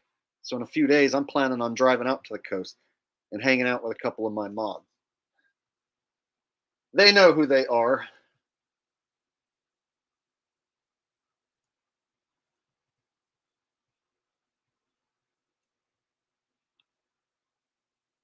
I haven't planned any October trips. I do know that I am going very soon, though. In the next few days, I'm going to go. But I don't know about October. I usually stop going once the fall weather kicks in. Once it stops being hot, then I don't want to go over there anymore.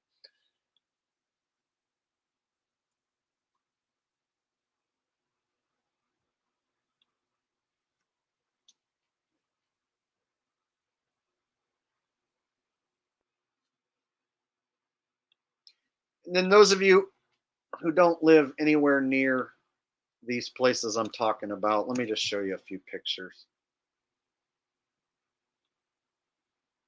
There are some amazing places in California, and if you're coming just to visit and check out some tourist spots, you can have a really great time and it won't suck at all. So if you go to like Monterey, for instance, it's a seaside town and it's gorgeous. And the weather, like I said, the whole summer long is in the high 60s.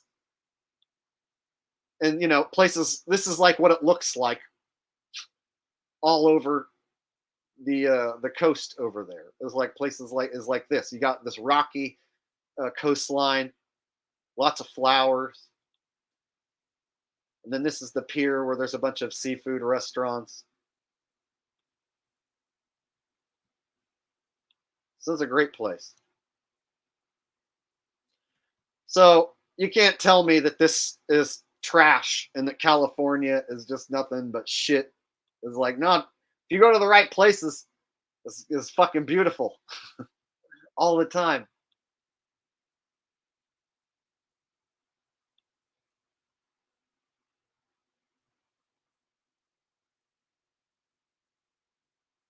And they have a aquarium, a super huge aquarium. It's expensive, but if you want to see like every fish that you could ever want to see, this is the aquarium right here, the Monterey Bay Aquarium.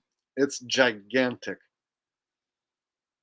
You can see the sea lions and penguins and all the fish. And then the beaches have rocks and stuff that are, oh, they just look nice. Yeah. That's Monterey. It's a great place. But, you know, you better bring some money if you're going to go hang out over there. OJ and Toothpaste says, your worst fast food restaurant experience. I think I mentioned this the other night. I think you even asked me. So, in my opinion, Jack in the Box after midnight is the worst because all they have is like one or two people working there, and all of the items are in stagers and nothing's made like fresh. And so it's almost like everything is made extra shitty after midnight. So I worked in fast food many, many years ago, and I worked at a Jack in the Box. And so I know like what it looks like when the food sits for hours and hours and shit. So yeah, Jack in the Box after midnight, you're going to get the worst generally. And then it can depend on your hometown. Some hometowns have that one fast food joint that is just heads and tails worse than any fast food joint.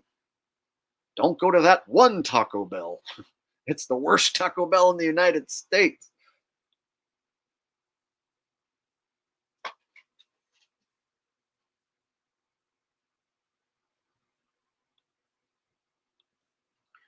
So one of the things I like to go do, I like to, and I'm a loner, and I'm a bit of a weirdo, so not everyone's gonna, you know, want to do what I do. But so I go to this town, Santa Cruz, and even when I go by myself, which is mainly all the time, I'll at night once I get there and I get set up in my spot, I eat some mushrooms and I listen to music and I walk around the beach and then they have this pizza joint downtown that stays open till midnight, and then just before they close, I go and I get a slice of pizza while I'm all high stuff. It's really good. So I always have a good time. So I usually like twice a month during the summer we'll go to Santa Cruz, and they have a theme park on the beach. It's like a Coney Island kind of deal.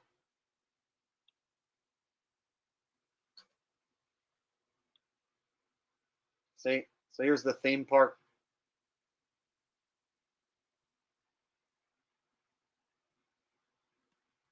And this roller coaster right here, I used to ride that with my friends. Blue Oyster Cult used to play almost every year on the stage on the beach.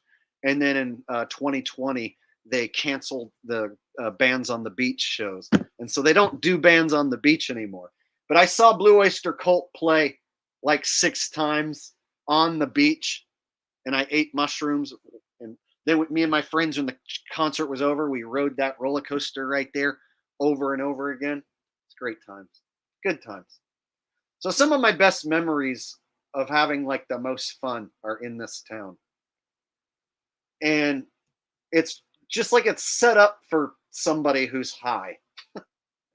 Like if you're drunk and high and on mushrooms, this town is like perfect. Nobody will mess with you. The atmosphere is great.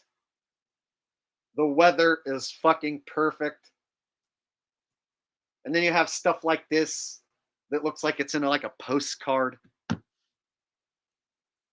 And then downtown, just before midnight, I go downtown and I go to a place called Pizza My Heart, and I get a slice of pizza just before they close and hang out downtown, and I eat a greasy piece of pizza. And when I'm high out of my mind, I always want that last slice of pizza before midnight, and it always is fucking extra delicious. Yep. It's one of the things I like to go do.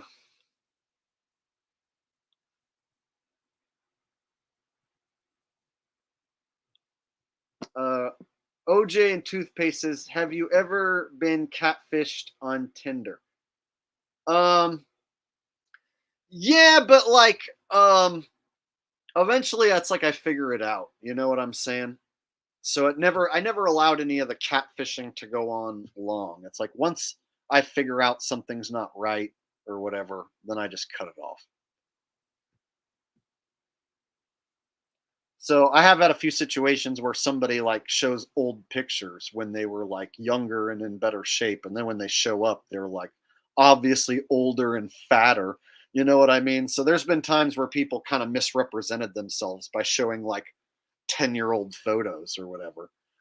But I've never been like catfished like you see on TV, where like I go 6 months thinking that I'm talking to some chick and it's really some dude or whatever. Now there was a mod that I used to have that might have been a dude pretending to be a chick, but then when I called that person out, they just stopped showing up. So I don't know if I'm right or wrong. So who knows? But there used to be this person, Foamfoot 420, and the profile pic was this really cute girl, and she would always flirt with me on the channel. But then when I would ask like, "Hey, are you gonna like, call me?" 'Cause she said she wanted to talk, but then she would never call me. And I was like, okay, I emailed you my number, but you never call me. It's like, are you really that girl in the profile picture? So when I pressed her to prove that she was the girl in the profile picture, she disappeared. So I took away her wrench and I told her she can have the wrench when she proves she's the girl in the picture. And then she never did.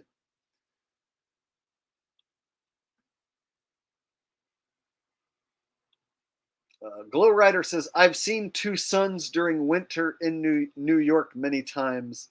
High. Oh, while you were high? You saw two suns while you were high. Is that what you're saying? Or are you saying I've seen two suns in New York many times? Hi! I don't know. I don't know if I believe that. I've heard people say that they've seen two suns, but I've never seen two suns. And then the videos and pictures, it looks like more of a reflection or camera anomaly of sorts rather than an actual second sun. So I don't claim that there is two suns to see because I've never seen two suns. I say everyone sees their own one sun. But perhaps it is possible. Perhaps. Thank you, Glow Rider.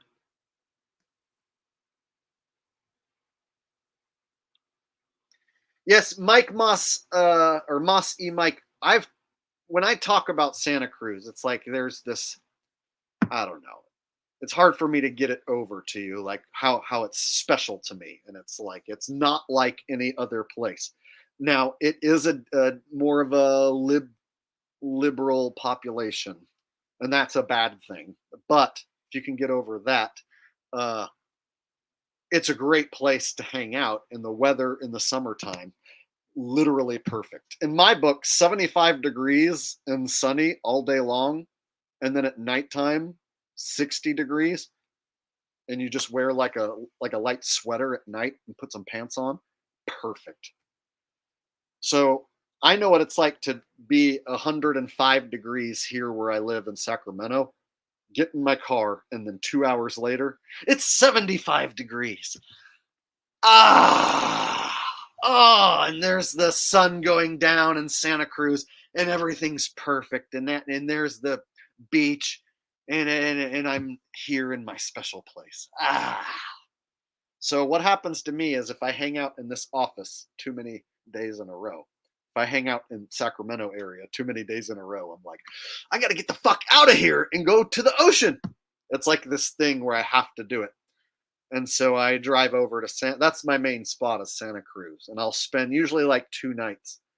And so they don't have a Planet Fitness, and that's where I get my showers. And so I have to shower in like a beach shower with cold water in order to get a shower, but I make it happen. But what's cool about Santa Cruz is they allow camping in your car, and it's a popular van life destination. So there's many van lifers and many people sleeping out of their car, and so it's accepted, and nobody calls the cops on you if you're like gonna stay the night in your vehicle. So it's just perfect for a guy like me for a weekend getaway. I would live there, except it's expensive to live there, and there's no casinos nearby for me to advantage gamble. So I've thought about living there for like a year just to see what it's like to live near the beach. But then I wonder if it would take away that special feeling of going there if I lived there. If I would be like, yeah, now that I live next to the beach, it's not a big deal. Or if I would go out there and walk around on the beach almost every single night. I feel like I would.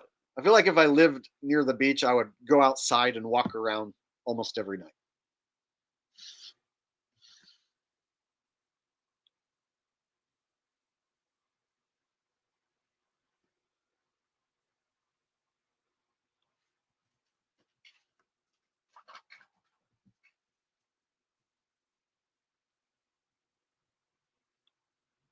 Rose says, how can a man mimic a woman?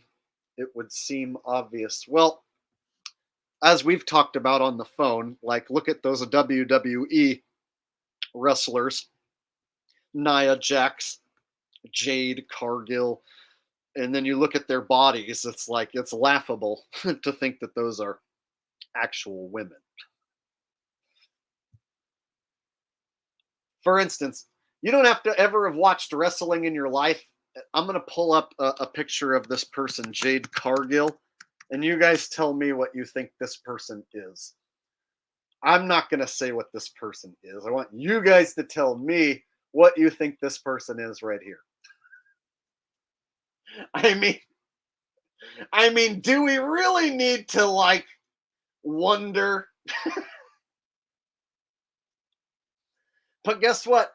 The WWE is selling, a ton of tickets to their live events right now, and they're almost as hot as they've ever been right now, making a ton of money. And their audience loves this person. Their audience thinks that this person is a beautiful, strong lady. I'll bet you there's WWE fans that masturbate to this character because they think it's a strong, beautiful lady. Right? So, to me, this is the most obvious one on the whole roster right now. Out of the whole roster of WWE women, this is by far the most obvious, in my opinion. And the strength when Jade Cargill lifts up another one of the talent, it's as if she is lifting nothing. So the strength that this person has is some man strength.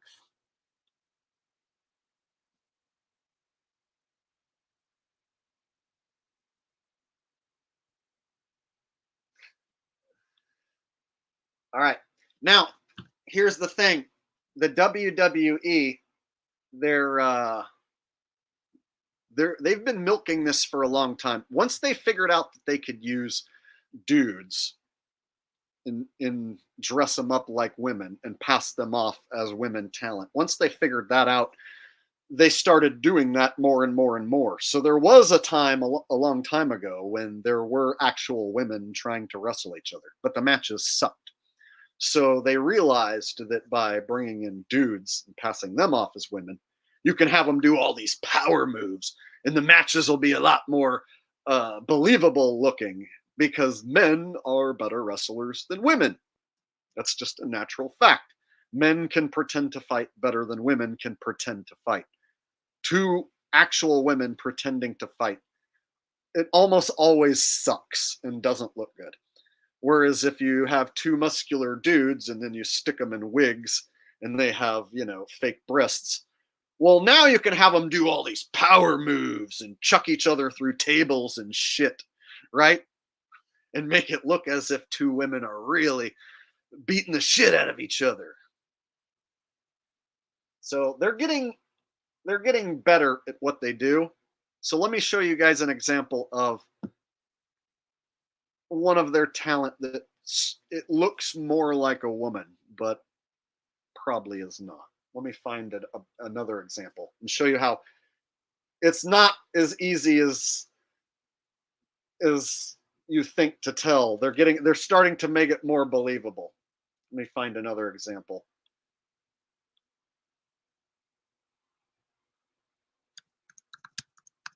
So this one, if you look closely, you can tell, but there's more people believing that this is a lady. So the WWE is now pushing this one because it kind of looks like a lady. So they're getting a little closer, I would say, with some of these.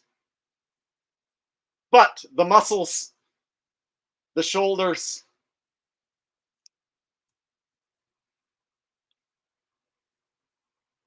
this was before she had the big boobs put on. See the difference?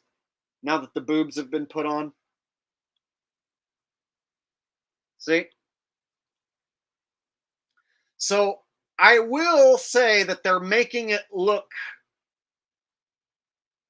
more like a lady in some of these cases, and it's becoming harder to tell, especially for a WWE fan.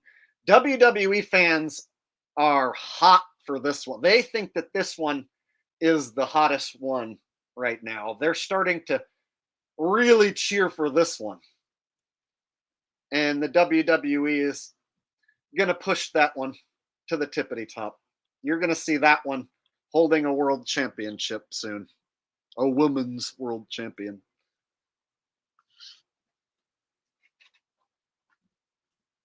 So, if you take those two examples, one, the first one, the black girl, that one's clearly more a dude. But like the second one, you can see how it's like they're starting to kind of make it look more like a woman.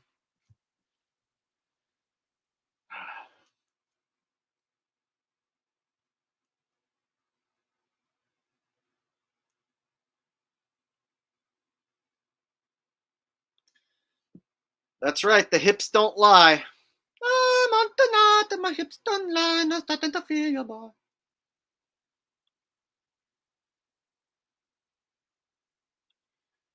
So China was the one where they figured out that they could do that. So before China, long before that, they used to have an actual women's division, but the matches were crap. The matches were terrible. And so by bringing China along and passing that off as a woman and getting the fans to buy into it, then they were like, oh, let's just keep doing this.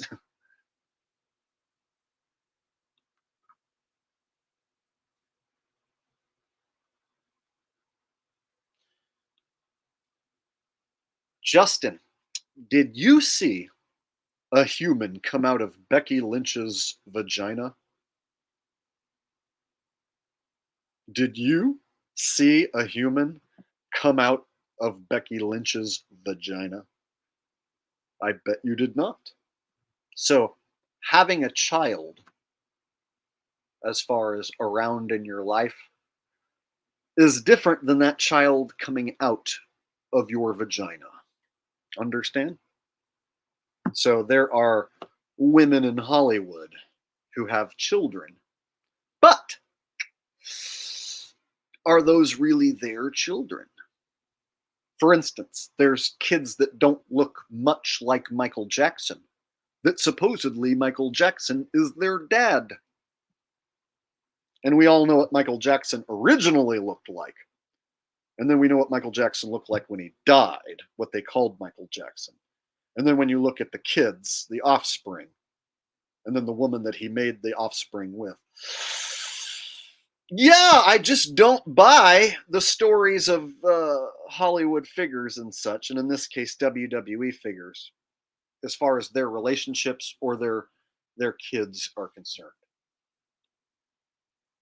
So you can have somebody like Jade Cargill, who I showed, in a relationship with a man, but the relationship's all for show, just to make sure that people think it's a lady.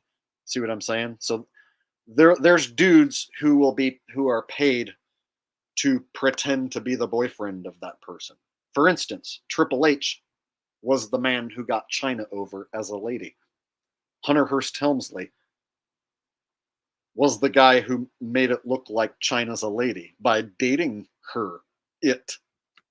Hunter Hearst Helmsley basically let the world know he was together with that person, China, and they were a couple. And they everywhere they went, they were together. Degeneration X, Shawn Michaels, and Hunter Hearst Helmsley, they got China over as a lady and made her cool and hip in their clique and made it cool to like China. See how they did that? It was a job that they did. Triple H has been rewarded quite greatly for the things he has done. If you look at Triple H's position and then look at all the stuff he went through to get there, it's like, oh yeah, he paid a lot of dues, such as getting China over as a lady in his personal life.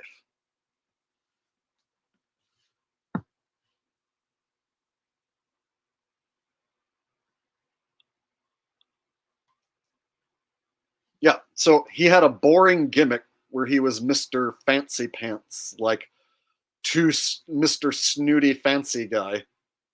And that was his gimmick. Oh, I'm so fancy and snooty. And he was a jobber.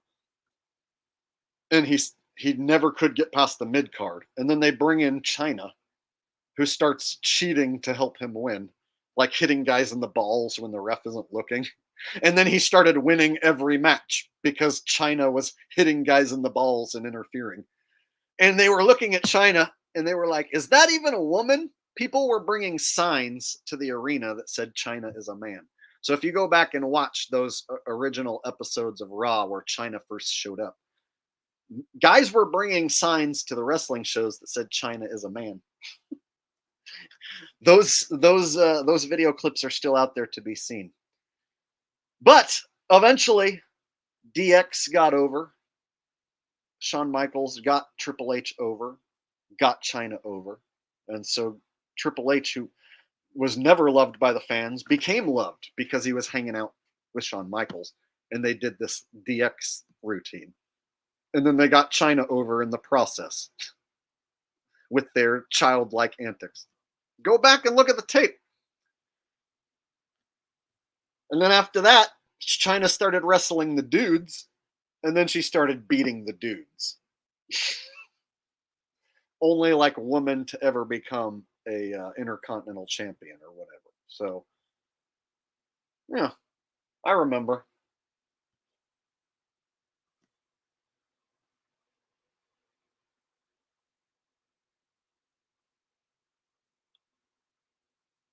Oh yeah, talking about China without saying it like Trump. China.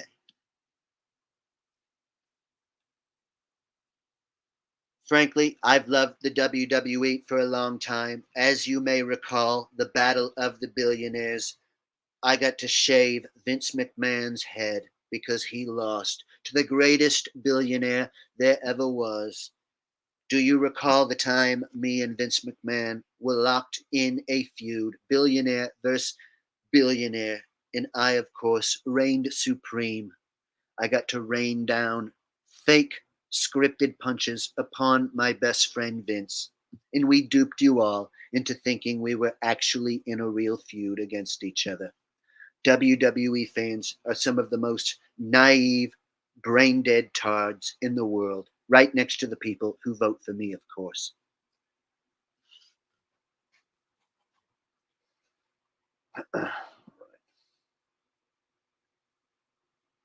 Holy shit, I've been on here for 4.5 hours. That's a long time.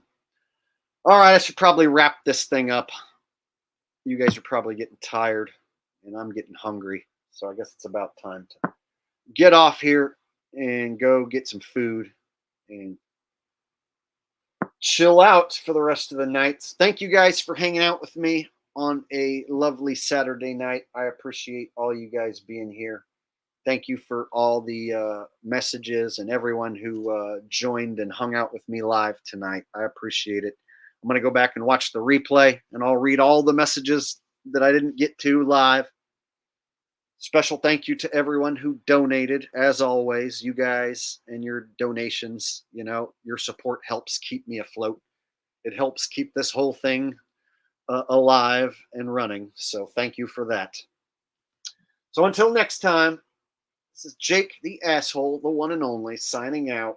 Y'all enjoy the rest of your weekend, and I'll see you next time. Peace.